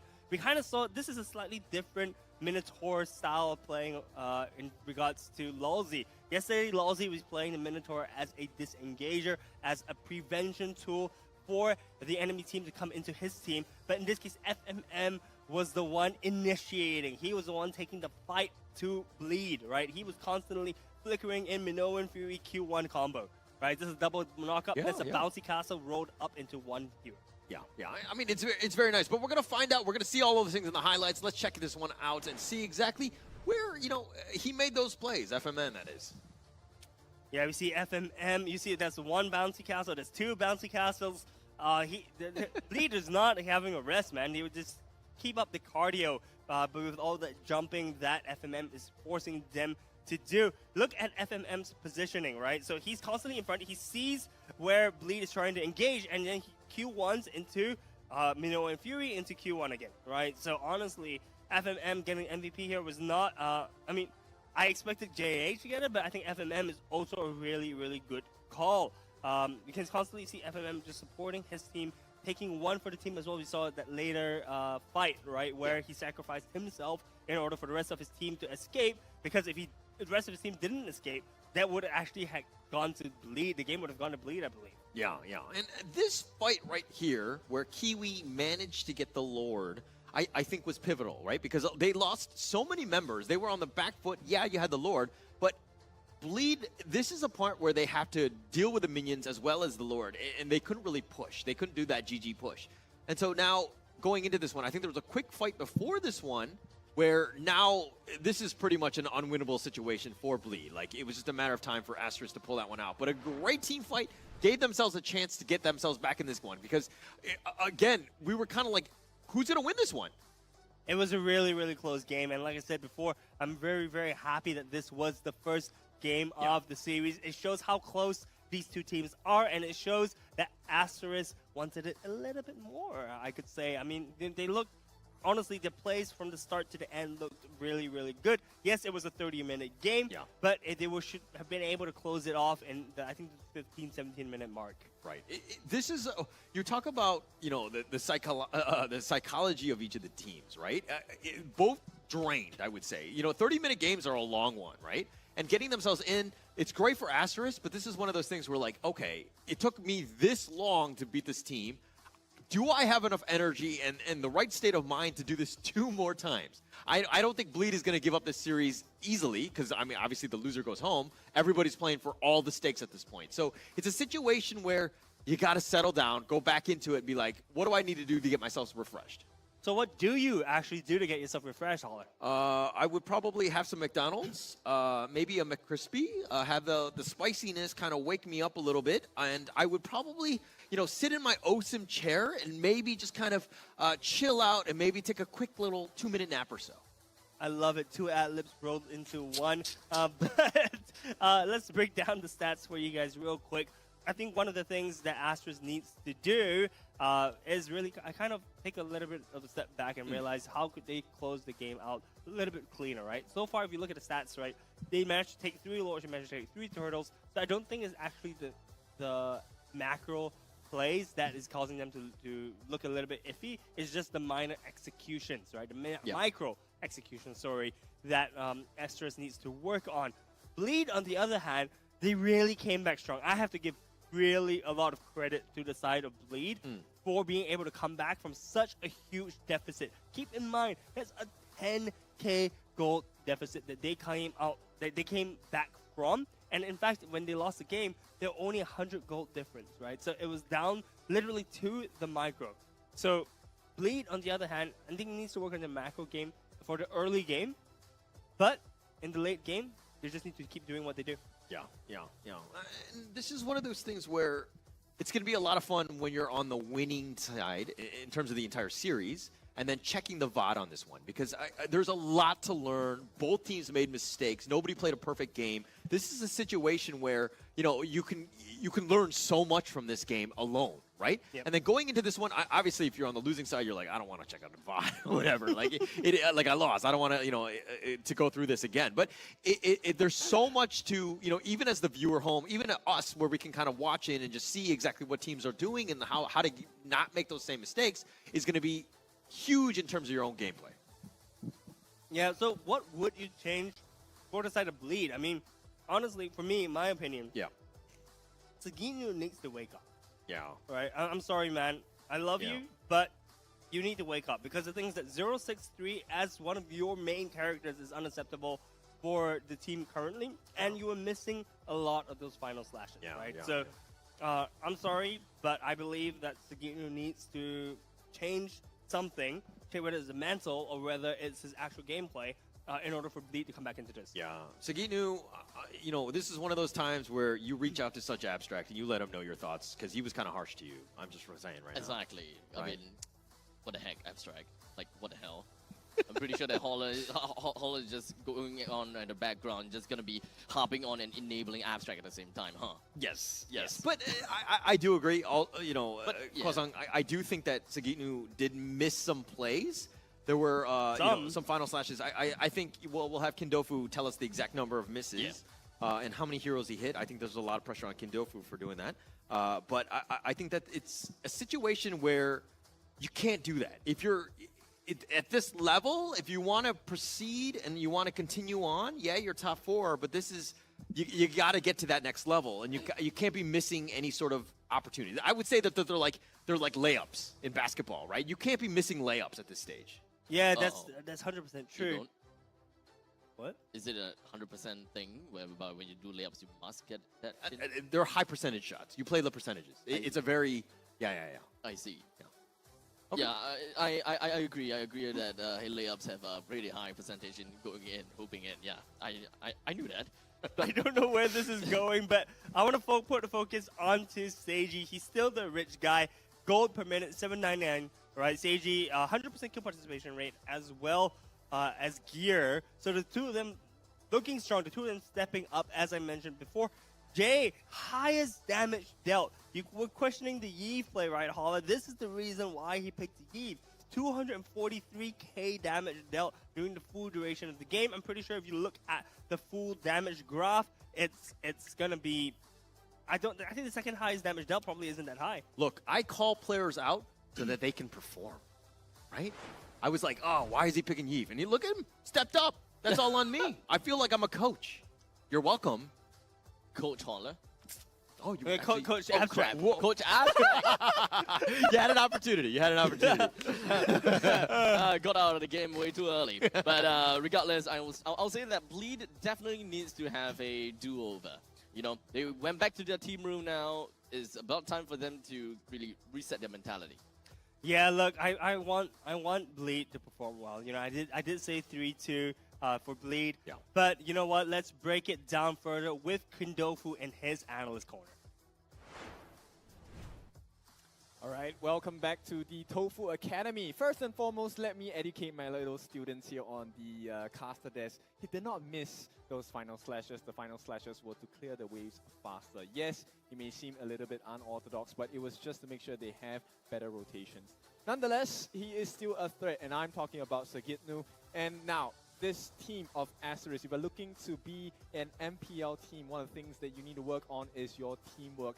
And Asterisk showed this to the best of their abilities. Let me walk you through how it happened. First and foremost here, I think, you know, we were talking about Sagitnu pretty much the entire game, right? But here is the true focus itself. It is actually all going to start because of Sagitnu here. The first energy eruption by JH was monumental because it put him in a horrible position. Even after the vengeance of trying to get out, he actually comboed with Kiwi. That's the first combination that they laid down. So combo number one, they had Kiwi with the RWM, stolen RWM by the way, to keep him in place. At the same time while they're doing that, this allows Chu so much room. He's far from damage, Yon is running away, he's almost dead. Gear and the rest of the team are on the backlines as well. What's going to happen next is you're going to see FMM jump in, our MVP of the day, with a beautiful Minoan Fury, followed by a secondary combination, the last Insanity. Look at the line drawn. It is just free damage all upon the side of Bleed. And Acer is doing a very good job of controlling where Bleed can go at this point. So this is the first huge chunk of damage being laid down here. Of course, once again, Bear is in charge of pushing away deterrence. For the rest of the side of Bleed, no saving of Sagitnu. So sorry, my friend, you are going to die 6 feet under. And that's exactly what Acerus did. And at this point, Bear, yes, he does have the immortality, so he is able to, you know, be a bit more risky in terms of play. Here is the next big one. JH, he started with the energy eruption. He's going to continue that combination, catching out Seiji of all people. The goal laner on the side of Bleed getting caught out as well. And from there on out, it was just combination of Pain over Pain, Kiwi laying on the damage. The next part I want you to notice is Chu coming in with the Blazing Duets, getting a lot of damage on Jay. Now, you guys mentioned Jay did over 240,000 worth of damage. He's definitely a threat. And at this point, the BMI is saving not only Chu's life, but enabling them to finish the job in Seiji. And this chase down on the last part is the icing on the cake, if you have it. Asterisk here, having Jay his chase down Jay as well as Gear. They are always alone. You know, you don't leave your friends behind, but when you play against Asterisk, you have no choice. Asterisk will make you feel the pain. Another stun by FMM. Once again, so much control coming out by Asterisk, followed by another energy eruption, and the rest is history as Asterisk lay on the control, lay on the pain, and lay on the wins as well. Now, this is going to be a first game of the series, and by the looks of it, Asterisk have a very strong hold of this series. It's just game one, but we'll see. Can Bleed come back? Boys, it's back to you. Well, my key takeaway from the Tofu Academy is that Purify is a thing. True. We talked about it in the previous series too, and I think RSG has picked that up before, but maybe a tad bit too late. I mean, one of the games they did manage to have like 3 Purifies. Purifies. Yep. That was great. They Yep. managed to win the game, but but we completely tossed that away for the next game, I believe. But main thing is there was Minotaur, you get Purify. No Minotaur, no need Purify. I mean, if you don't have Minotaur, you have Tigro, right? So Yeah. Purify is a thing. Purify should be used. That's my key takeaway from the Tofu Academy. So thank you, Kendo. Yeah. I think, you know, when you see the Tigreals, the Minotaurs, all these things, you got to worry about your positioning. You can't just be grouped up, right? You can't just make it a field day for him, let him have his highlights, so to speak. It's a situation where it's situational awareness. Like, where are things going? Everybody needs to be in the right spot. Positioning is key in team fights, and I felt like they were kind of sloppy in the end. And sometimes it gets very cluttered, and I mean, it happens in games, but you got to be self-conscious about that. Yeah, for sure. You know, I mean, I'm just thinking out loud at this point in time, right? Like, does Bleed, does Bleed kind of transit into something more like assassin-style jungle gameplay to allow, you know, more of the lanes to open up pressure? Something like maybe the Julian? I mean, having a Julian is great. I mean, solely because of the fact that Julian is technically one of the skins for the Jujutsu Kaisen skin collaboration between Munten as well as JJK. So not only that, we do have Kugisaki Nobara that is gonna be on to who's that? Melissa. Melissa, yes. We got Gojo Satoru that is on Xavier. Yes, and then we also have I only Yuji Itadori, yes. the main character, man. How do you not know this? No, I was really impressed. I'm setting it up for you. I was really impressed until you like just catch it. missing up the final character, the main character as Yin. I remember Come on, everyone, man. but probably like the main character.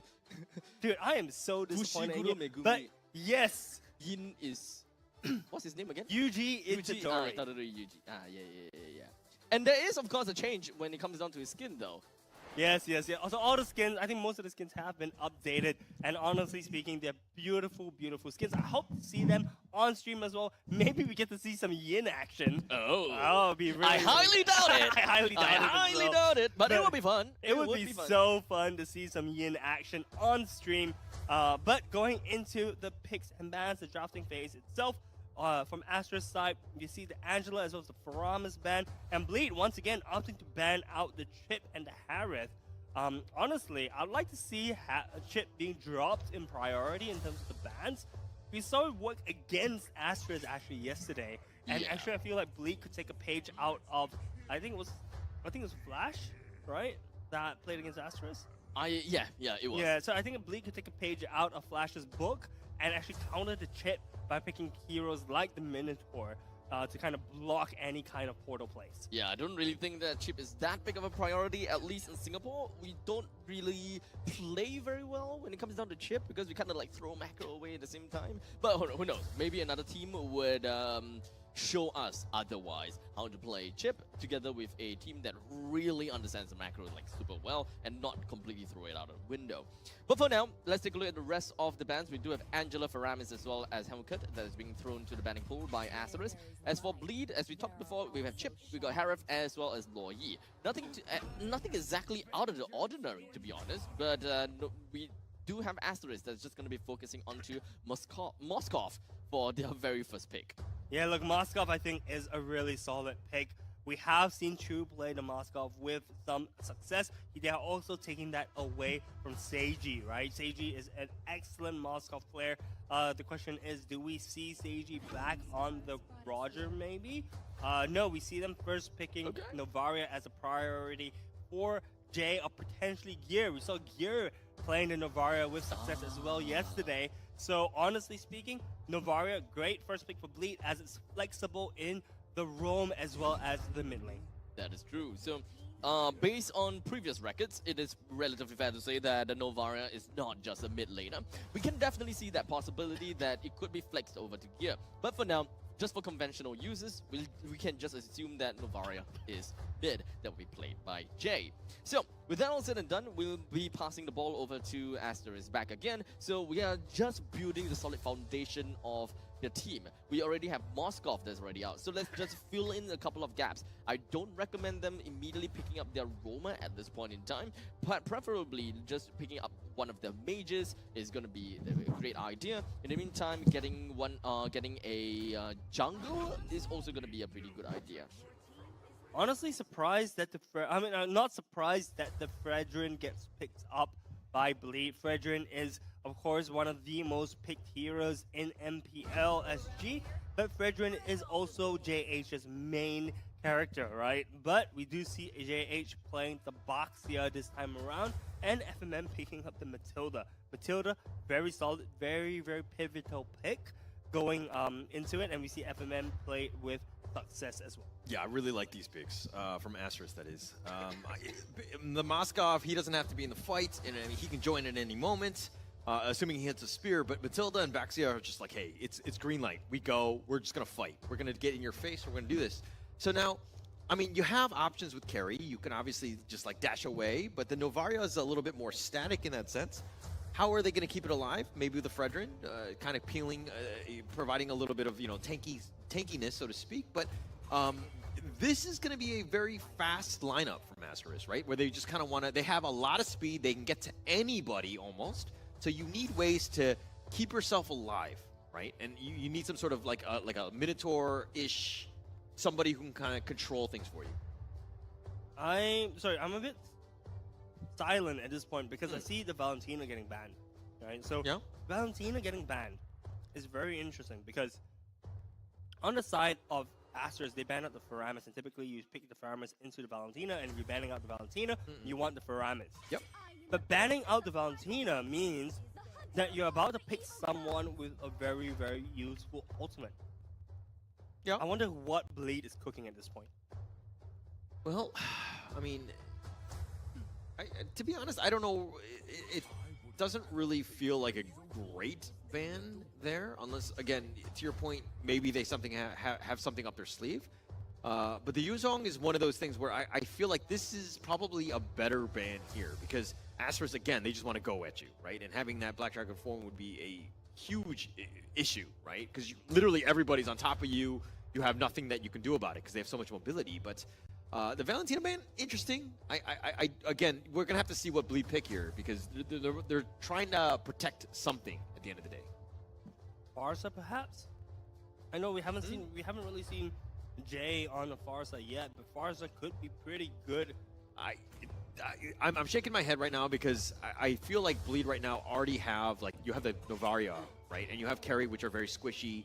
Getting any of those people from Asteroids just jumping on you is going to be scary. Right now, you need a little bit more beef to kind of protect yourselves. You need, like, that tank, so to speak.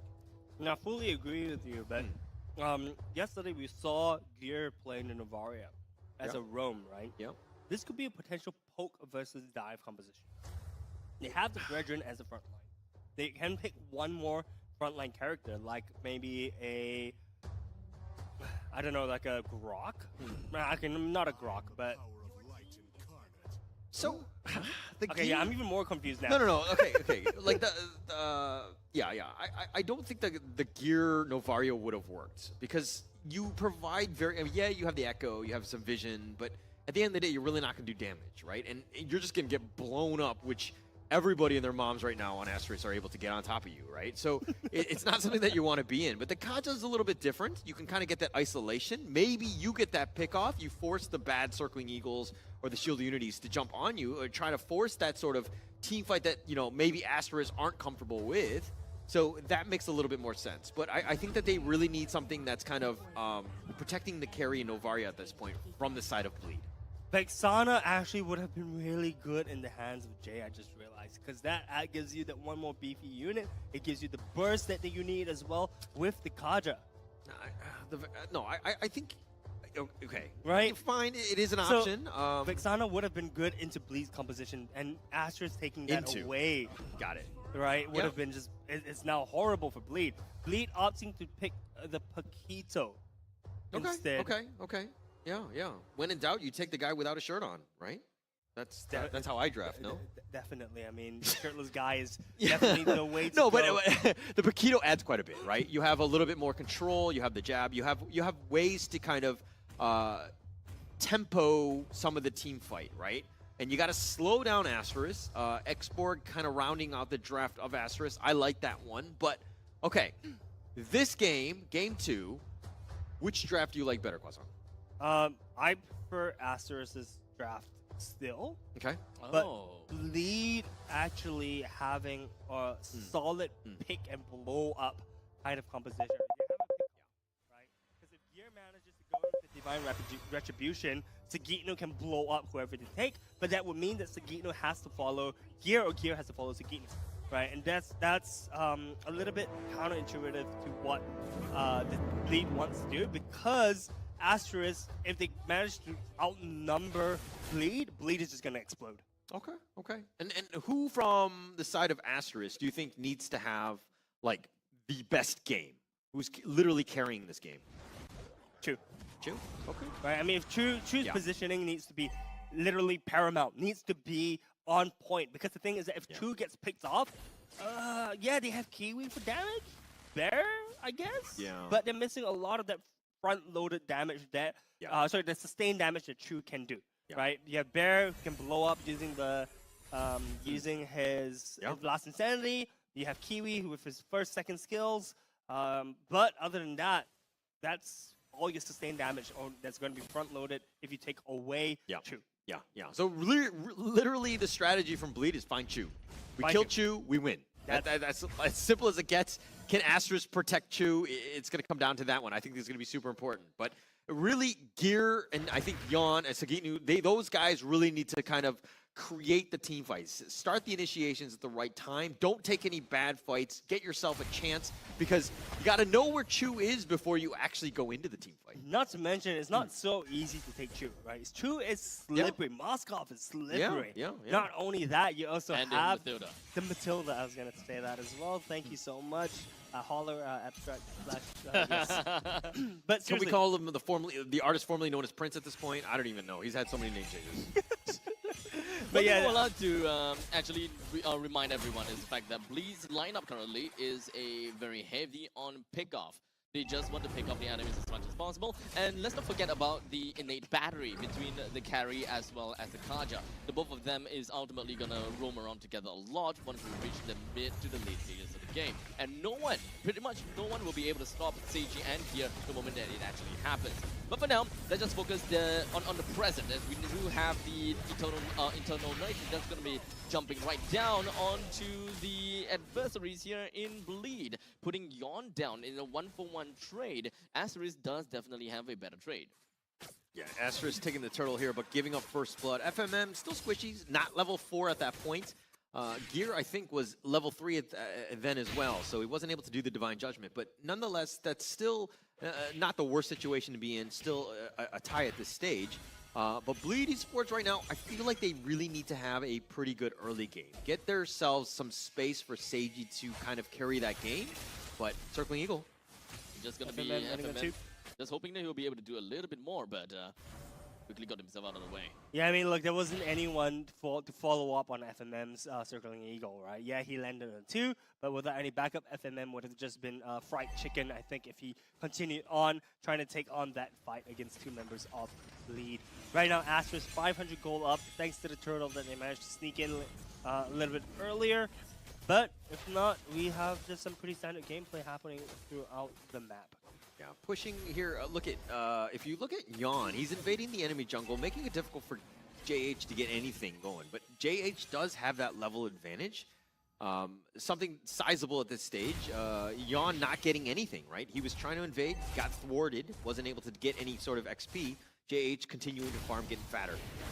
JH is cooking up a storm right now, but Sagitnu as well putting on pressure onto Bear, bullying Bear actually. The Furaga armor out of Bear currently. Bear in the armorless form or the naked form. Yeah, Sagitnu, the good news about this game, game 2, is that you can't miss a Final Slash because you don't have Final Slash on your hero. I mean, you could still miss the last insanity. But that would have been that would have to be a really big whiff, hey. Okay, Gear getting gone on. JH, perfectly timed with the turtle. Do have the echo. That's going to be working his way, but it doesn't seem like the rest of the members from the side of Bleed, they want to play things a little bit more quietly. After all, they are a pick-off comp. They can't just willy-nilly show themselves, but Asterisk, they gotta be real careful about this, as we do have a second ego that's going to be part of it. And Bear, actually, somehow Bear is the one that has managed to take the turtle away from the side of Bleed. How did that happen? It wasn't even the last insanity explosion, it was just one of the hit stacks that somehow burned it to death. As such, Asterisk now manages to clinch a very successful turtle take by bringing down Gear and Sagitnu. That feels so bad. That feels illegal, dude. Can you imagine Yon? He's like, yeah, you know what, turtle's mine. You know, retribution has been used. I'm gonna be fine. What?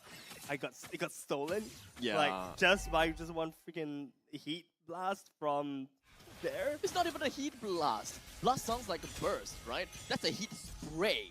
Oh, there's a flamethrower. This is, by the way, the second loss turtle loss that's been stolen. Objective. No, the second turtle that's been stolen.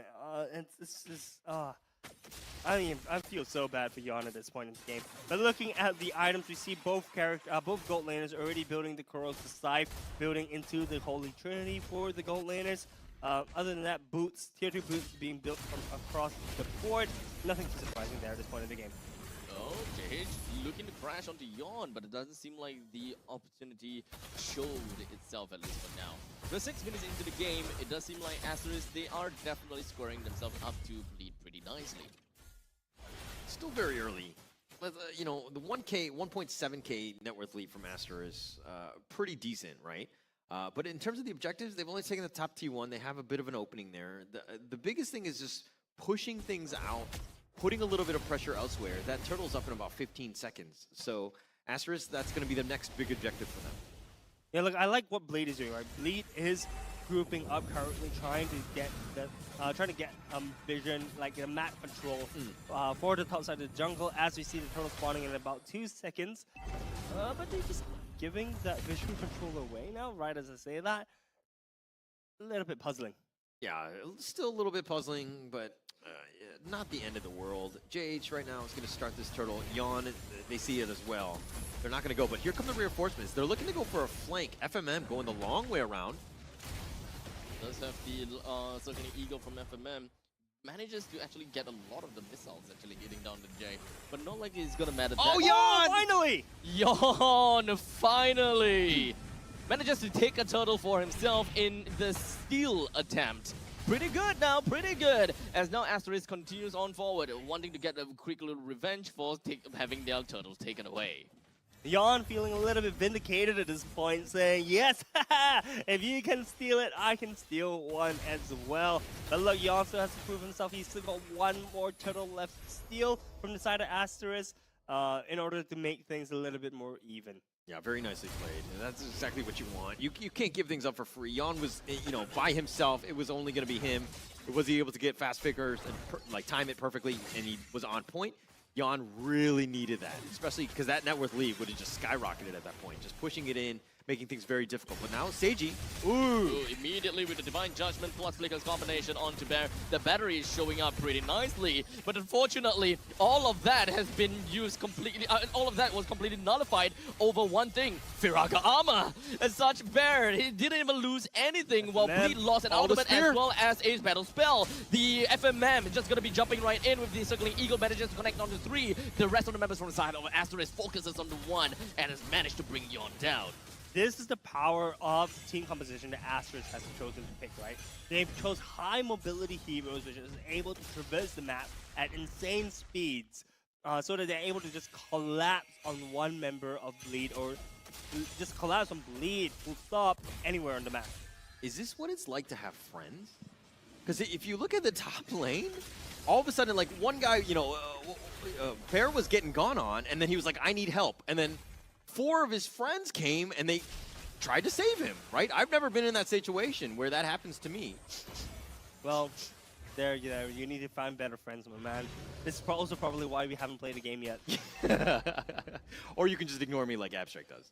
I mean, honestly speaking, probably wouldn't. It's just you after all.